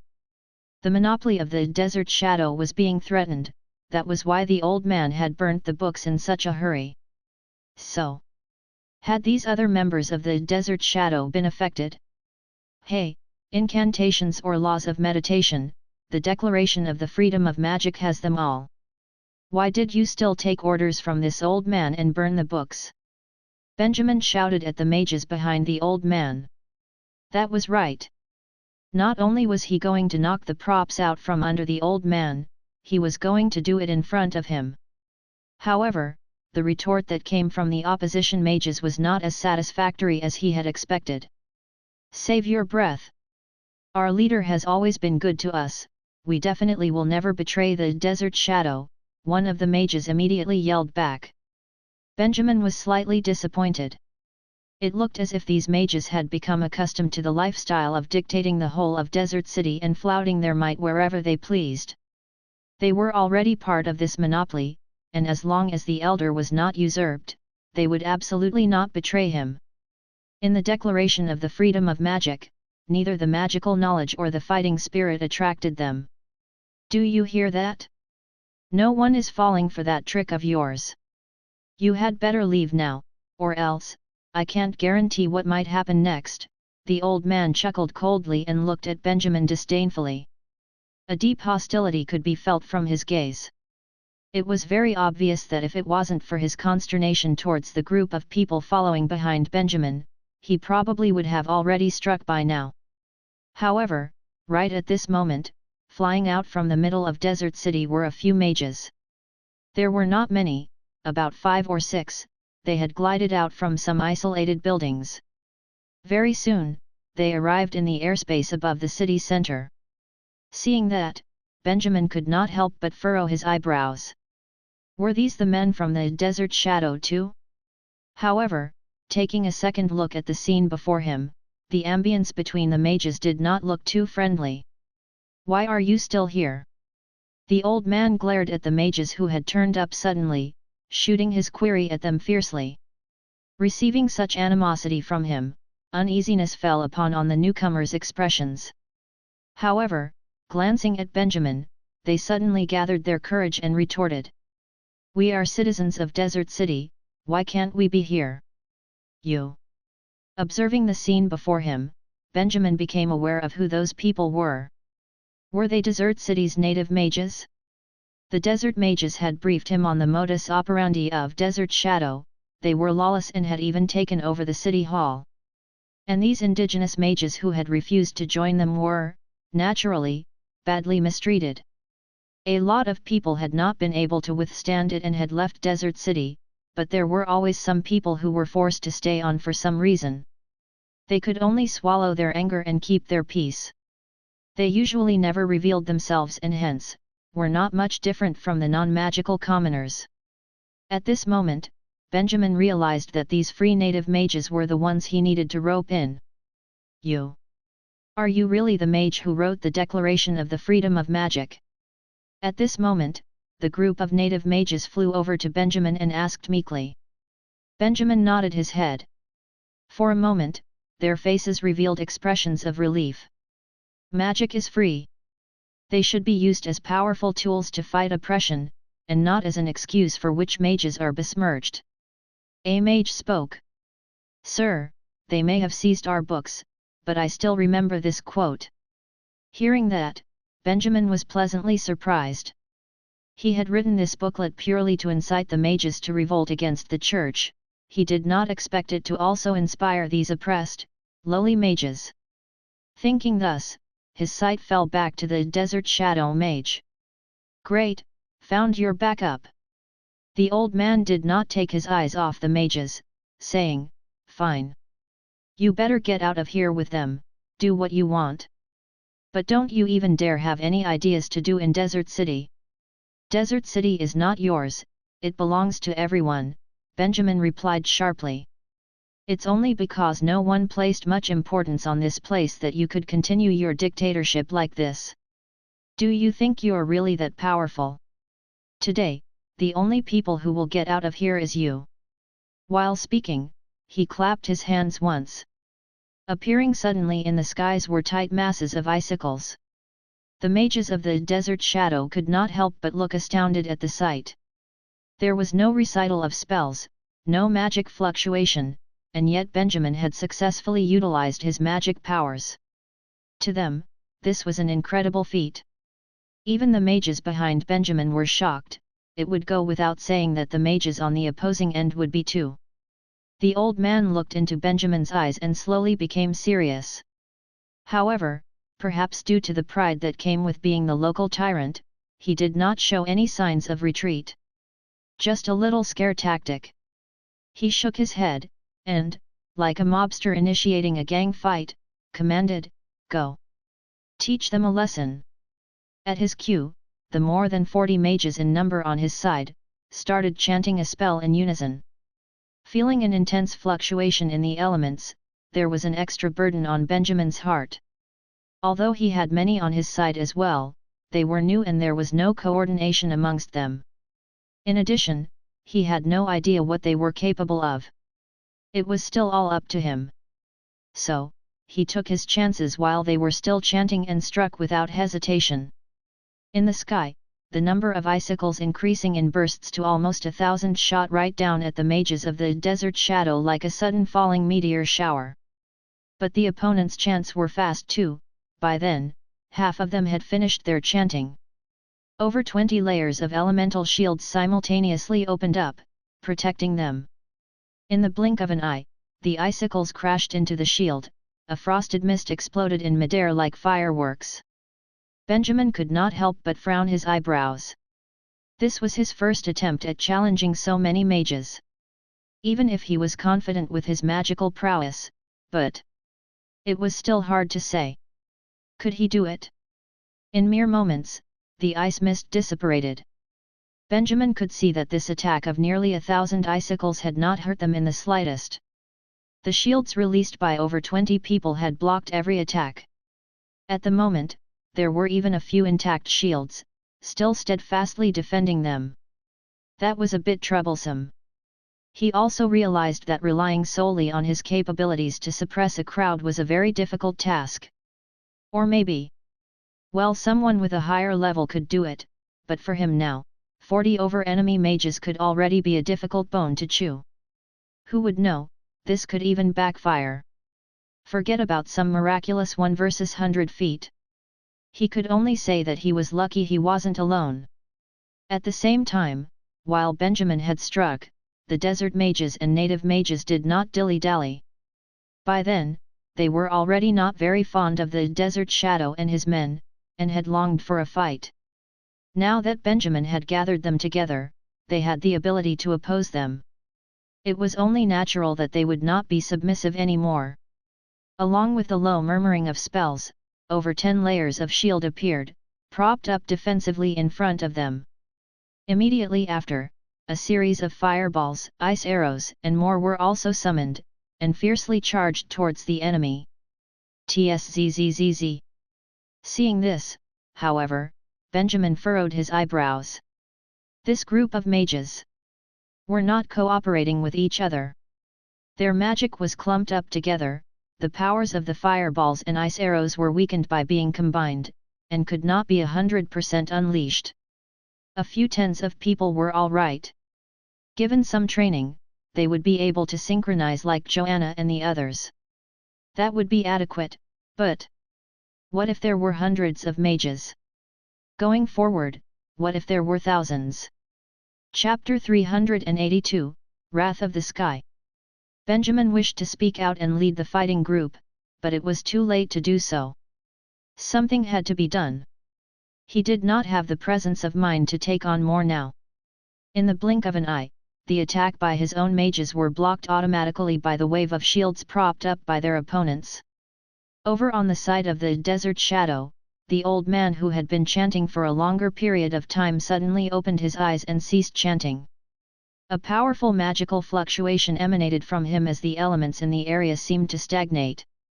In that second, everyone's expressions changed. Although they had not heard the opponent's spells, this stance seemed to be, at the very least, some high-level magic. It could even be a type of advanced high-level magic. Benjamin could not help but take a deep breath. The mages would put up shields to make time for the chanting, and then use some powerful high-level magic to attack their opponents. That should be the standard tactic of the desert shadow. Under the control of a forceful fluctuating magic, something volcano-like suddenly protruded out of the sky above the old man. A circle of blistering red heat unfurled fiercely in the middle of the blue sky. The insides of the little red circle were boiling like lava, as temperatures nearby increased. This was bad. Seeing this, Benjamin hurriedly recited a spell, summoning blockade after blockades of ice walls like layers of glaciers, blocking them from the front. The mages behind him also started chanting, getting ready to summon shields to assist the defense against the enemy's attacks. He had never heard of this magic, but seeing such ability to cause an anomaly of this magnitude was enough to raise goosebumps all over his body. No wonder they had been able to control the desert city for so long. All the inhabitants of Desert City had come out, raising their heads and looking with various expressions at the clash of mages in the sky. "Young lad, do you regret it now?" The old man laughed coldly. But it's too late to escape now. I want you to know whom Desert City belongs to. Saying thus, he raised both arms towards the sky. Freb Novo. Suddenly, a sound of rolling thunder boomed from the sky. Immediately after, seemingly brewed to the point of perfection, the circle of red suddenly exploded. With a deafening noise and violent whines, innumerable flaming hot bullets shot out from the fissure. Like a fiery meteor shower, they flew straight towards Benjamin and his men. Good heavens! The crowds of spectators on the streets were shocked, and started to scatter, fleeing in panic. As for Benjamin and his men, even before the fiery meteors had reached them, they had already felt waves of sweltering winds that penetrated the ice walls and swept over them. They could barely keep their eyes open. However, as things had come to this, they had no choice but to defend themselves forcefully. With resolution in their eyes, layer upon layers of colorful elemental shields were summoned. Before them, a protection flashed like multicolored neon lights, but everything paled in comparison to the infinite number of fiery meteors. Only the heavy set of ice walls that were summoned by Benjamin, stacked up into a formidable structure, gave them a bit of security. And yet, just as the fiery meteors were about to hit, Benjamin made a split-second decision. Controlling over 300 blockades of ice walls, he suddenly rushed forwards and straight towards the fiery meteors. Seeing that, the old man raised his eyebrows. How dare he retaliate? Is he really that confident with his power? Is he not scared of getting smashed silly? But Benjamin did not show a trace of hesitation.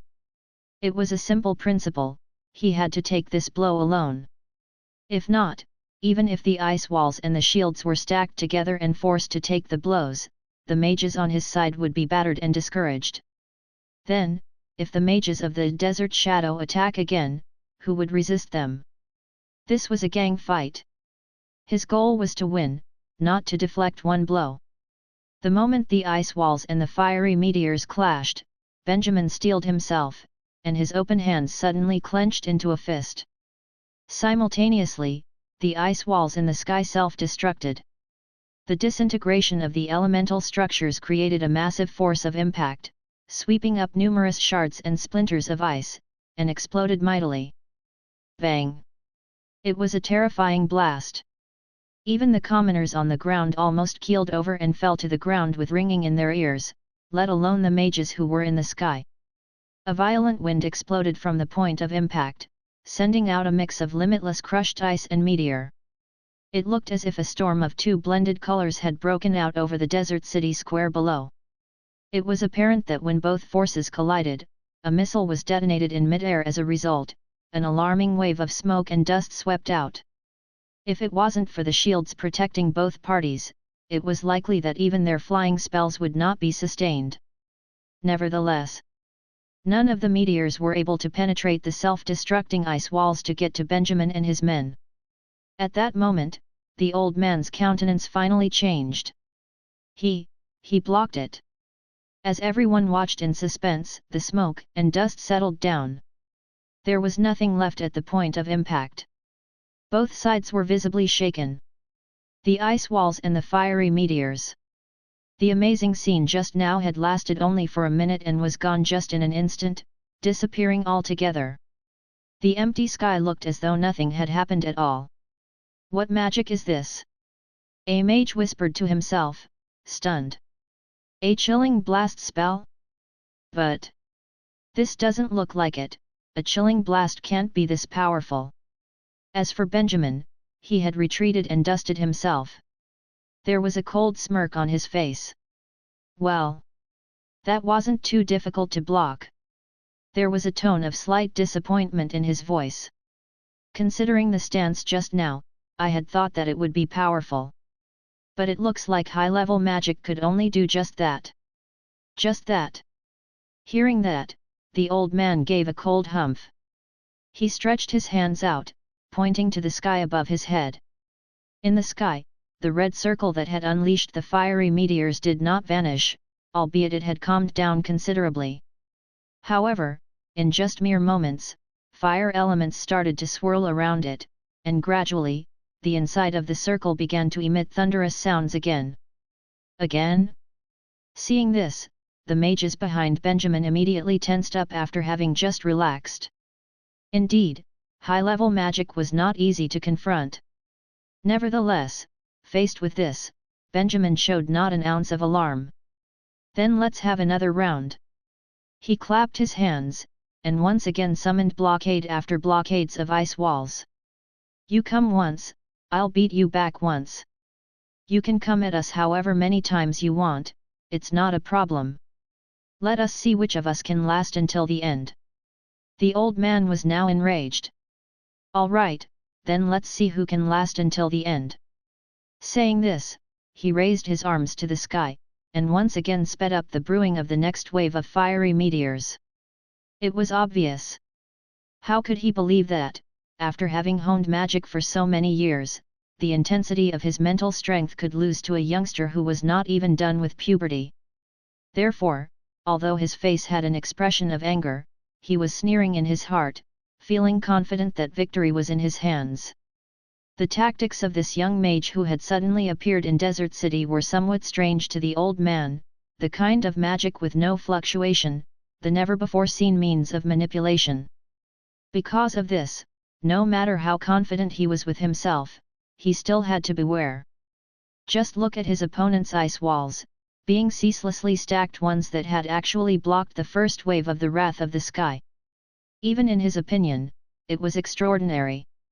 But the wrath of the sky was almost on par with the anti-incantation, how could it be blocked so easily? Watching his opponent, the old man nodded in his heart.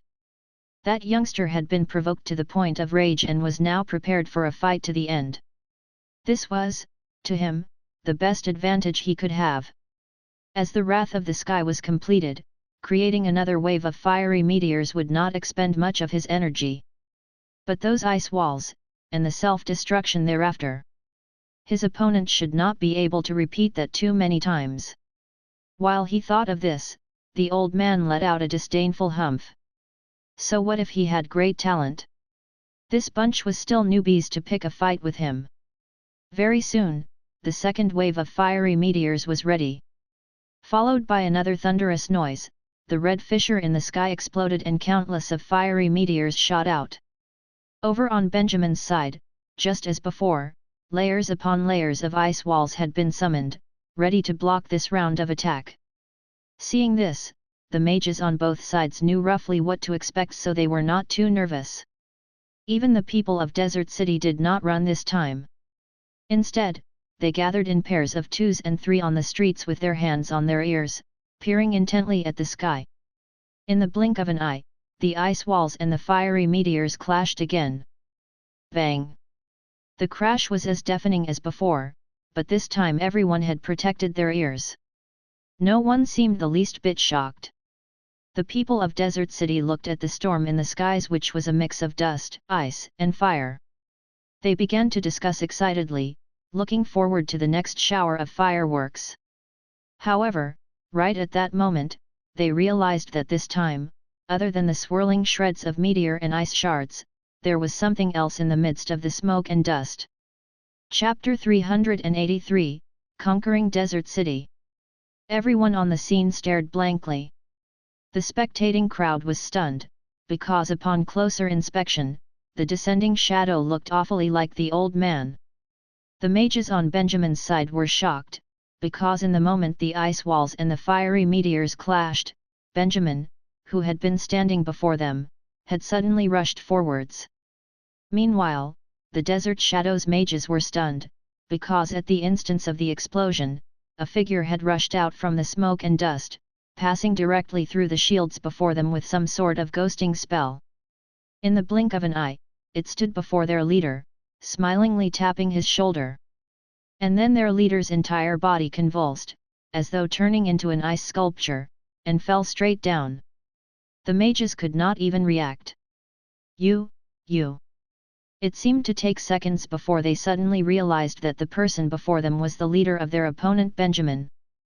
Feu novo. This guy had eliminated their leader. But they still had no inkling how all this had happened. Did you not say you wanted to see who could last the longest, but now? With pity in his eyes, Benjamin looked at the mage who had spoken. Must I force myself to fight just because I said I'd fight? Bro, we are in a battle. Of course I'd say that to scare you. The mage was speechless. At this moment, the Desert Shadows mages had fallen into a shock and daze that resulted from losing their leader. They did not know whether to strike back now, or to see if their leader could be rescued, or to just cover their heads and run. They had yet to even figure out how Benjamin had penetrated the shields. A conjuring spell? On the other hand, Benjamin's mind was extremely clear. Moments ago, he had used the explosion smoke and dust to penetrate the shields, and as fast as he could, got rid of the old man. At this time, the Desert Shadow had lost his ability to fight. However, he did not plan to continue fighting these men. Exploding the ice walls twice had taken a toll on him. Actually, what Benjamin needed to do now was to subdue these people. Therefore, after rebutting the mage's words, and sweeping his gaze over the Desert Shadow's remaining men, he spoke in a cold voice. Your reign has come to an end. From this day onwards, Desert City is our territory. Following these words, the smoke and dust aftermath of the explosion behind him disappeared completely. Presented before everyone were a clear blue sky, the old man who had fallen to the ground with a thud, and in his place, standing in the midst of the enemy's shields, was a lone man facing over 40 mages, Benjamin. Of course, these mages were stunned. It was not just them, even the mages on Benjamin's side were dumbfounded. What was this?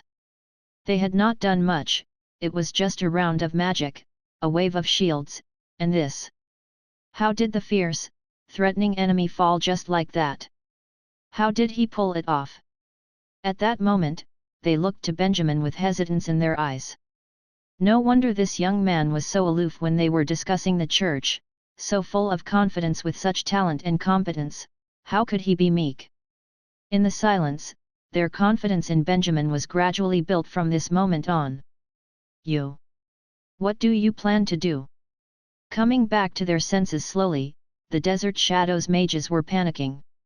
One by one, they took a few steps back, watching Benjamin with faces full of fear, as though he was going to defile them. Benjamin shook his head quietly. Why? Are you thinking about avenging your leader? Although he was slightly faint from the expenditure of energy, he maintained his aloofness and asked them casually. The mages looked at each other, shaking their heads. If that's the case, then what are you still doing here? Benjamin shrugged, saying, from this day onwards, the Desert Shadow no longer exists. You have been unrestricted for so long, it's time to taste what it feels like without something to depend on. The mages were dumbfounded. Still, no one moved. Seeing this, Benjamin spoke impatiently. Get going. At this, the group of mages shuddered, turned around and fled in all directions. Mage Benjamin, this. So you're just letting them go like this? Right then, the mages on Benjamin's side flew over from behind. A mage had stepped forward, asking doubtfully. If not? Benjamin spread his hands out.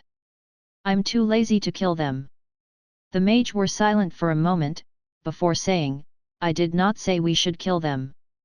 Just that, if we could lock them up, or make them join us, we could be more powerful.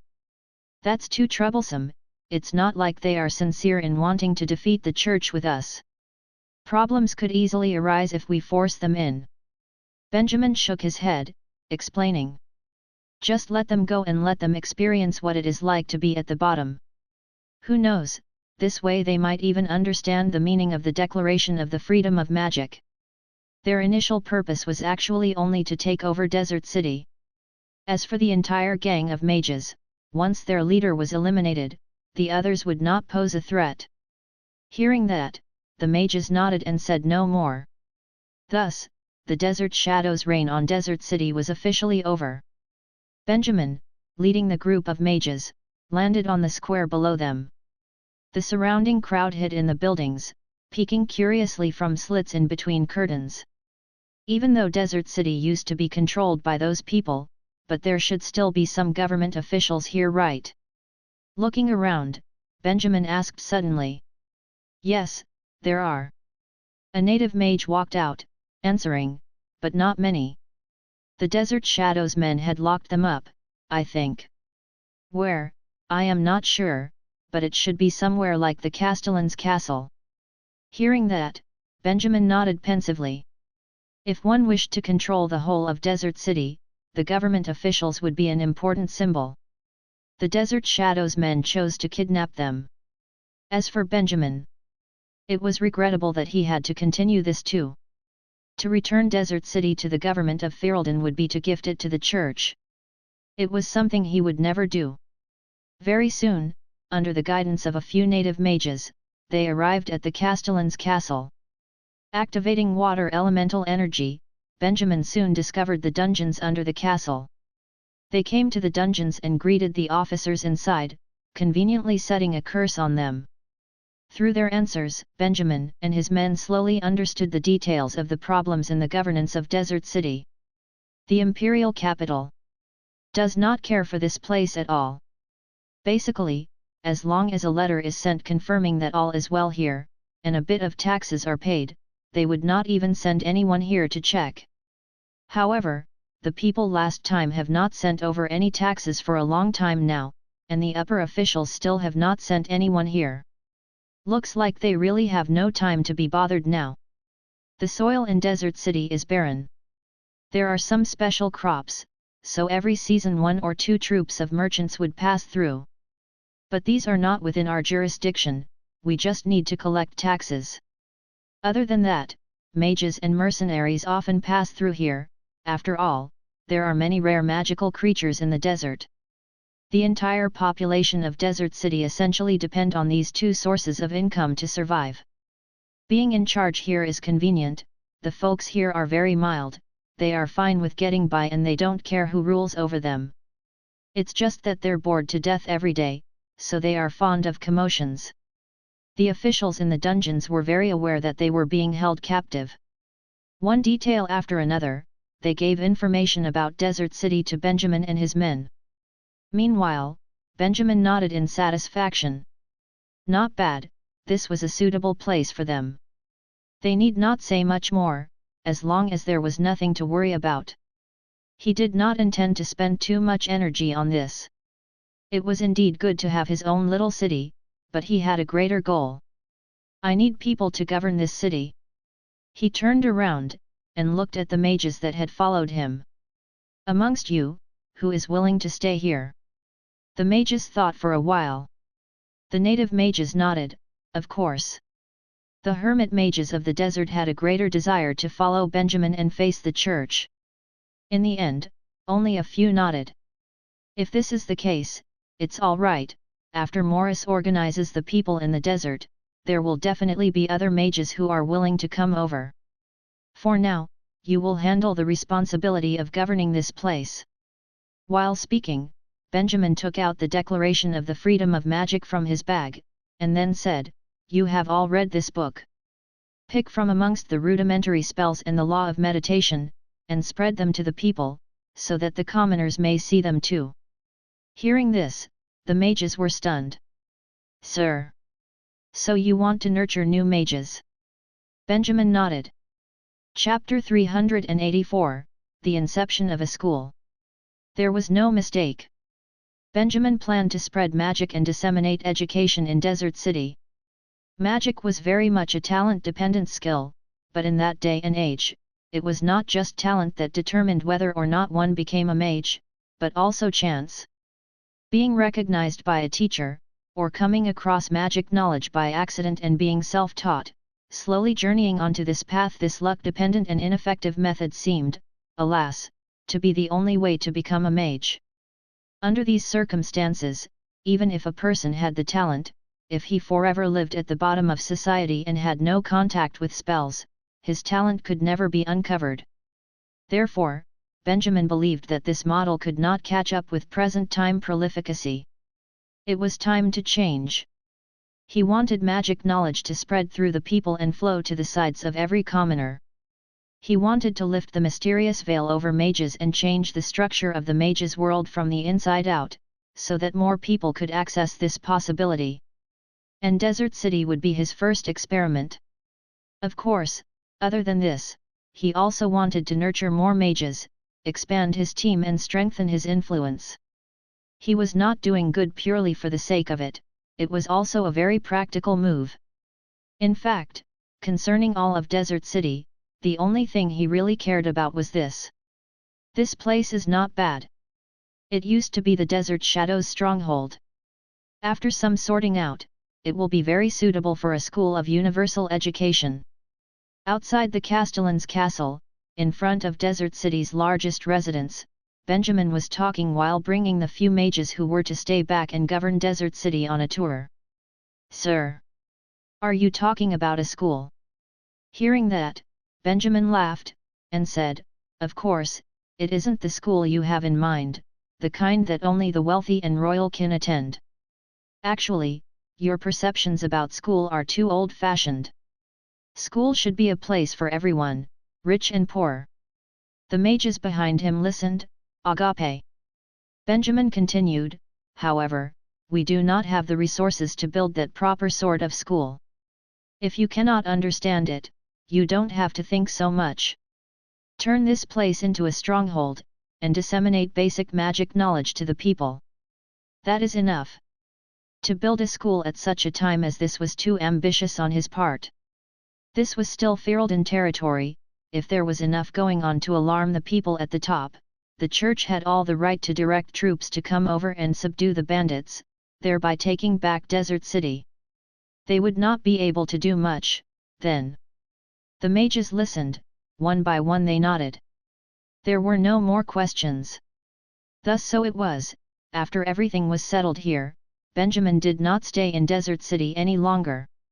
Early morning on the second day, he brought the remaining mages and left the place, heading straight to the city of Rayleigh. Returning to Ferelden after years of seclusion, the mages felt excited.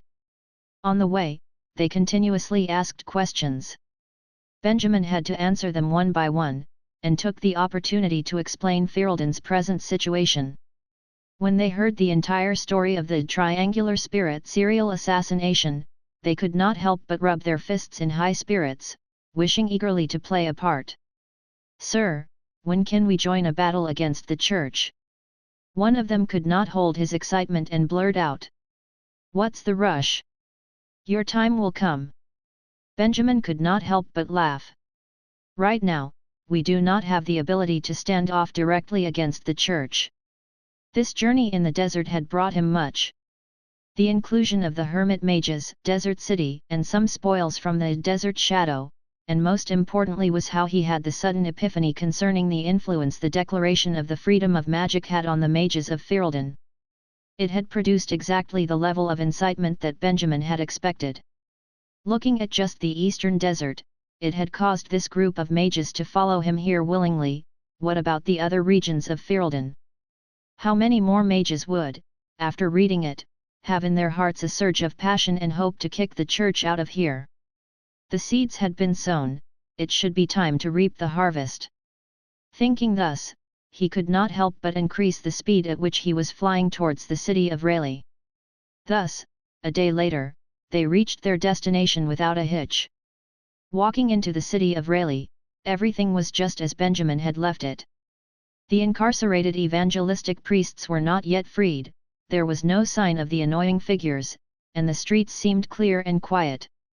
It seemed like the church had not taken much action. Nevertheless, Benjamin was still very wary. Before entering the city, he had painstakingly gone through the compulsory knowledge a spy must have with the mages.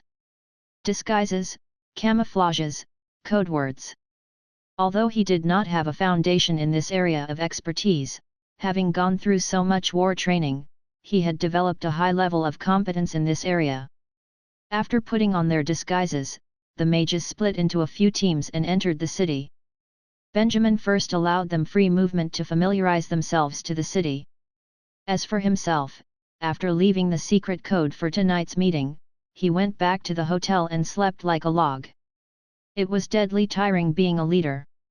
Finally, night fell. These mages came from the eastern desert. After reading the Declaration of the Freedom of Magic, they have decided to join us. We might be few, but in a while there will be a bigger bunch coming over.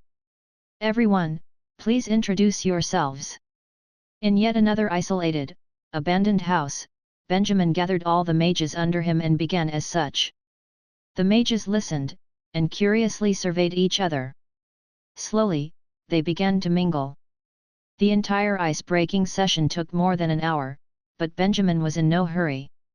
This was rather important, they were not great in numbers, therefore it was even more necessary that they worked in good synergy. Seeing that the bunch had slowly quietened down, Benjamin cleared his throat and spoke once more. As everyone knows, our goal is to rebel against the church. Even though there are more of us now, but this is far from enough. The priests of the church stationed in Ferelden are already in the thousands, and don't get me started on the paladins. We cannot handle this alone, therefore, we still need to recruit more. Varus, hearing this, spoke. Actually, the mages in the city of Rayleigh had been quite supportive of us these few days. However, they might still be harboring some distrust, which is why they've stopped supporting. They do not dare to join us for real, to fight against the church and the government officials of Ferelden. Benjamin nodded. This was definitely a difficult problem to solve. Part of the reason why the desert mages were willing to risk it all joining them, was Morris. They trusted Morris, and Benjamin had managed to talk Morris into it. This was why they had been so willing to follow. However, it was not going to be so easy with the rest of Ferelden's mages. They had not been isolated in the desert, and each held positions of prestige and power. They had their roles in society, which meant they had to be more conservative in their dealings. Actually, the fact that they were willing to support the Declaration of the Freedom of Magic, and not cause trouble wanting monopoly power like the Desert Shadow, that would be good enough. Benjamin guessed that this was all thanks to Mage Vinci. It's normal, not everyone has the guts to stand out. It is enough that they are willing to support us. Hence, he spoke as thus. However, we should still do our best in recruiting mages. Frank had some doubts. How? Shall we organize another recruitment drive? Benjamin shook his head. Chapter 385, Coach, I want to write a faux classic too. Similar to the height of Renaissance in Europe, the newspaper had already been invented and exerted a particular amount of influence on the upper-class society. However, for various reasons, the press was a niche market amongst the people, the commoners barely had the habit of reading the news. Benjamin did not plan to push their newspaper to the people, so this did not affect him. As it was before, the newspaper was basically a business for only the government, but as time passed, the right to this business had opened up to the people. There were 2 or 3 press companies in Ferelden, the production chain was not too developed yet but there was already some professional employees. From typography, printing until distribution, there was an easier working model for them to emulate. Although Benjamin did not know anyone in the business, but someone did. Mage Vinci, we are preparing to start a newspaper publication, I believe you know some professionals in the business. Could you introduce us to them? The day after dispersing, Benjamin used secret codes to get in touch with Mage Vinci and met in a secret building. He wanted to ask for help. Mage Vinci's expression was, however, one of devastation. What are you up to this time? I've let you off on the whole Declaration of the Freedom of Magic issue, I had helped you absorb so much of the pressure for that thing to be distributed successfully. You're really something. It hasn't even been 2 days and now you want to make some newspaper? What on earth are you up to? Benjamin scratched his head, laughing in embarrassment, that. Don't you worry, I won't trouble you this time. I just need you to pull some strings for me, we'll deal with everything after that. Hearing that, Mage Vinci asked doubtfully, really? Of course. All right then. There was still some reservation in Mage Vinci's demeanor, but as it was all to rebel against the church, he still nodded, and even advised, "Oh right, you had better be careful. The church has been suspiciously quiet lately, and there seems to be some undercurrent. Don't worry. We will be very careful." Regardless of what the situation was now in the City of Snow, they would definitely not get involved. In last night's meeting, they had discussed and determined the stronghold cities. These were all middle-sized cities in Ferelden that were quite a distance away from the City of Snow, and could probably put an end to the influence the church had on them. Ever since the serial assassination, the church had quieted down and been up to God knows what. Concerning this, Benjamin of course subconsciously felt that they were holding on to some trump card, therefore he was on high alert and went about his business very carefully. The situation so far had been good. He could not let the church use the element of surprise and destroy everything. Thus, after Mage Vinci had agreed, he quickly put Benjamin in contact with a publication house. However, it was surprising to him that this publication house was not from within Ferelden, but from Caretus. Ferelden's publication houses have inextricable links to the government officials. So to be on the safe side, you'd best look to them for help. Mage Vinci explained. Although Benjamin knew Ferelden had links with the church, but at least the enemy nearest to them now was the church's influence on Ferelden. Caretus was further off, the influence might not be effective. He had no choice. Although they had published the Declaration of the Freedom of Magic before, that was slightly different from publishing a newspaper. A booklet could be written in a more casual method, as long as there was enough magic knowledge and inspirational quotes, it was good enough. But for a newspaper, they needed professional journalists and artists, in addition to the great necessity of paper and printing. Because of that, he nodded and did not protest. "We need articles on these topics, and suitable illustrations. Set the print quota on 30,000 copies. You have specialized printing presses over in Carestus, so you should be able to get it done." A few days later, in a little city on the borders of Ferelden, Benjamin met up with a representative from the publication house. "As long as you can meet our fees, anything can be done." The representative rubbed his hands, answering with a grin. Benjamin nodded. After learning his standard procedures for the publication of a newspaper from him, he handed over the relevant materials to the representative and paid the deposit. After agreeing on the time for the next meeting, they left the place cautiously. The name of the newspaper had been determined. It was going to be the Free Mage. The influence of the Declaration of the Freedom of Magic still existed amongst the mages. To ride on the trend and cause the mages to feel that this was a continuation of the booklet, he had to continue on this intellectual property and work diligently on making this business a brand of his own. Benjamin's first requirement for the articles in the newspaper was that they had to be entertaining enough to attract the mages to continue reading. However, he did not hand over the responsibility for the most important piece of news on the headlines to the publication house's journalists. He was going to handle that himself. In the past, Mage Vinci had mentioned to him that, when the church's ban had been lifted, there were mages that had gone to the palace to petition the queen, and subsequently disappeared without a trace. Benjamin had obtained the names and information on all the mages for such a time as this, to be the first list of victims used to criticize the church. And so, returning to the city of Rayleigh, Benjamin made arrangements for his men to move about to begin building the secret strongholds and newspaper channels in every city. On the surface, they seemed to be a newly established publication house. Underground, however, were the secret rooms, tunnels, offices. These were constructed, bit by bit.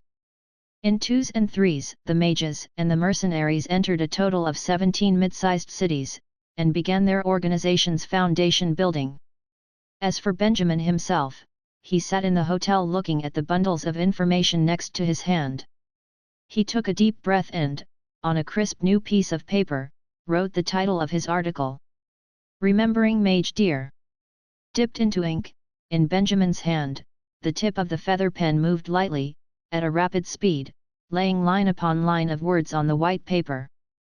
A true warrior who dared to face a dismal life, brave. I have never refrained from assuming the worst when judging the church, however I had never expected. In his mind, his consciousness unwillingly repeated in his memory, the text he had learnt back in high school. And he was now editing these words, translating. Finally wrapping it up into an entirely new analytical piece on current affairs. This was definitely a good opportunity. He was aware of his limited penmanship, he could not reach the level necessary, so he could only borrow the wisdom of his predecessors. He did not intend to profit this way, and did not want to depend on this to copy his way to literary fame. He only wished to borrow these classical discourses and inspire more of the Mage's rebellion. Chapter 386, The Mage in Rant City. Have you heard? The team that published the Declaration of the Freedom of Magic are going to publish a paper soon. In a quiet home in Rant City, to the south of Fereldan, a mage by the name of Norman flung open the door to his best friend's room excitedly. A paper? For real? Norman's friend, Aiden, was surprised.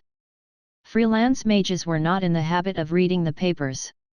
The few newspapers that were circulated in the nation would be the Fereldan Times, Business Talk, Daily Star, etc., all of which were catered towards officials and merchants. Normally, only the higher-uppers among the mages would enjoy reading the papers. A few weeks ago, when the ban on the church was first lifted, the Fereldan Times started holding the church in church high regard. This led to huge dissatisfaction among the mages. Needless to say, the mages did not think too highly about the papers now. That's right. A lot of the mages are talking about it, looks like it might be the real deal. I believe the news was officially released by that team and not from some random source. Norman replied. But why a newspaper though? Wouldn't a book be much better? Aiden was puzzled at the idea of it. The way he saw it, the newspaper industry in Fereldan was pure rubbish. It contained mostly gossip and talk for money-grabbing organizations. It got worse when the decree was announced, now all they did was kiss the church's bottom. He couldn't understand the thought process behind publishing a paper over a book. After all, the Declaration of the Freedom of Magic and those rubbish papers were two totally different animals. Aiden experienced firsthand the transformative abilities of the booklet. He could still remember that amazing feeling after first reading the Declaration of the Freedom of Magic just 2 weeks ago. At the time, he had just had a physical conflict with an evangelist priest on the streets. He was just about to teach that scumbag a lesson when suddenly a troop of soldiers and over 10 priests marched down the street and cornered him. Clearly outnumbered, he was taunted by the group and even fined 10 coins for disrupting the peace. You follower of the fallen angel! You may be free to do what you want for now, but justice will always prevail. One day, the light of God will shine over this world and you will have no place to hide. The priests spat at him as they left. He was filled with rage and even began questioning the meaning of being a mage. He felt that it was pointless for him to spend all his time and energy to learn magic. Magic had become a sin and people were humiliating him for it. The more he thought about it, the angrier he became. He was dying to take out that weak whistleblower of a priest after the soldiers and priests dispersed. Then, he would see if that son of a bitch would still be so prideful. Aiden felt that he got the short end of the stick. Why was it that all these priests banded together so that when one of them started a conflict, everyone else jumped in to help? And yet, not a single mage came to his aid. By right, mages should help one another to kick those fake priests back to Helius. It was by pure coincidence that Norman came to look for him that very day and handed him the book. What is this? Norman patted him on the back and said, Don't fret, you'll know once you start reading. Nowadays, mages all over the place are making copies of this book, but this is an original copy. You won't regret reading it. Aiden had mixed feeling as he brought the Declaration of the Freedom of Magic book home. However, his whole life changed the second he opened the front cover. It would have taken many years before he could learn all the incantations that were recorded in the thin booklet. Not to mention that law of meditation included inside. He tried it and found that it was far better than the law of meditation he had been practicing up until now. At that moment, he realized how valuable the book was. But even without all these tips and methods, the declaration of the freedom of magic spoke to him in another way. There is no just and no evil in magic. The supposed fall the church constantly speak of was created just to sway public opinion. Even if the world had evil magic, it is from the actions of an individual, not because magic can inherently be evil. No one can charge a gun with murder, likewise, magic cannot be called the instigator. This made Aiden recall his encounter with the priests. He grit his teeth and clenched his fists. He was overflowing with emotions. That's right, he did nothing wrong. Who gave these priests the right to point and jeer? Not only that, the declaration of the freedom of mages also let him know that even if he was a nobody right now, he could change his status as long as he worked for it.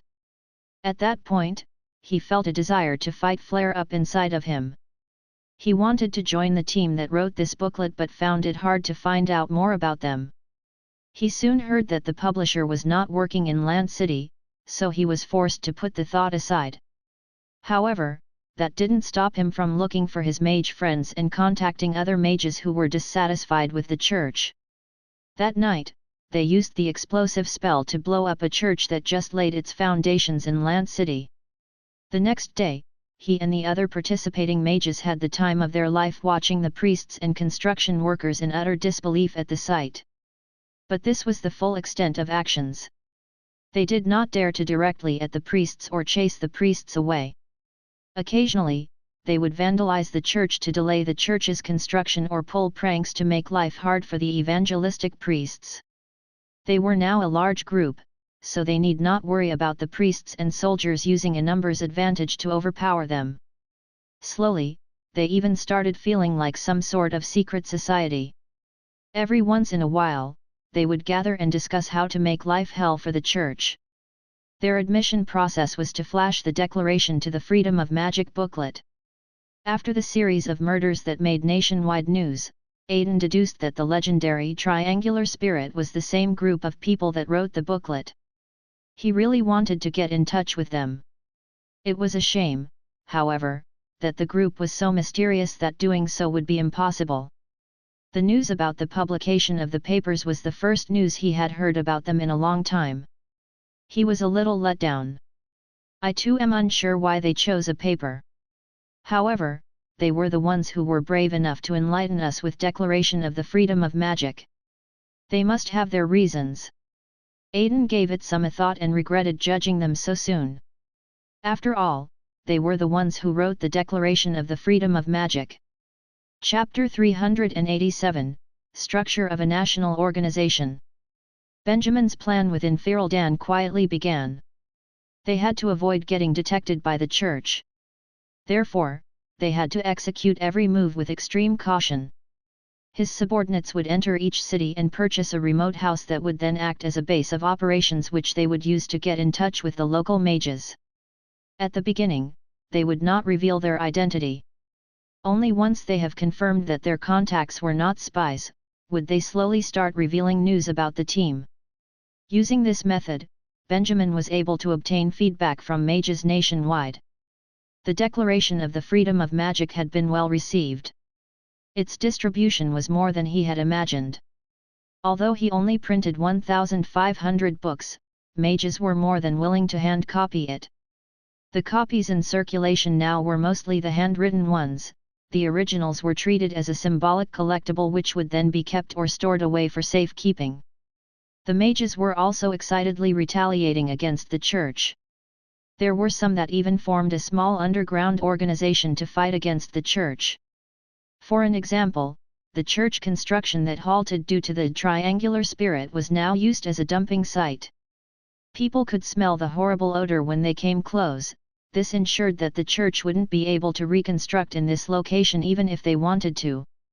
Benjamin soon realized that these people were potential members. He immediately sent out letters asking his subordinates nationwide to find these retaliating groups. He wanted to get in contact with them. Fast forward to Land City, Benjamin was in a room at an inn.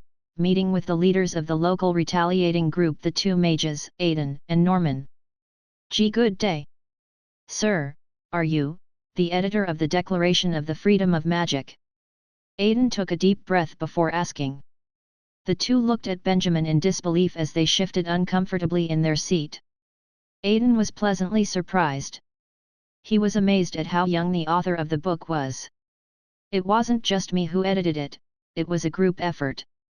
20 others poured their hatred towards the church into this book. Benjamin smiled. The two nodded. Just as they had presumed, he had a strong network. They were but small fry to him. But I have to ask, does the triangular spirit from a few days ago have anything to do with you? Aiden couldn't hold his tongue and blurted out. Well. Benjamin hesitated. You could say that I personally take on every priest.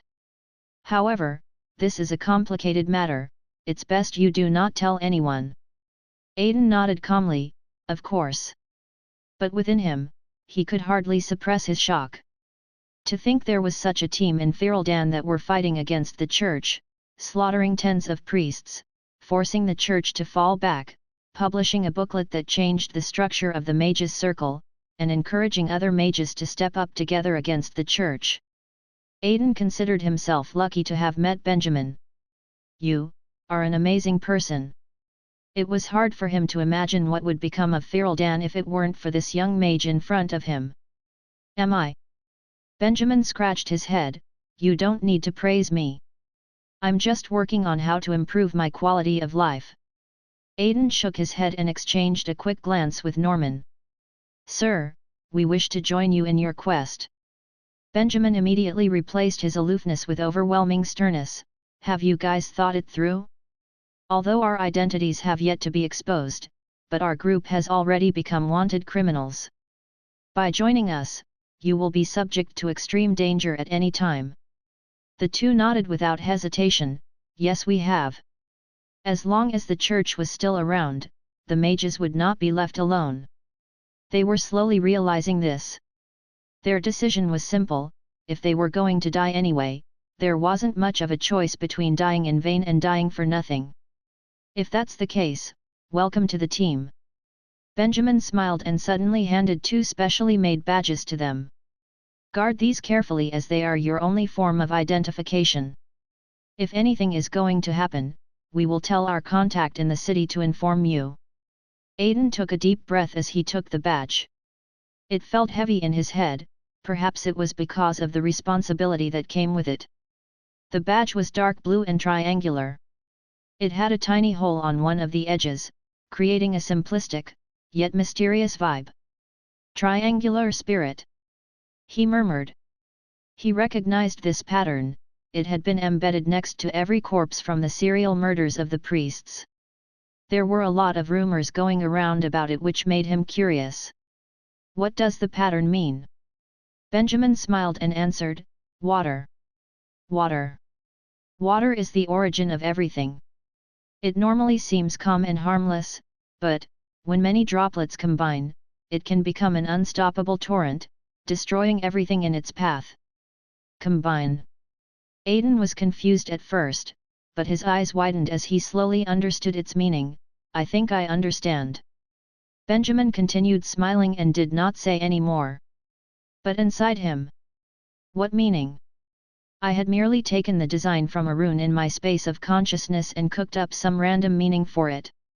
However, the triangular rune actually did represent water in magic, so no one could call him a liar. He merely used it to create a ceremonial feel. He knew that in order to build a large organization, belief and ceremony were important. We have some friends who would love to go against the church, could they join as well? Aiden asked as he kept his badge. Of course. Benjamin nodded. You could act as their leader and help organize the retaliation in Land City. But take note, there are certain things that you must pay attention to. There are spies amongst the mages, you must be cautious because once the spies discover the identities of the contacts, all our members in Land City will be in grave danger. Benjamin was also thinking about the future. As the number of people grew larger, the danger of being exposed would grow as well. There was no way he could lead everyone. He would set up contacts and leaders in every city who would relay his orders while the leaders would oversee the other mages and do the nitty-gritty.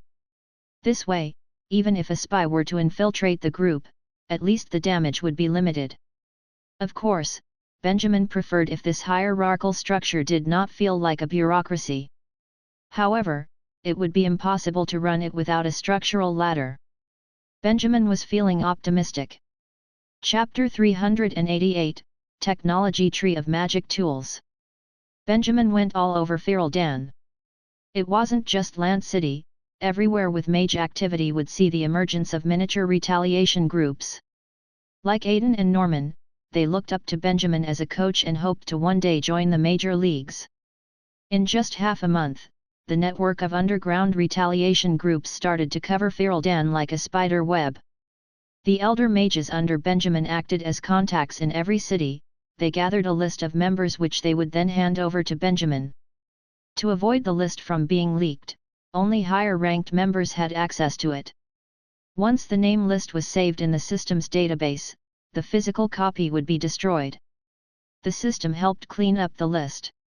It recited every member's name, information, and magic proficiency and even came up with a new organizing format for easier management. Congratulations! You are now the leader of Fereldan's biggest mage community. You have a total of 437 mages spread out over 32 cities. The system reported. It's not that simple. Benjamin shook his head in disagreement. Out of all these people, I don't know how many will remain loyal. I can instruct them now, sure. However, once there really is a conflict, I don't know how many of them will stay and fight. They gathered together because of their shared hate for the church, not because of their trust in Benjamin's abilities. If there was a shift in circumstance, everything could collapse. Even if they had over 400 members, there was still a long way to go before they could defeat the church. These days, the church was slowly sending priests out again to continue their evangelism. Except for this time, they were doing so cautiously. Their homes were guarded 24/7 to prevent any further assassinations, and they no longer preached to just anyone, but chose their targets cautiously, making sure not to interact with any mages.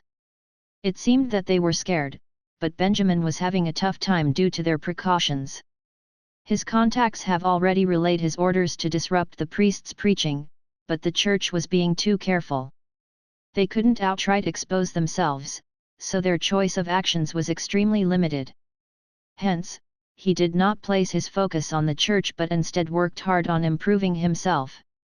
ENL.M. About the magic tool that can communicate over long distances, can you do it? Back in the desert city, he asked Morris at the residence of the Castellan. Morris had already gathered the hermit and desert mages to join Benjamin's team. Although not all the hermit mages were convinced, 80 of them was already a high enough number and would greatly improve the team's firepower. And so, Benjamin left all matters relating to the desert city to Morris. He would be in charge of spotting those with talent amongst the commoners and help nurture them into mages. At the same time, he could help Benjamin with the creation of magic tools. The organization was just starting to take form, and right now they communicated via snail mail, which was by no means an ideal method in terms of efficiency or security. Even other underground group used the telegram. Benjamin recalled the marble that the church used for communication and inquired about the possibility of using it with Morris. "You're referring to the Eye of God?" Morris replied, "It can send video and voice messages but is a single-use item and its range is only a couple of kilometers. It would be impossible to use it to connect the whole of Fereldan." Benjamin felt slightly disappointed. So, the church's technology wasn't as advanced as he thought. So, are there any alternatives? He inquired again. It need not have any graphics, just sound with a large coverage and the ability to transmit within half a day. He didn't need Weibo's real-time video call, a simplified telegram would do. It's doable. Morris finally nodded his head. It's a magic tool referred to as the Echo of God by the Church. Actually, the church is currently using it to communicate across long distances. Benjamin slammed his hands on the table. That's it. Just make as much as you can. Don't worry about the materials, I'll make sure you get them. You have got to be kidding me. If the church was using it, how could they not take advantage of the technology too? Morris nodded in agreement. Oh, right, from your understanding of the church's technology in magic tools, what other of their magic tools could we possibly utilize as well? Benjamin asked. Benjamin was going to fully exploit the fact that they finally had a techie on their side. Benjamin had originally gotten people to produce tons of paper and books, hoping to draw the attention of some highly skilled mages. Consequently, it has gathered plenty of logistic mages in the desert city. This little city was going to be his logistic base. However, to depend on such a small place to provide such a large amount of talent would be a wishful thinking. He had to rely on Morris' spare time if he hoped to get any more magic tools. A lot. But right now, I have too much on my plate. Morris raised his arms as a sign of surrender. If we have enough people and materials, I could equip all of you with the automatic survival tool, the quicken flight tool, magic oscillation coverage sensing tool, multiplying spiritual energy tool, and many, many more. But under current circumstance, we better be selective with our resources. Then let's focus on the communication for now. Benjamin said disappointedly, however, get me one of those quicken flight magic tools as well. I need it urgently. It wasn't that he was dissatisfied with his speed, but he was now this organization's leader and was constantly rushing around Fereldan to meet people, obtain information, analyze different situations and settle disputes. Therefore, decreasing his travel time was of the utmost importance. I already have one ready. Here, take it. Morris took out a pitch-black piece of wood and handed it over to Benjamin. Benjamin took it and immediately felt the wind circulating around him. He felt as if he was 20 kilos lighter. Thanks. He made a mock salute and smiled. Don't thank me, it's my job. Morris shook his head. He looked at Benjamin for a while and suddenly sighed. Do you know, in the beginning, I originally thought that you just persevered and hoped for the best to get to where you are now. But ever since I joined you, I realized that you are actually extremely bright. Oh really? Benjamin almost blushed. Yeah. Morris nodded. Most people would be lost at the beginning, and slowly find their way. But you have already laid out a complete plan and even paid attention to minor details as if you have done it all before. Benjamin smiled without saying anything. But in him? No, he learned it all from history class. At that moment, he realized that as a time traveler, his strongest asset wasn't that playful and cynical system, but the outlook he perceived through modern education. Chapter 389, The Launch of the Newspaper. While Benjamin's strongholds were finishing their setup, the first edition of the Free Mage had just completed its printing and was ready for sale. Good day, this is the paper you have subscribed to. Please take it. On a sunny Monday morning, the paper boy ran around the city and placed rolled-up newspapers in front of the door of mages' homes with a smile. The news about their paper sale had already spread within the mages and a lot of mages had subscribed to the papers. They had nearly 1,000 paid subscriptions right off the bat. However, they were printing far more copies than this. Benjamin knew that apart from existing customers, they still had to attract new customers. Therefore, his subordinates took a few copies of the newspapers each and hit newsstands in every city as an aggressive advertising strategy. This escalated their popularity to reach even outside the mages' circle. Even for the general public, the news about the church causing the death of a few mages was a huge deal. Such a headline would no doubt turn heads, especially with merchants who didn't see eye to eye with the church.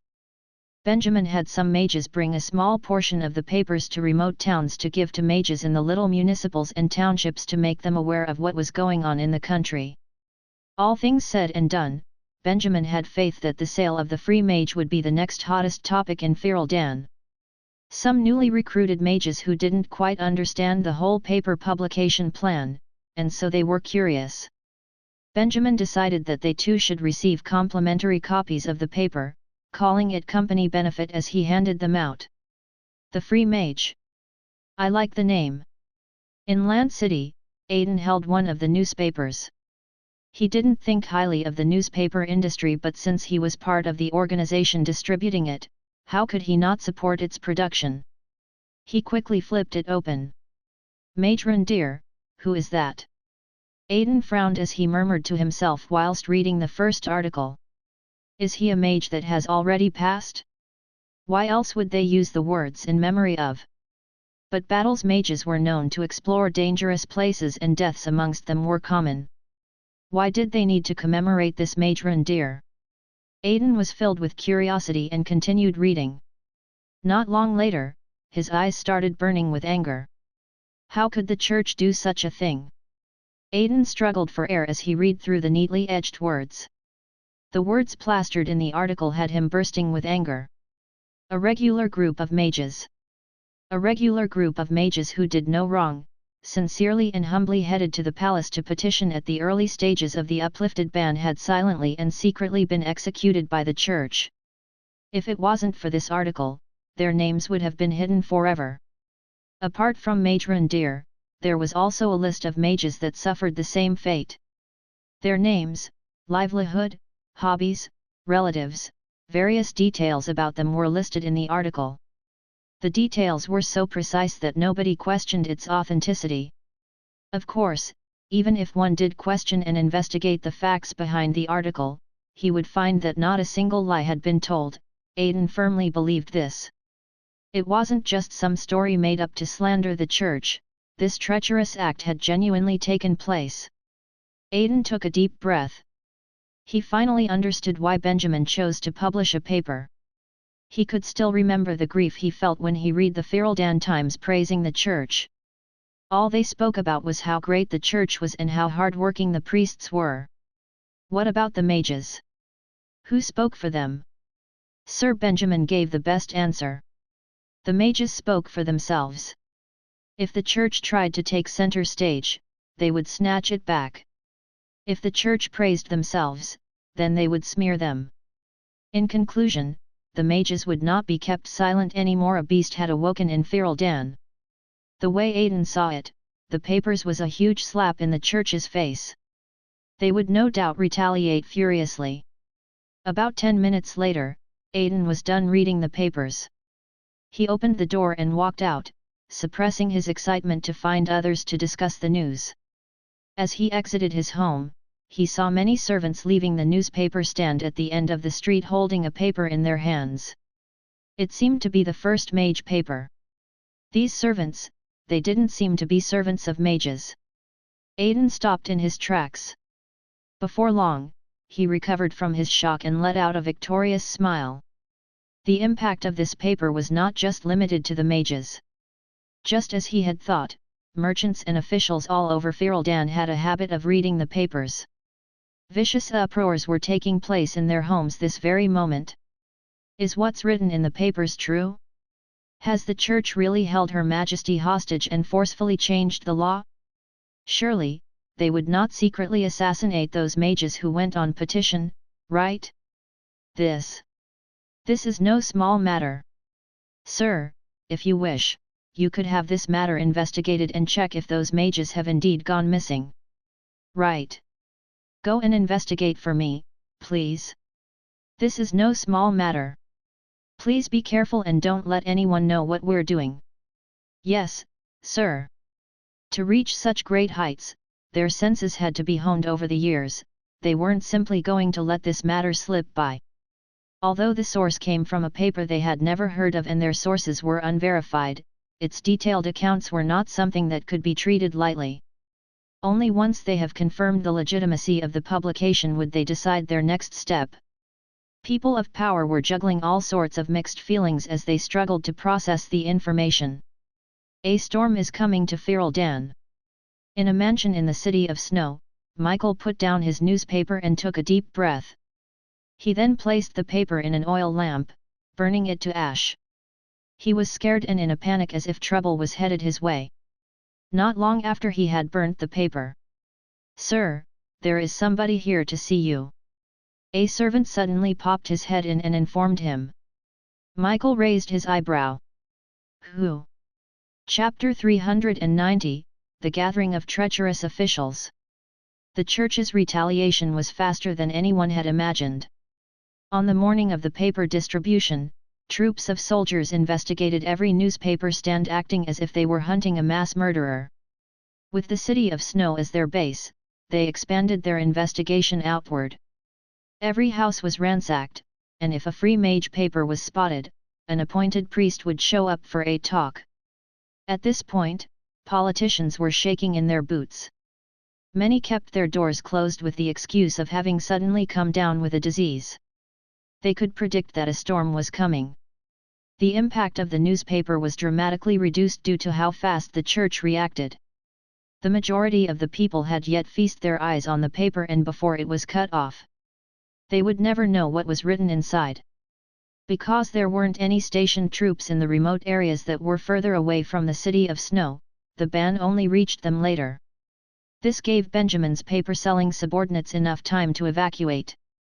"The soldiers have just arrived. They destroyed all the papers we hid in the newspaper stand." Back in Raleigh City, Varys entered Benjamin's room and reported.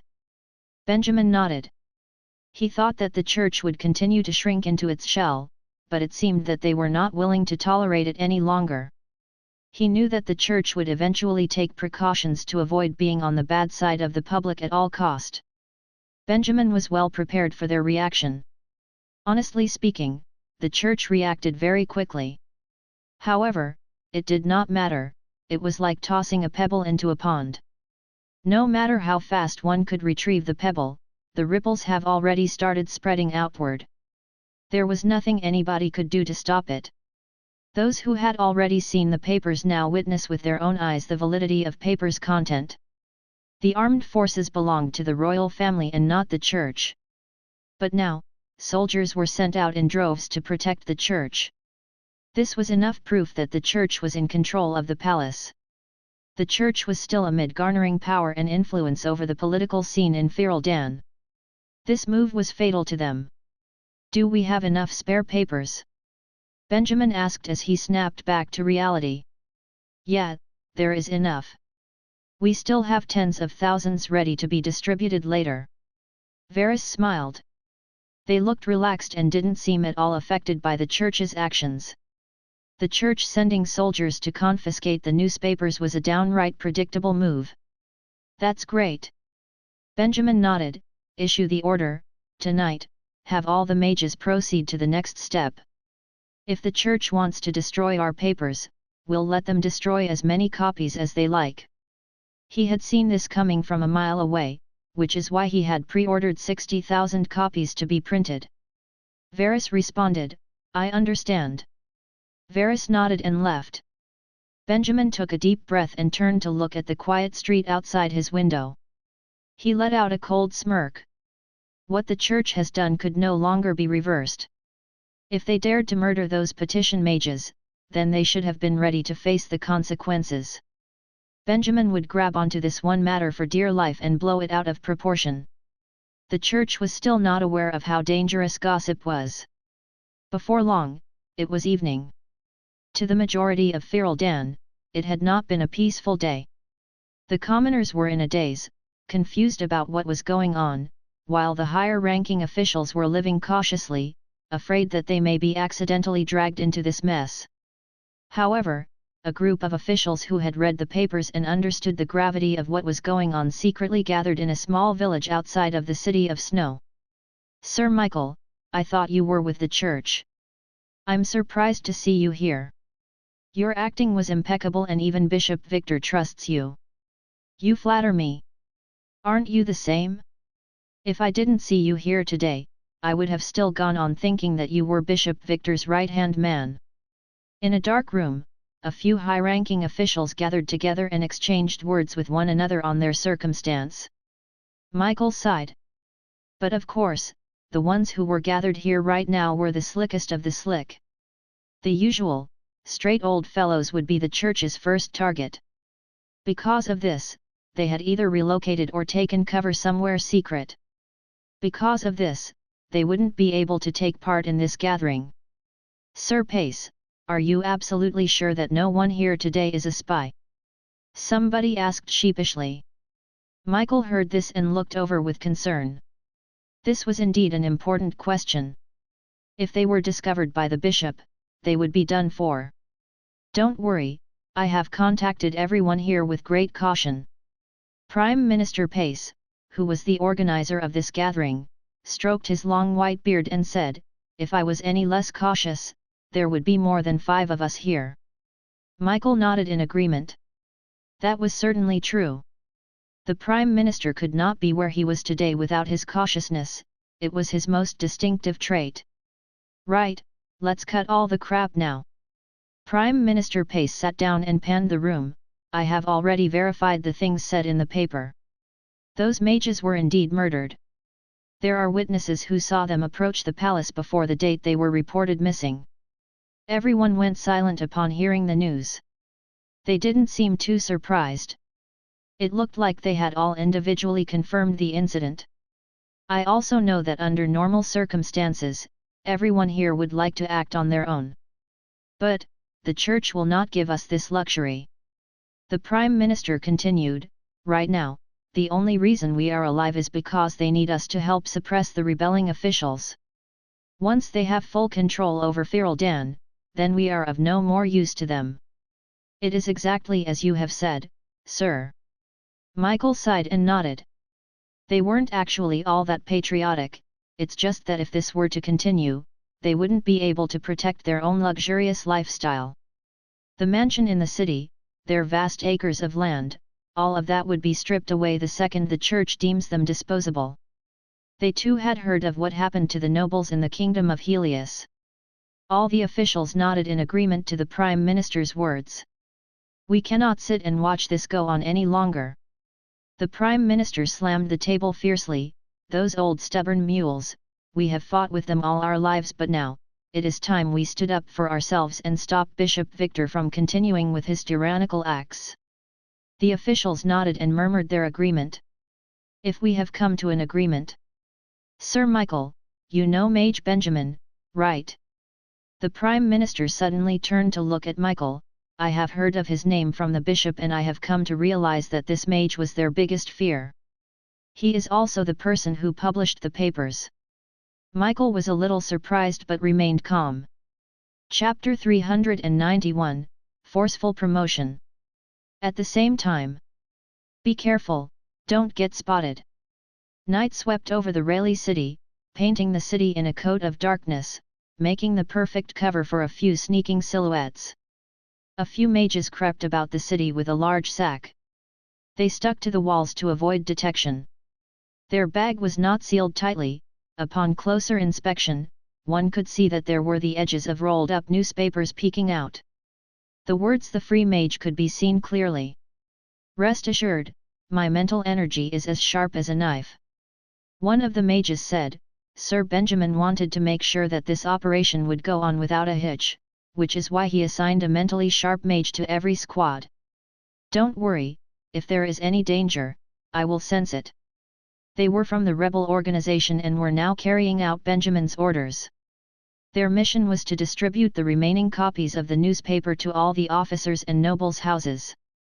The Free Mages was only available for a short time before it was labeled as contraband and seized by the state. The fact that it was banned purely for defying the church angered them greatly. The church could ban their newspaper, but they would fight back. If the newspaper wasn't allowed to be sold, they would just sneak it into people's houses. It would be impossible for the church to destroy all of the smuggled copies. It's here, the main officer's residence in Rayleigh, our first destination.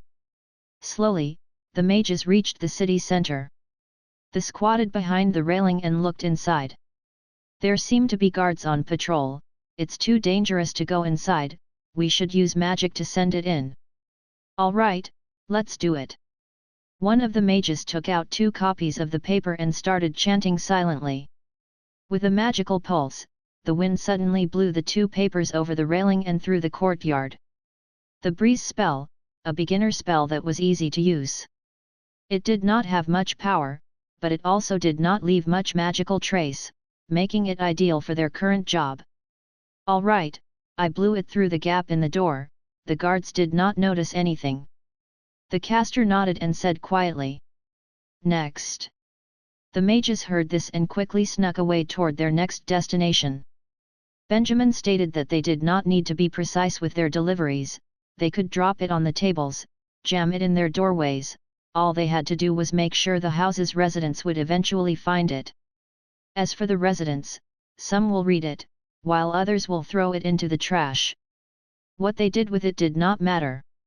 If the issue became bigger, more people will become curious about the matter.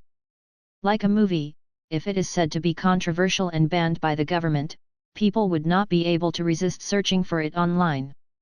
These newspapers were no different. This was Benjamin's real goal. As the night went on, the mages slowly completed their task. The second morning. In the residence of the main officer, the butler yawned as he slowly made his way to the front door to welcome the start of a new day. But, as he reached the doorway he stopped. What's this? The butler knelt and picked up 2 pieces of rolled-up newspaper from the ground. He was confused. Strange. The Lord did not order any news, but even if he did, the paper boy would hand it to the guards. The paper should not appear inside the house. He flipped open the paper to have a look. Wait, is this the free mage? The butler's face immediately changed. He was perfectly aware of what had happened the day before. Soldiers had knocked on every house in the city to search for a newspaper that they called the corruptor's language. Many nobles got into trouble because of it. They were lucky to have been spared yesterday due to the fact that his lord seldom read the news. But today, damn it, how did this blasted newspaper get into their house? The butler panicked. He was fearful and wanted to tear the news up and throw it into the fire, burning all traces of it. But after some thought, he decided against it. How could he be the one to make such a big decision? He had better let the Lord decide. Thus, the butler took a deep breath, folded the news in half with his shaky hands, and went to the Lord's bedroom. The Lord of the city was already awake and was talking to the wife about something when the butler knocked on his door. After getting permission, he hurriedly entered the room. What's wrong? Why do you look so worried? The Lord of the city walked over and asked jokingly. Sir, this. The butler handed the paper over and explained, I do not know why, but this thing appeared on our doormat this morning. The Lord of the city took the newspaper and started reading it with his wife. But, after a while, their eyes started to widen in horror, as if they just seen the devil open the gates of hell and he was now smiling at them. Did anyone else see you take this? After some silence, the Lord of the city lifted his head and asked. I doubt it, sir. I was the first one to wake up. All right, you may go. The Lord of the city was silent for a long time, then sighed. I said, don't tell anyone about this and pretend that you never saw these newspapers. If anyone asks, play dumb. Understood. The butler bowed and left. After closing the door. What's going on? Are people trying to get us in trouble? His wife clutched onto his shoulder and asked fearfully. Probably not. The Lord of the city shook his head and said, if someone wanted to blackmail us, the soldiers would be bringing in the newspaper, not the butler. The wife heard this and was relieved. She looked curiously at the forbidden newspaper. Well, what are you going to do with it? The Lord of the city held on to the papers tightly, his eyes burning brightly as if he was thinking. No matter what, we have to destroy these things before the soldiers come in. He finally opened his mouth and spoke, you must have heard the rumors, right? The wife nodded, indeed. Something huge is about to happen in Ferelden. The Lord of the city clutched onto the newspaper as if he was holding onto an oracle. We have to start making preparations regardless of whether or not the church is truly in control of the Queen. We cannot just stay here like sitting ducks. Well, if it is true, which side will we take? The lord of the city sighed. I don't know. Chapter 392, The Horror of Being Dominated by Advertisements. The newspaper incident had become popular. The people thought they had heard the last of it after the first large-scale search. But no one expected the free mage to have seemingly grown wings and flown into thousands of homes that same night. This is... Victor stood on the balcony of the palace and looked out. He could only see that nightmarish newspaper everywhere on the streets. From the market to the parks, from the main road to the alleyways, the free mages was like moss that had tunneled its way out of tiles and in just one night, covered every corner of the city of snow. It was only about 6 in the morning, but tons of people had already gathered and were now discussing the newspaper. The light of dawn just started to shine over their heads, signaling the start of a new day. The bishop stood on the balcony, his fists clenched tightly. His face was twisted up in disgust. Quick, get rid of all of them. Quick! He did not expect that the wretched kid could escalate things to this point. The city of Snow had night patrols, but because of the large-scale search and destroy, many of them have yet to return. But still, the whole city was filled with this printed filth. How did he do it overnight? The bishop took in a deep breath and calmed himself down. He could see the holy knights and soldiers start mobilizing. They started circling the streets and cleaning up the newspapers. Other soldiers went to scatter the people gathered together to stop their discussion. Yes, he did not have the need to be angry. Soon, Snow would be as pure and clean as before. As for those who had already seen the news, all of them were just normal citizens, even if they were in a frenzy now. Over time, other things will start to divert their attention. He did not need to worry. Ferelden's army belonged to God, no one could stop them. As long as the final result was acceptable, the Pope of Havenright and the Bishop of St. Peter's Cathedral would not criticize him for small mistakes. He would be known as the person that conquered Ferelden for the Church. He was happily gloating to himself when suddenly, Lord Bishop, the newspapers can't be gotten rid of. A holy knight pushed the door open, bowed, and said this with a troubled face. Can't be gotten rid of? Why not? The bishop turned around and frowned. Those news has been plastered on with special glue. It is stuck on extremely tight, even after using great force for more than 10 minutes straight, we only successfully tore a few strips off. It's impossible to remove the whole thing. The bishop heard this and closed his eyes, taking in a deep breath. Lord Bishop. The holy knight saw this and asked timidly. If 10 minutes is not enough, then do it for 10 hours. The bishop opened his eyes and spat at him angrily. If your hands can't do it, then use your swords to grind it off. Lord Bishop, do I really need to teach you everything? Have you forgotten God's glory? The bishop seemed to be burning in anger. He slammed the table and shouted, Go now. If Snow is not cleaned by the end of the day, you can bet you will not survive to see tomorrow. The holy knight bowed and quickly ran off. The bishop leaned on the wall, put his hands together, and took in a few deep breaths. Relax. All of them are just worthless fools, they will not affect the church.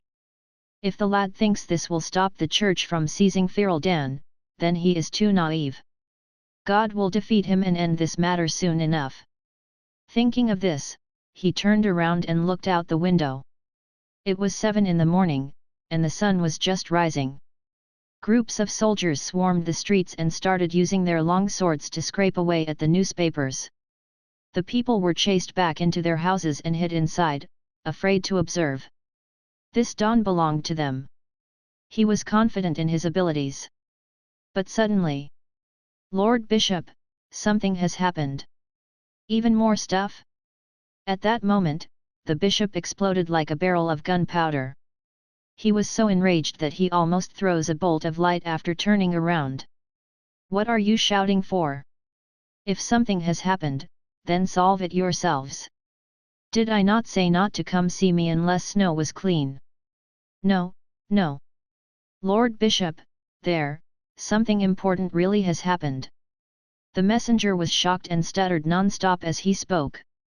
The bishop wanted to give him a slap across the cheek. But, after looking closely, he noticed that it was a priest talking to him now, and not the holy knight from before. The bishop was stunned, he was incredibly embarrassed. At that moment, he realized he was venting at the wrong person. He could only close his eyes and take in a few deep breaths to calm himself down yet again. Never mind, do not get angry. Everything was God testing his will. If I can pass this trial, everything will become better, he said as he comforted himself. But, because of chain events of shock, he probably became mentally unstable temporarily. He closed his eyes for a moment, and slowly regained his logic, opened his eyes, and looked at the other person calmly. All right, what happened? The priest saw this and hesitated, before weakly saying, every officer in the country seems to have been delivered the newspaper, almost every single one of their houses received one. A few officers still loyal to us reported this news to us just a moment ago, I doubt it is false. The priest did not seem to have noticed the bishop's change of expression, and continued, this issue can actually be solved by repeating yesterday's methods. I actually just came to ask you that since most of our people are busy cleaning the streets, if we wanted to send people to confiscate the newspapers, how many should we send? Lord Bishop? What should we do? Lord Bishop, you should decide how to distribute our men, it's too large a matter for me to decide on my own. Lord Bishop? What's wrong? Lord Bishop? Say something. Due to the long silence, the priest could sense something was not right. He panicked and called out worriedly while slowly approaching the bishop. But Bishop Victor was like a statue, he did not move and remained motionless beside the window, his eyes were empty, not knowing what he was looking at, the priest was rather afraid. What happened? Lord Bishop? After getting nearer, he called out again, this time quietly. Then he saw the bishop's lips move, and he heard his voice incredibly softly. Leave. Hey!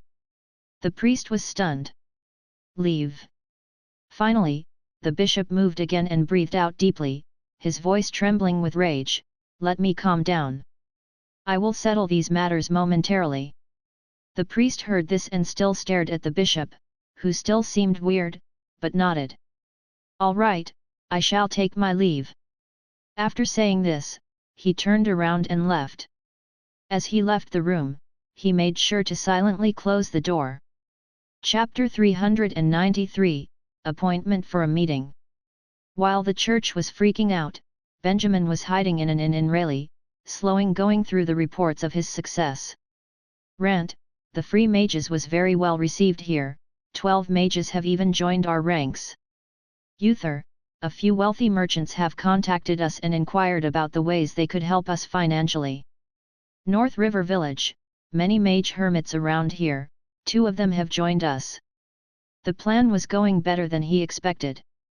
Even though some of the newspapers had not been successfully delivered, the overall plan proceeded without a hitch. His followers were efficient and been cautious enough not to be caught. Luckily for them, the church was not prepared for their second attack.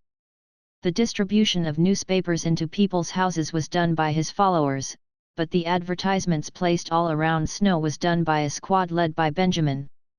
It was a high-risk maneuver, but with the water elemental sensing technique, they managed to avoid all of the night patrols and plaster the newspaper all over the city. Last night was an exhausting night for everybody involved. Benjamin almost expected the patrols to notice the newspapers halfway through the night and alert the church. But he soon found that there were actually not that many patrolling guards. Snow was lacking manpower right now due to the raids, so the guards were ordered to stay at specific posts. As long as they avoided these posts, they did not need to worry about getting spotted. The free mage was already a hot topic in Ferelden. Not only did it cause problems for the church, but it also expanded their own influence. The mages found something that they could unite under whilst the regular civilians used it to learn about the world of mages and the church. Those that hated the church would be attracted by the paper and would extend their hand toward Benjamin's cause. Seeing the letter in his hands, Benjamin felt that he was growing stronger by the day. Soon, he will have the power to face the church directly. He had waited for far too long for this opportunity. As Benjamin continued going through his mail, he came across a letter that was not a report from his followers. Benjamin raised his eyebrows and examined the letter. The letter did not state its sender or sender's address. All it had on it was a small pentagon symbol. Was it from Michael? Previously they had contacted each other with nameless letters. They would usually use a symbol to identify themselves in their letters. Thinking this had to be the case, Benjamin flipped open the letter. But, he was shocked at its contents. Royal officers wanted to meet with him? And even the Prime Minister was seeking his help to chase out the church? This was interesting. After giving it some thought, Benjamin took out a piece of paper and started writing a reply. This chance was 1 in a million. Only with great effort had he finally been noticed by the governing circle of Thirlden. It was even more amazing that they were supportive of his cause. He will not let this opportunity slip by. With these people as his allies, it would be even easier to get rid of the church. This matter was now his priority. Benjamin sent out his reply asking them to meet him in a small village 3 days from now. Following this, he finished reading the other reports before asking the system save all of it to the hard drive to slowly analyze them for him later.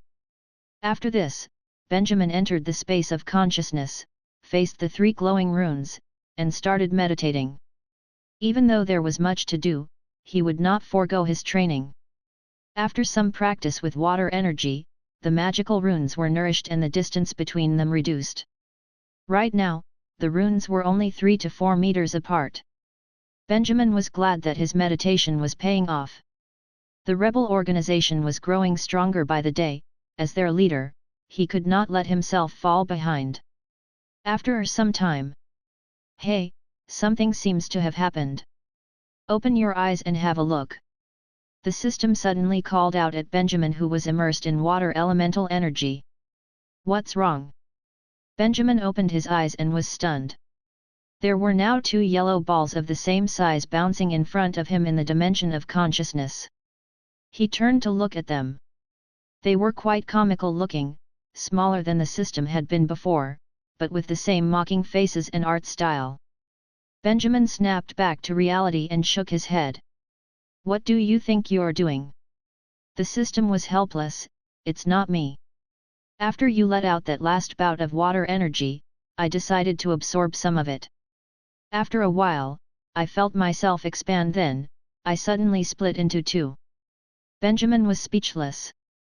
What the hell was the system that it could even perform cytokinesis? Would it split up even more, later? Benjamin shuddered to think of what the dimension of consciousness would become if this continued. So, did you gain a new power? The 2 comical things bounced and said, I don't think so, but I think the intangibility timer has increased. All right. Benjamin got annoyed at the 2 mocking faces bouncing around so joyously and had the urge to punch both of them. Keep your distance. If you keep hopping in front of me, I'm afraid I might punch you. Okay. The system, turned around and bounced away. Benjamin shook his head helplessly, then prepared to continue meditating. But, at that moment, he felt his vision blur and his whole world turned upside down. When he opened his eyes again, all he could see was an endless space of deep blue. In the infinite space, something was orbiting him. Was this, the pure blue space? That's right. Benjamin jumped when he heard the voice. Before this, all his visits were almost trance-like. He could not hear anything, he could just kind of make out sounds. Hearing a clean and clear voice in this place made him very uncomfortable. Why was there a person talking to him here?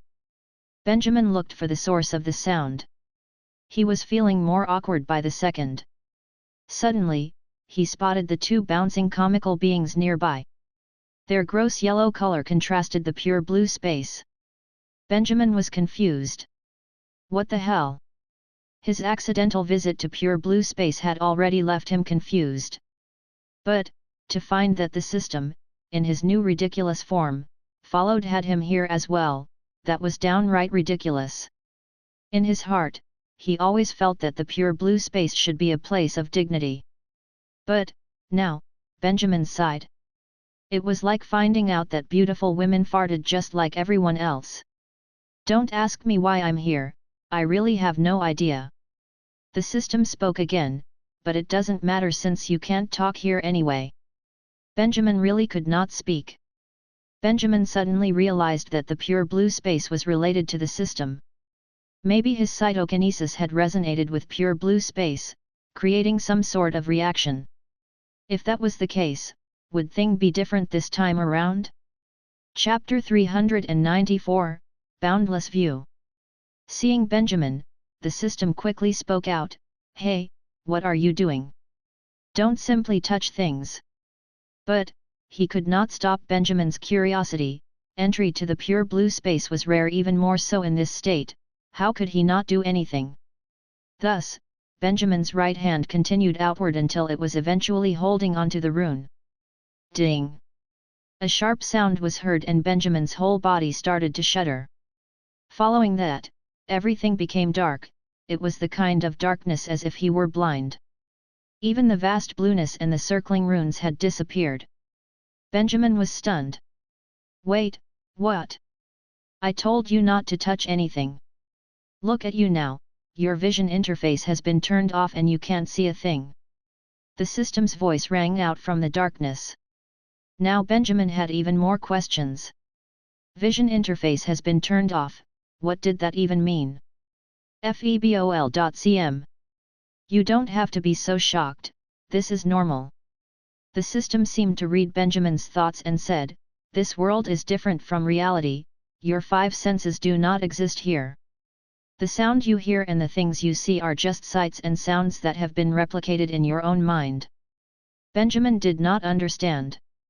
But, if the system was speaking directly into his consciousness, then he should be able to speak back using the same method, right? Why do you understand this place so much? He tried to ask telepathically. I don't know, maybe it's my natural talent. The system heard his question and replied, I'm not sure what you are seeing, but I'm going to guess that what we are seeing are two completely different things. Benjamin was surprised. What do you see? The system said, the whole of Rayleigh. Benjamin was shocked. I'm not sure how to describe it to you, but it's like Rayleigh has been folded and stacked. The system tried hard to explain, I'm still in your room in the inn, but every other part in Rayleigh has been broken down. Visions and sounds of the rest of Rayleigh are flashing in the small room. Benjamin was extremely confused. Does this mean the system could see every corner of Rayleigh? How can this be? I can't explain anything to you. I'm in great pain right now, I see a lot of jarring sights. The system said, wait, I just saw a few priests in disguise, they are in Rayleigh now, trying to find you. Right now they are at an inn to the north of the city, I can even see the room number. What are you going to do? There was too much information, Benjamin struggled to digest everything. Are you sure what you are seeing is real? Not just some weird illusion? He could not help but ask. I think so. There's not much proof, but my instinct tells me that this is really happening. Benjamin went deep into thought. This visit to the pure blue space was totally different from the previous ones. From his guess, the pure blue space should be a world made purely out of magic, or composed of elemental energy. But why are the things the system is discovering not at all related to the elements? Somehow, the place has turned into a surveillance room where the system could see every corner of Rayleigh. How eerie! Benjamin's curiosity piqued. Even though he still could not see anything, but after some thought, he opened his mouth and asked the system, well, can you see anything outside of Rayleigh? 1 second, let me try, yeah, I can. Benjamin heard this and became excited. Can you see the palace from here? The system replied, wait, let me try. Benjamin was as excited as a kid in the candy store as he waited for the system's reply. After a while, the system's voice called out. I found it. Yeah, the palace seems to have tightened their security. The queen is bringing the princess to dinner, the corridors are filled with priests walking about, there is a maid having an affair with a holy knight in the storage room, the bishop is writing something on the second floor in his room, I think he is organizing the people that are going to clean up the newspapers. As he listened to the system read out his report, Benjamin took a deep breath. If all of this were true, then he was infinitely stronger now. Did he have the view of an omnipresent being now? Observe the bishop. He said to the system, record everything down into your database, then analyze it. But the system hesitated and said, I don't think I can connect to my database. What a killjoy! The system now had a boundless view and could see everything but had lost its storage capabilities in the process. Benjamin was disappointed but still tried to memorize everything the stem was telling him. There are 237 priests in Rayleigh. Rand has 182, they are at. The system read out its reports while Benjamin tried his best to remember everything. Halfway through the process, an idea popped out into his head. Can we affect the real world from in here? He asked. What do you plan to do? Benjamin spoke excitedly, what I mean is, if I stabbed the bishop from here, would he die in the real world? I don't know. The system's reply was cautious, but, I can try to change the environment to the bishop's room. You can try stabbing him then. Hearing this, Benjamin nodded. There was no harm in trying. His view was still dark and he did not know what was going on, so he merely waited for the system's instructions. After a moment of silence, the system spoke, all right, the bishop is in front of you now. The back of his head is right in front of your belly button, go nuts. Even though it felt weird, Benjamin did not say anything. He did not have a weapon, but if he could bash his head hard enough, then the damage would be fatal. Thus, he took a deep breath, then struck out as hard as he could with his fist. Whoosh! Benjamin was stunned. The fist did not collide with the bishop but instead felt as if he had just struck a puddle of water. It was a really weird sensation. What happened? He quickly asked. I don't know. Your fist passed straight through him as if you were intangible, but, the bishop seems to have felt something. The system replied, he does not seem have been hit, but he's acting as if he felt a gust of wind. He touched the back of his head and turned around for a while but turned back to the front when he saw that nothing was behind him. Benjamin could not help but feel disappointed. Damn, if only he could take out his enemy right here and now. But as he wallowed in disappointment, he had another idea. If fists did not work, then what about magic? Thinking of this, Benjamin became excited. Once again, he faced the described location of the bishop. He calmed himself down, then tried charting the ice-breaking spell. Bang! At that moment, a loud sound rang out in his head. Benjamin was shocked. Something had flashed in front of him, it was white and jarring, making him close his eyes. When he reopened his eyes, he was already back in his room in Rayleigh. Chapter 395, A Dream or Reality? Benjamin was confused. He shook his head to make sure he was completely awake. It seems he had already left both the pure blue space and the dimension of consciousness. What the hell? Hey system, were you it? What happened? He quickly asked in his heart. What? The system answered with an ignorant tone, nothing happened. You just sat there idly in the dimension of consciousness for a while before returning to reality. Why all the fuss? Benjamin was stunned. Then he remembered, the system did say it that could not access its memory bank. Thus, whatever happened in the pure blue space had not been saved and did not technically exist in the system's memories. How disappointing! Benjamin then explained everything to the system from head to toe. After hearing everything, the system answered sheepishly, it's not my fault I can't connect to my database, right? Benjamin felt restless, but there was nothing he could do. "Well, can you bring me to the pure blue space again?" he asked. "How would I do that?" the system replied curiously. "You're kidding." Benjamin's heart sank like a rock. All his expectations of using the omnipresent view were destroyed the second he heard the system say this. What a great killjoy! Don't be too disappointed. From what I can tell, it definitely has something to do with my cytokinesis. The system advised, let me try doing it again, maybe the incident will repeat itself. You can split at will. I think so. I'm still absorbing water elemental energy, so I think I may be able to split again. Hearing this, Benjamin took a deep breath. Even though he wasn't convinced, but the idea of the system being able to split at will upset him. If it continued splitting, what will the dimension of consciousness eventually turn into? Benjamin dreaded the thought. The omnipresent view was powerful, but he should be able to defeat the bishop even without it. Thinking of this, he suddenly remembered that he was casting the ice-breaking spell right before he returned to reality. Could the ice-breaking spell have been successfully cast? What happened to the bishop?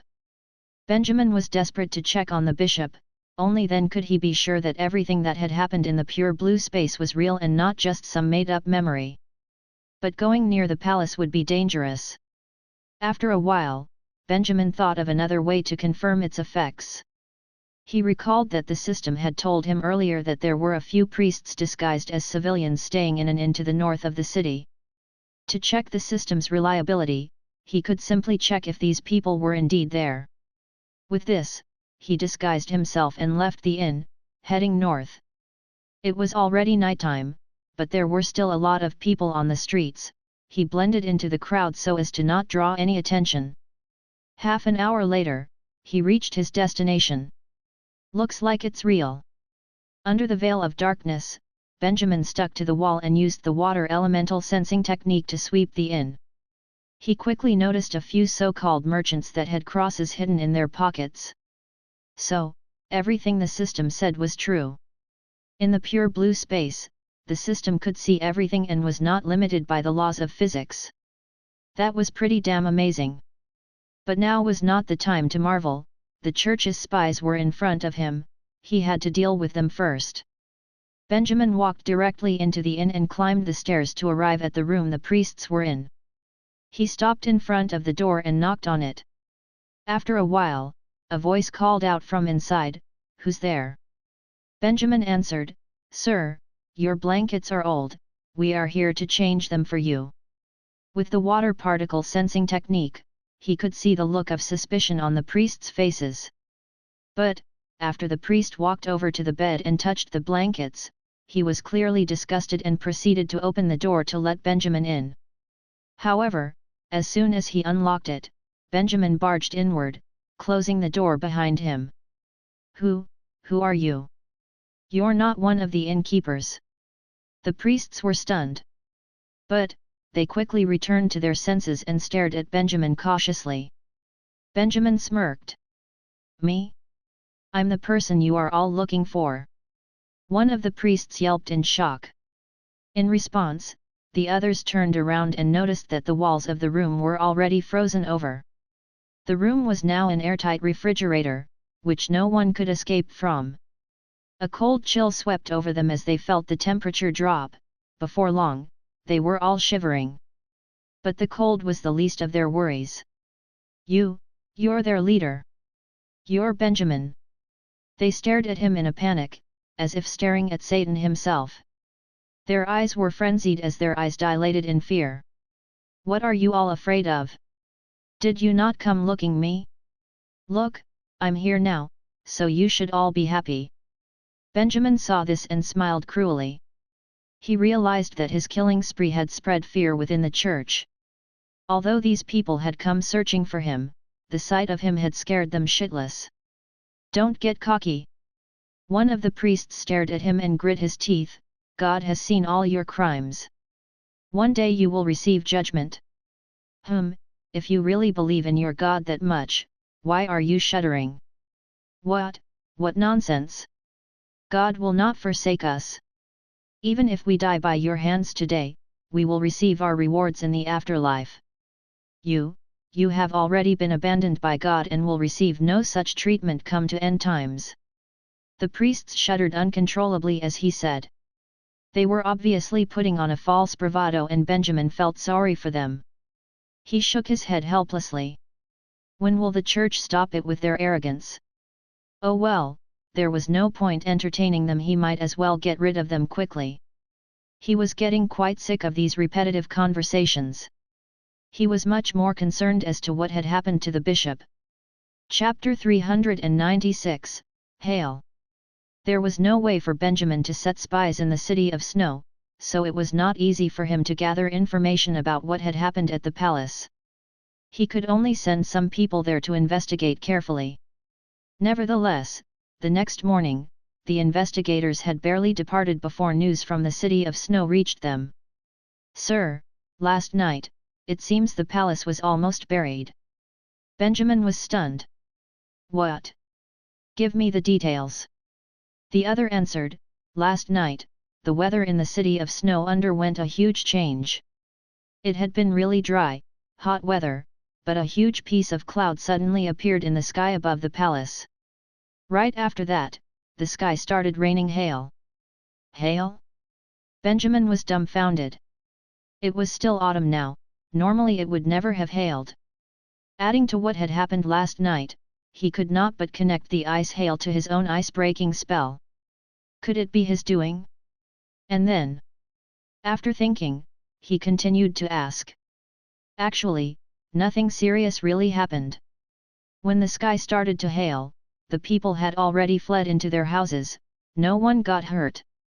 But the hail was amazingly intense, and what was stranger was that it was all concentrated on the palace. The street right next to it was unaffected. So at last, the ice near the palace had piled up to be half a meter high. After that, the people in the palace were all stuck inside, they couldn't come out. It was only after an entire night's cleaning and shoveling that anyone can squeeze in and out of the palace. Amazing! Benjamin stared, dumbfounded. That was all he could say. To be honest, after listening to this speculation, he was starting to doubt that his was his doing. He was very familiar the ice-breaking spell's power, although it could summon a huge block of ice, but to create a hail which had almost buried the palace. He did not think he had the ability. So, has the palace released any statements? Or, concerning how the hail came about, are there any related gossip? He asked further.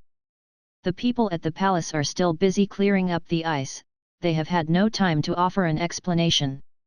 However, some rumors are that moments before the hail appeared, a huge elemental change had occurred near the palace, so everyone thinks that it had something to do with mages. But then there are also rumors that there wasn't any magic oscillation, so there are also people who feel that this is some sort of elemental natural disaster. In any case, there are all sorts of rumors going on.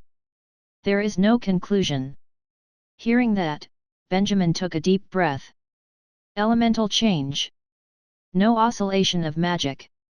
However he looked at it, it seemed as though he could not release himself from being responsible. Thinking back to last night's events, he had picked a fight in Pure Blue World, but it had only slightly affected the bishop. And his casting of magic in the Pure Blue World had probably caused some abnormality similar to an elemental natural disaster in that area. Pretty amazing. He felt, the Pure Blue World was like a mirror. Some things, passing through it, are weakened beyond recognition, some things, passing through it, become limitlessly magnified. At that moment, Benjamin really wanted to return to the space of consciousness, grab a hold on the system and tear it into three, and enter once more into the Pure Blue World to experiment on how this strange magnifying effect happened. From what he could see, this was not something that is easy to control. But if he really could effectively control it, it would be a nuclear-level killing strike. It was too bad that, even if he could tear the system into a few pieces, that would likely not be counted as splitting it up, there would be no way into the Pure Blue World. Because of that, even if Benjamin's current state was any more curious, there was no way to fulfill his desire. However, he did not feel too disappointed. If it was supposed to split up, it would split up sooner or later. And the ice-breaking spell he had used was, although not very effective on the bishop, a huge nuisance to the church at least. Also, the hail was not necessarily a disadvantage. Pass on this order, we have a new plan. Thinking thus far ahead, Benjamin suddenly smiled, saying, "Doesn't the church like talking about the God's will? In that case, they should experience what it feels like when the God's will is against them." Thus, a new wave of rumors were set to be spread. While the church was still busy with the hail and did not release any public announcements, Benjamin quickly gave the command so that the mages would once again slip into taverns everywhere and spread rumors, saying the reason for the abnormal hail was that this church was a fraud. The royalty had angered the gods for believing in a false church, so the hail had been sent as a warning. If the church was still not driven out, the gods will send even more disasters, and would even cause the people in Ferelden to suffer horribly. With regards to the spread of such rumors, although the church could set it right to some extent, but in the vast population, the effect was still significant.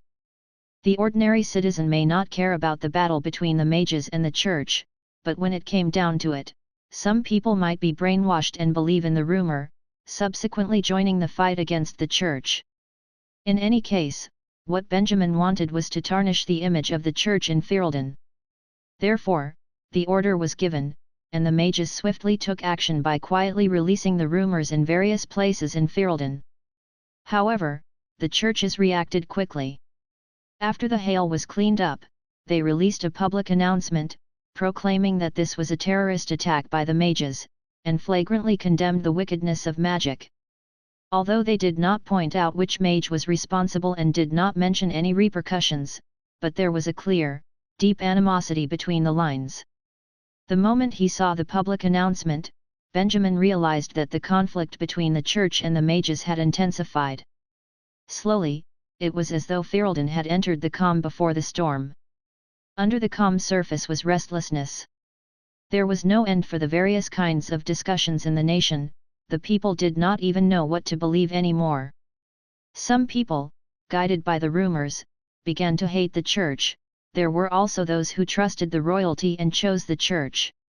At the time, Ferelden was in a mess.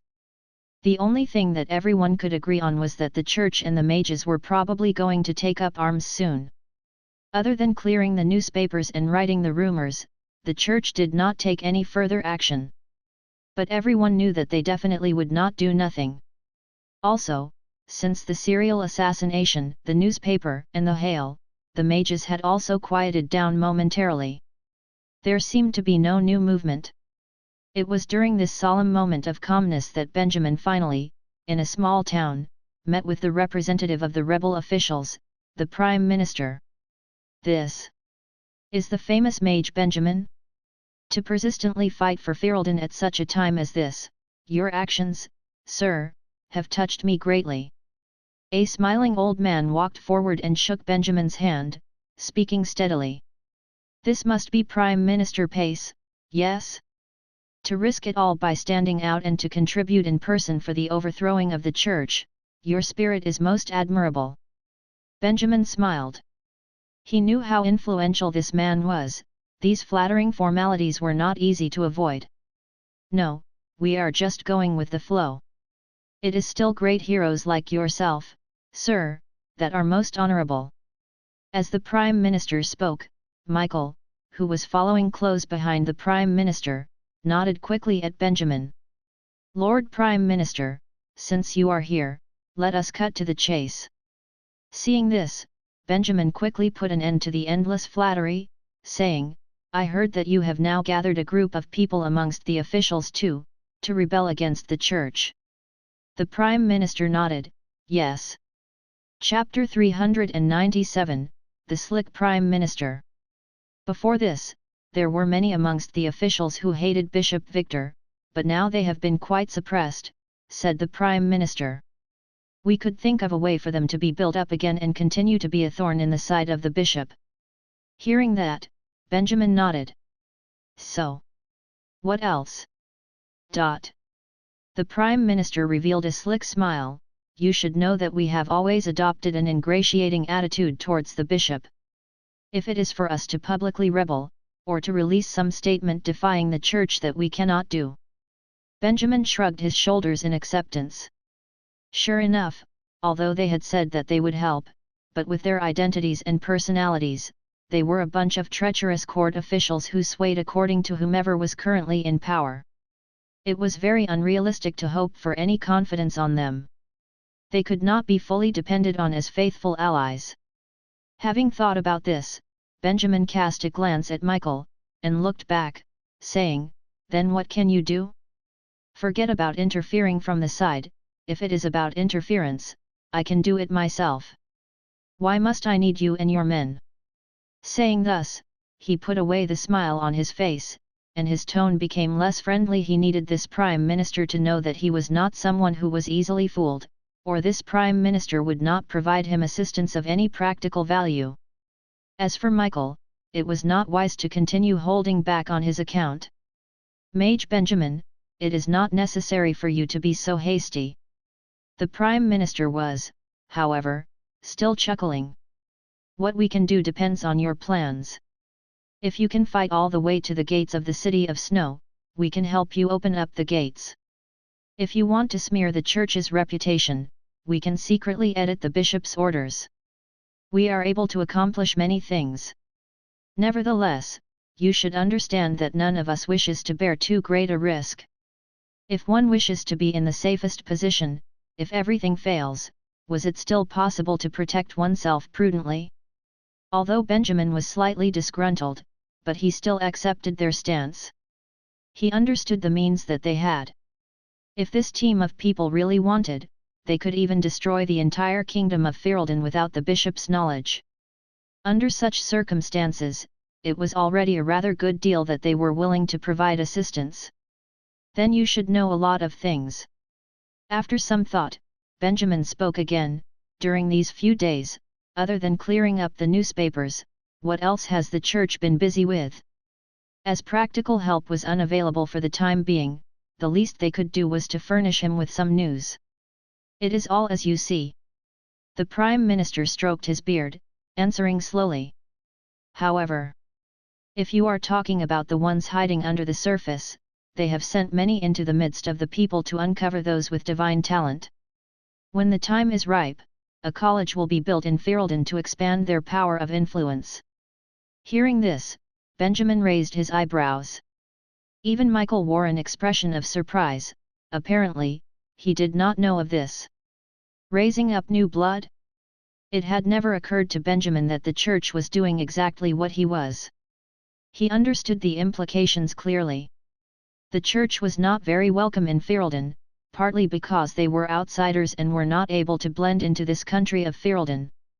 Come to think about it, one of them looked like the foreigner's priest, preaching to the locals in a foreign accent. The local would definitely resist his sermons subconsciously.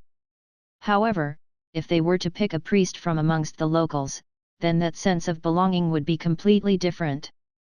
Once a local priest appears, the church would be deemed to have roots in Ferelden. "Can you stop this?" Thus, Benjamin hastily asked. "Unless the bishop is driven out from the palace. Otherwise it would be very difficult to stop." The Prime Minister shook his head, saying, "We can only delay it, secretly try to trip them up and do our best to postpone the birth of the first Ferelden priest." "Then do your best in delaying it," Benjamin thought for a moment, and added, "In the future, if the church has any plans, try to postpone them as much as you can. Basically, just impede their administrative efficacy as much as you can." If every decree from the church was delayed by 3 days, Benjamin's chances of success would increase. The Prime Minister replied with a smile, "Do not worry.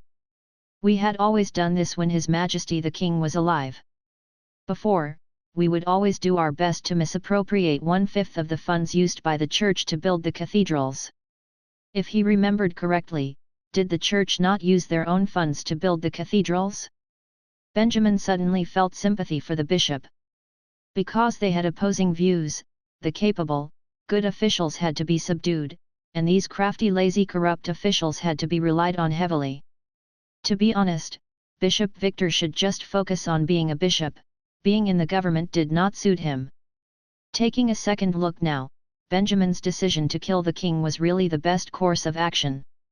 If the king were alive now, the church would control everything from the shadows. They would definitely not be running up against obstacles like they were now. Also, after the king's death, no matter how fantastic the church's solutions were, their plans had always been thoroughly ruined by Benjamin. He had virtually saved the whole of Ferelden. Benjamin could not help but think that self-conceitedly. "It looks like you are satisfied with our response, sir." Seeing thus, the Prime Minister smiled and nodded his head. He continued, "This seems to be a bet we are placing on you, sir. So, likewise, we have some questions we'd like to ask you too." Hearing that, Benjamin nodded. "Ask away." The Prime Minister stroked his beard, a smile on his face, saying, "Getting rid of the church is a Herculean task." "What do you intend to do, sir?" Benjamin answered, "We will gather our forces and attack the city of Snow, eliminate the church and take over the palace. Then, instate a new king." Hearing this, regardless of how crafty and slick the Prime Minister was, he could not help but look surprised. "What brave words! Your spirit, sir, touches me deeply." With a sudden thought, he continued, "However, if that day really comes, surely you have no plans to take the throne for yourself." Was he testing him? Benjamin gave a laugh, saying, "Take the throne? And then? Be surrounded by a group of fellows like you. What good was being king?" He did not want to be king. Furthermore, the mages who were following him now, were following him because he was rebelling against the church. If he really had the intention of being king, the entire rebel organization would collapse, leaving only the 20+ mages who had escaped the Kingdom of Helius with him. Hearing that, the Prime Minister smiled, saying, "That is true. If you are indeed successful, sir, please do not choose me as king. I still want to live for a few more years." "Of course." Benjamin replied jokingly. "Right, you said just now that we are to join forces." The Prime Minister nodded, echoing Benjamin's previous words. "Have you already gathered those forces now, sir?" Benjamin thought for a moment, and said, "It wouldn't hurt to tell you. Other than you, I have already reached a consensus with General Stuart. Not too long from now, he will stand up and be the first to publicly rebel against the church." Upon hearing that, the Prime Minister's expression changed slightly, the wrinkles on his face quivered. Chapter 398, The Change of Plan. An hour later, Benjamin and the two officials ended their meeting and, one after another, left the remote little village. On the flight back to the city of Rayleigh, Benjamin had a heavy heart. There were a lot of unexpected gains from this meeting. Only, there might be something that was a little too unexpected. General Stuart had already belonged to the church from earlier on. This piece of news had really taken Benjamin by surprise. Supposedly, not long from now, he was to carry out what had been agreed upon with the general, and hold the first public rebellion in the city of Rayleigh to attract the church's attention. After that, the general could then stand out and oppose the church. In the end, looking at everything now, this was all a trap set by the church. If Benjamin had really done so, the only person to suffer a crushing defeat would be him. Because of that, having gotten this information from the Prime Minister himself, Benjamin felt somewhat consoled, although his heart was heavy. This strengthened his belief whether what the Prime Minister had said was true or false, whether the general was on his side or not. In the end, he still had to safeguard everything himself and refrain from depending on anyone else. After discussing the problem about General Stuart, he had discussed the next step of collaboration with the Prime Minister. The entire plan revolved around Benjamin. The Prime Minister was to comply the best he could with whatever Benjamin needed. Benjamin would also refrain from revealing the details of the plans to the Prime Minister beforehand, in case he turned back to the church if things did not seem to go his way. Finally, they decided on the methods of communication for each of them, and subsequently ended the meeting. Very soon, flying speedily on a single route, Benjamin arrived at the city of Rayleigh. He entered the room at the hotel and lay down on the bed, looking up at the ceiling, falling into deep thoughts. Now, knowing of the general's betrayal, a huge change to their upcoming plans was necessary. What should be done? Taking a deep breath, Benjamin pushed aside all the miserable feelings of betrayal. The corners of his mouth curled up into a cold grin. He knew of the general's stand now, but the church would still be using this to keep track of him. In that case, he could totally beat them at their own game, and use this to counter the church. As for putting that into action, Benjamin closed his eyes, and slowly a plan formed in his mind. Thus, a few days passed, the entire country of Ferelden was quiet. The influence of the Free Mage continued to spread. More and more mages joined the rebel organization, and there were some merchants and mercenaries who secretly expressed their support for them. Basically, everything was still under wraps. No one had really stood up and pointed a finger at the church telling them to get out. Generally, many people were waiting for that moment to arrive. In the midst of such busy atmosphere, suddenly, out of nowhere a new piece of news was quietly passed on. Hey, did you hear?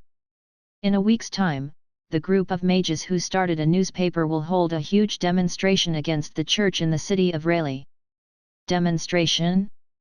What is that? I'm not too sure, but I heard that the leader of the group will appear before everyone and announce some secrets about the church, including information about the hail being punishment from the gods. That story has been spreading like wildfire. They are encouraging everyone who are unsatisfied with the church to join. Is it true?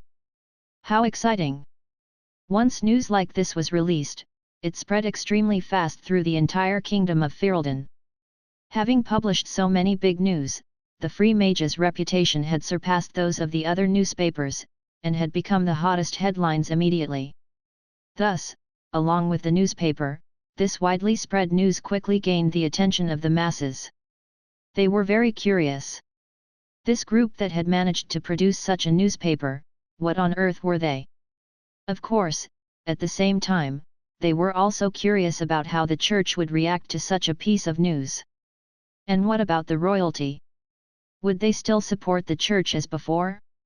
Many could foresee, with acute discernment, that the day both sides would officially clash had drawn near. Therefore, the enthusiasm of the people were unexpectedly great.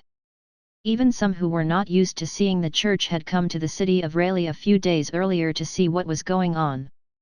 After all, they were only commoners. They believed that whatever might happen, neither the mages nor the church would do anything to them. Thus, slowly, the city of Rayleigh became crowded. The mourning period for the king was still going on, yet it was bustling with excitement as though a festival was going to be celebrated.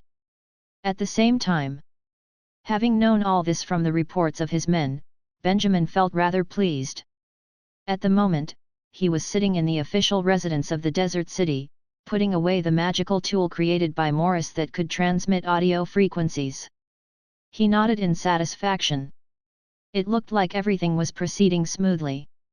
That's right, although this piece of news was being spread, but him and many of them had already left the city of Rayleigh earlier on, quietly hiding in the desert city. He could imagine, if he had not gotten wind of the general's true intentions and had stayed in the city of Rayleigh to host the demonstration, perhaps it would have ended up in the great army surrounding the city with bloody consequences.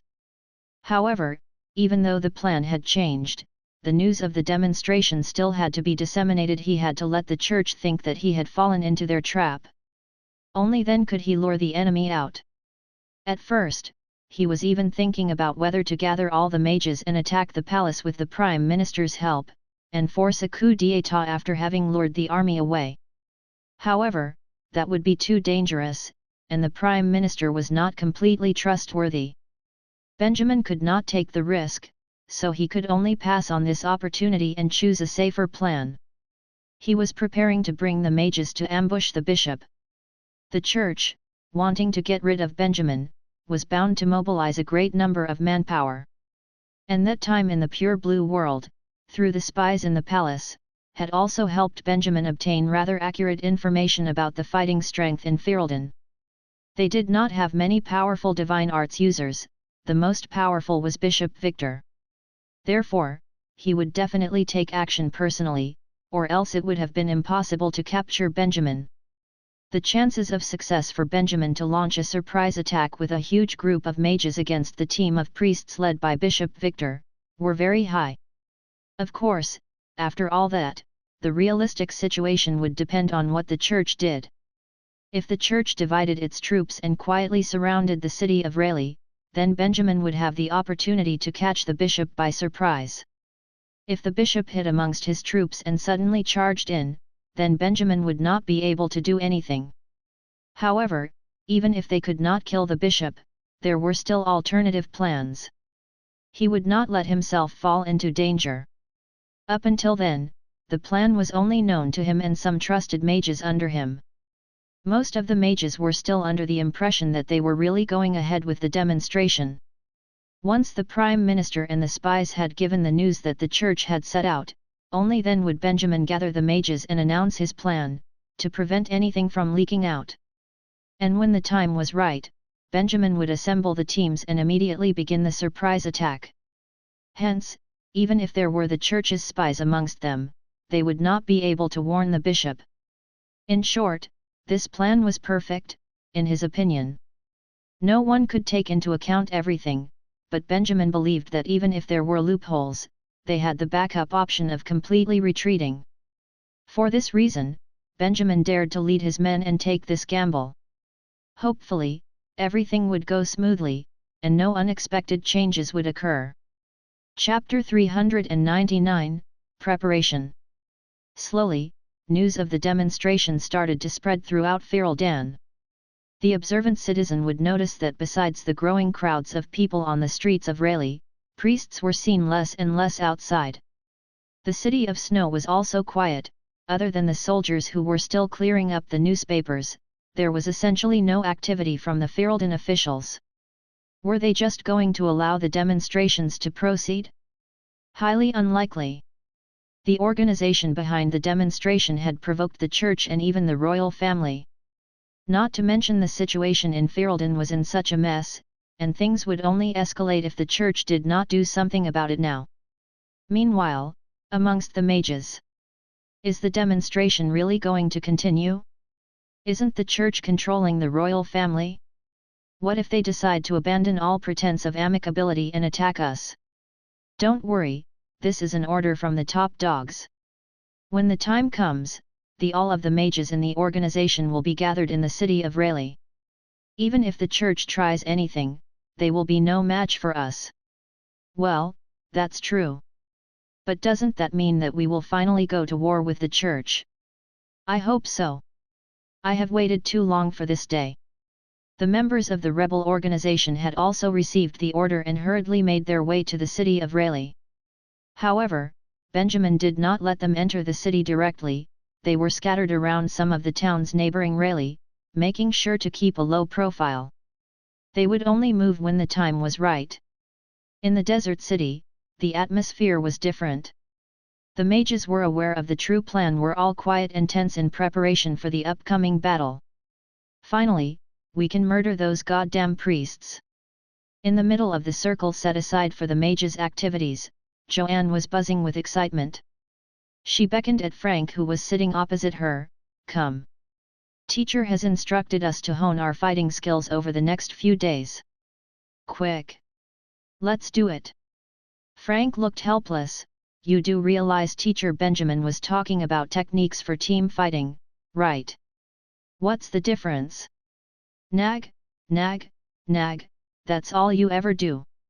Joanna impatiently said, if you don't even dare to fight solo, how can you talk about team fighting? Fast. Strike. What kind of nonsense are you spouting? The mages watching them could not help but laugh and shake their heads. Are you not nervous? Andy said suddenly, looking at the other mages. I am anxious, and I'm not even joining the ambush. How are you guys not feeling a thing? I'm still alright. Perhaps I have been through too many battles.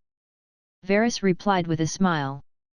Actually, I have been waiting for this day to come ever since I first escaped from the Kingdom of Helius. The mages whom the church have looked down on for so long finally have the chance to rebel. I feel quite thrilled.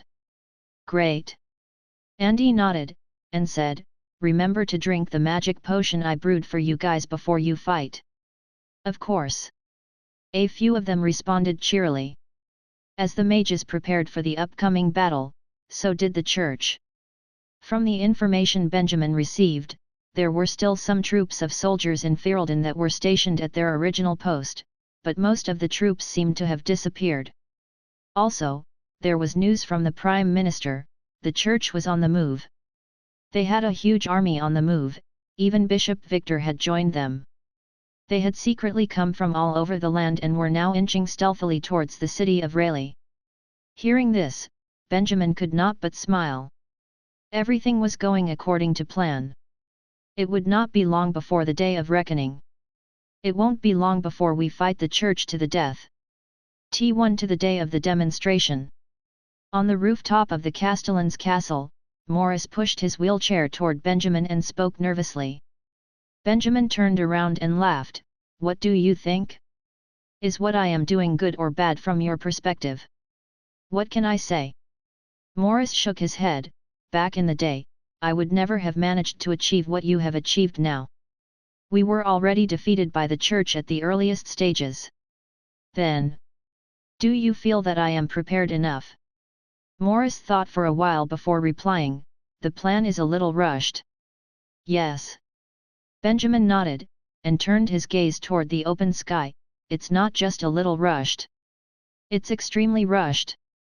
The school in the desert city has not yet produced a competent mage. There are still many mages that are ready to be recruited in Ferelden. You have not been able to supply the troops with basic magical tools. The members under me have yet to gather for a single training session. There are so many things that are still undone. How is it just a little rushed? Morris was perplexed by his response and could not help raising his eyebrow. Rubnve.c. But, you are still bent on striking. Benjamin sighed. Because things move so fast. The ball is already rolling, regardless of whether or not our preparations complete. Morris was slightly startled. Benjamin turned around and crossed his arms. Do you want to know the story behind the big water ball in Haven, right? I'm all ears. At the time, I had just become a mage. I had intended to work hard at strengthening myself before deciding on what to do next. Here, Benjamin shrugged and continued. Well, as you can see, I was not granted to luxury. I was caught completely off guard when the church barged into my room. They used me as a scapegoat for Grant, and I was sent to the stake at noon the next day. And yet, you survived. I was just lucky. Benjamin shook his head as if in denial. A lot of people had to suffer just so that I could survive. Hearing this, Morris shrugged emotionlessly. Sometimes, one must pay a price just so he can stay alive. Yes. But that is a price I can no longer afford to pay. Benjamin crossed his arms and said, because of this, I will no longer stay in my comfort zone and use words like, there is still time to reassure myself. Back then, I could have spared innocent people a lot of suffering if I had been more decisive. Morris nodded his head as understood what Benjamin was trying to say. You do not want to repeat the same mistake. Benjamin did not reply. Exactly. Suddenly, the corners of his mouth turned up into a smile. There cannot be any more procrastination. Opportunities come and go quickly. Once I have seized it, I must keep a hold on it. Seeing that, Morris understandingly sank into deep thought. He lowered his head, touched his legs and suddenly spoke, do you know what I hate the most about being in a wheelchair? What? Morris raised his head and replied with a grin, I cannot secretly slip away every time someone starts to spout nonsense. Hearing this, Benjamin started laughing heartily. After laughing for a few moments, he shook his head and said helplessly, "Get out of here." Morris bowed toward Benjamin whilst smiling before dismissing himself. However, just as he was about to leave, he suddenly stopped as though he had remembered something. He turned his head and shouted, "It is almost time, we should get going." Benjamin was stunned. After asking the system the time, he regained his composure and looked down at the desert city from his rooftop before turning back to Morris. Chapter 400, Ambush in Black Rock Valley. Half a day later, in a forest west of Rayleigh. The lush plant life and the dark of the night acted as perfect camouflage. Nobody could tell how many mages there were hidden in there unless they actually walked right in. The mages inside were tightly crowded together, leaving little to no breathing room. Although entire forest was jam-packed, it was still extremely silent. Only Benjamin's voice could be heard quietly giving out orders. "You might still be puzzled as to why I have called all of you here to this forest." He was standing on a huge rock, speaking slowly. "The truth is, the demonstration was a hoax, the purpose of which was to lure the bishop away. Moments ago, I got confirmation that a troop of priests and 1,000 soldiers led by the bishop will be drawing close to Rayleigh in just a few hours. We are here to ambush them." He had brought a group of mages from the desert city and members of the rebel organization to act as his standing army for today's battle.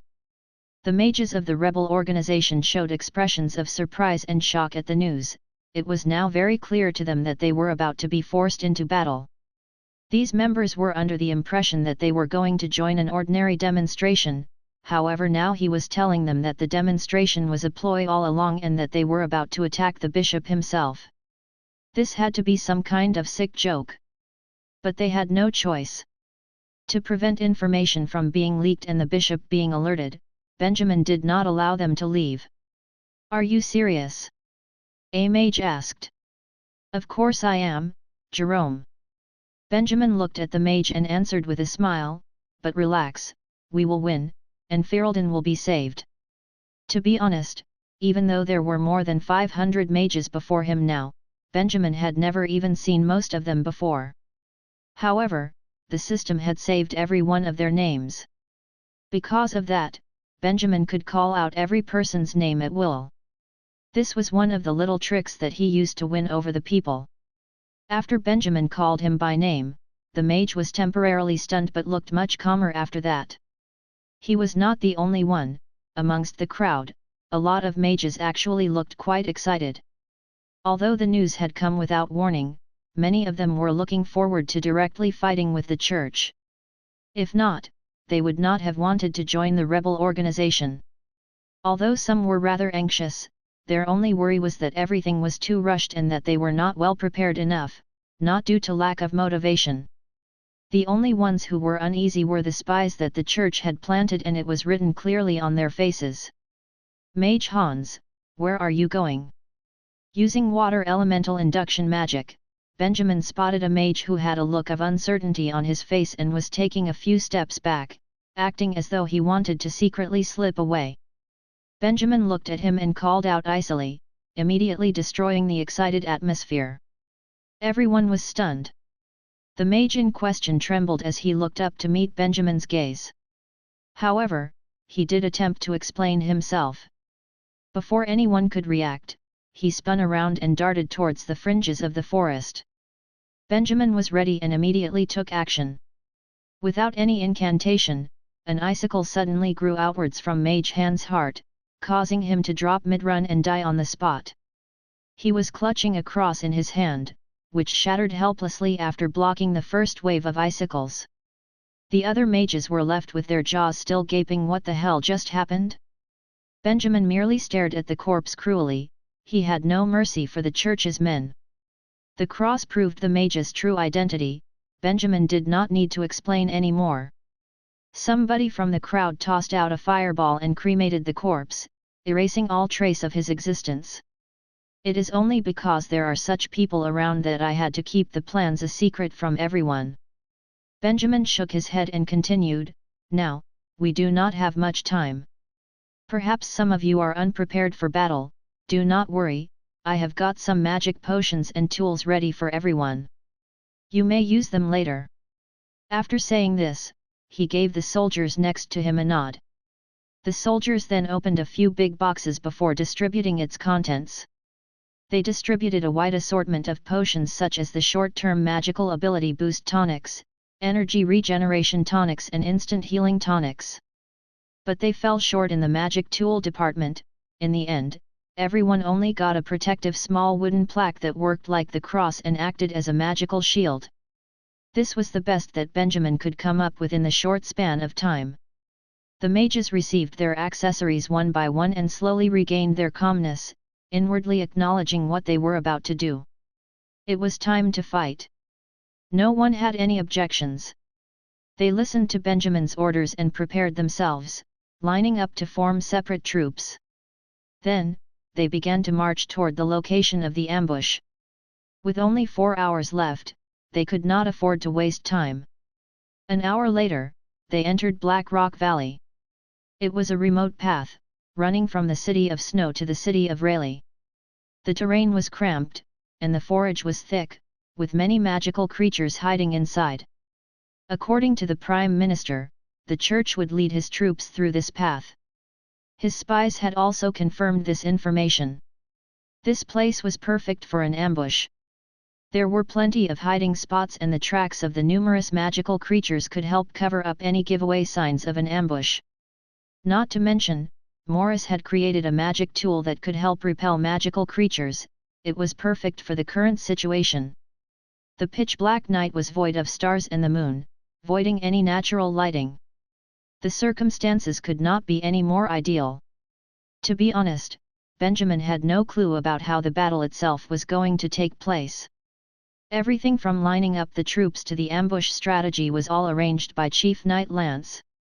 Hidden in the woods, Lance could not help but pat Benjamin's shoulder. I have never imagined that I would one day be leading an army of 1,000 mages into battle. They can't really be considered an army, though. Benjamin shook his head calmly. They don't even have a concrete battle plan. Benjamin would probably cast a nonverbal spell and strike first, and the mages would jump out and follow. The targets would be, in the order of importance, the bishop, the priests, and then the soldiers. Everything else was up in the air.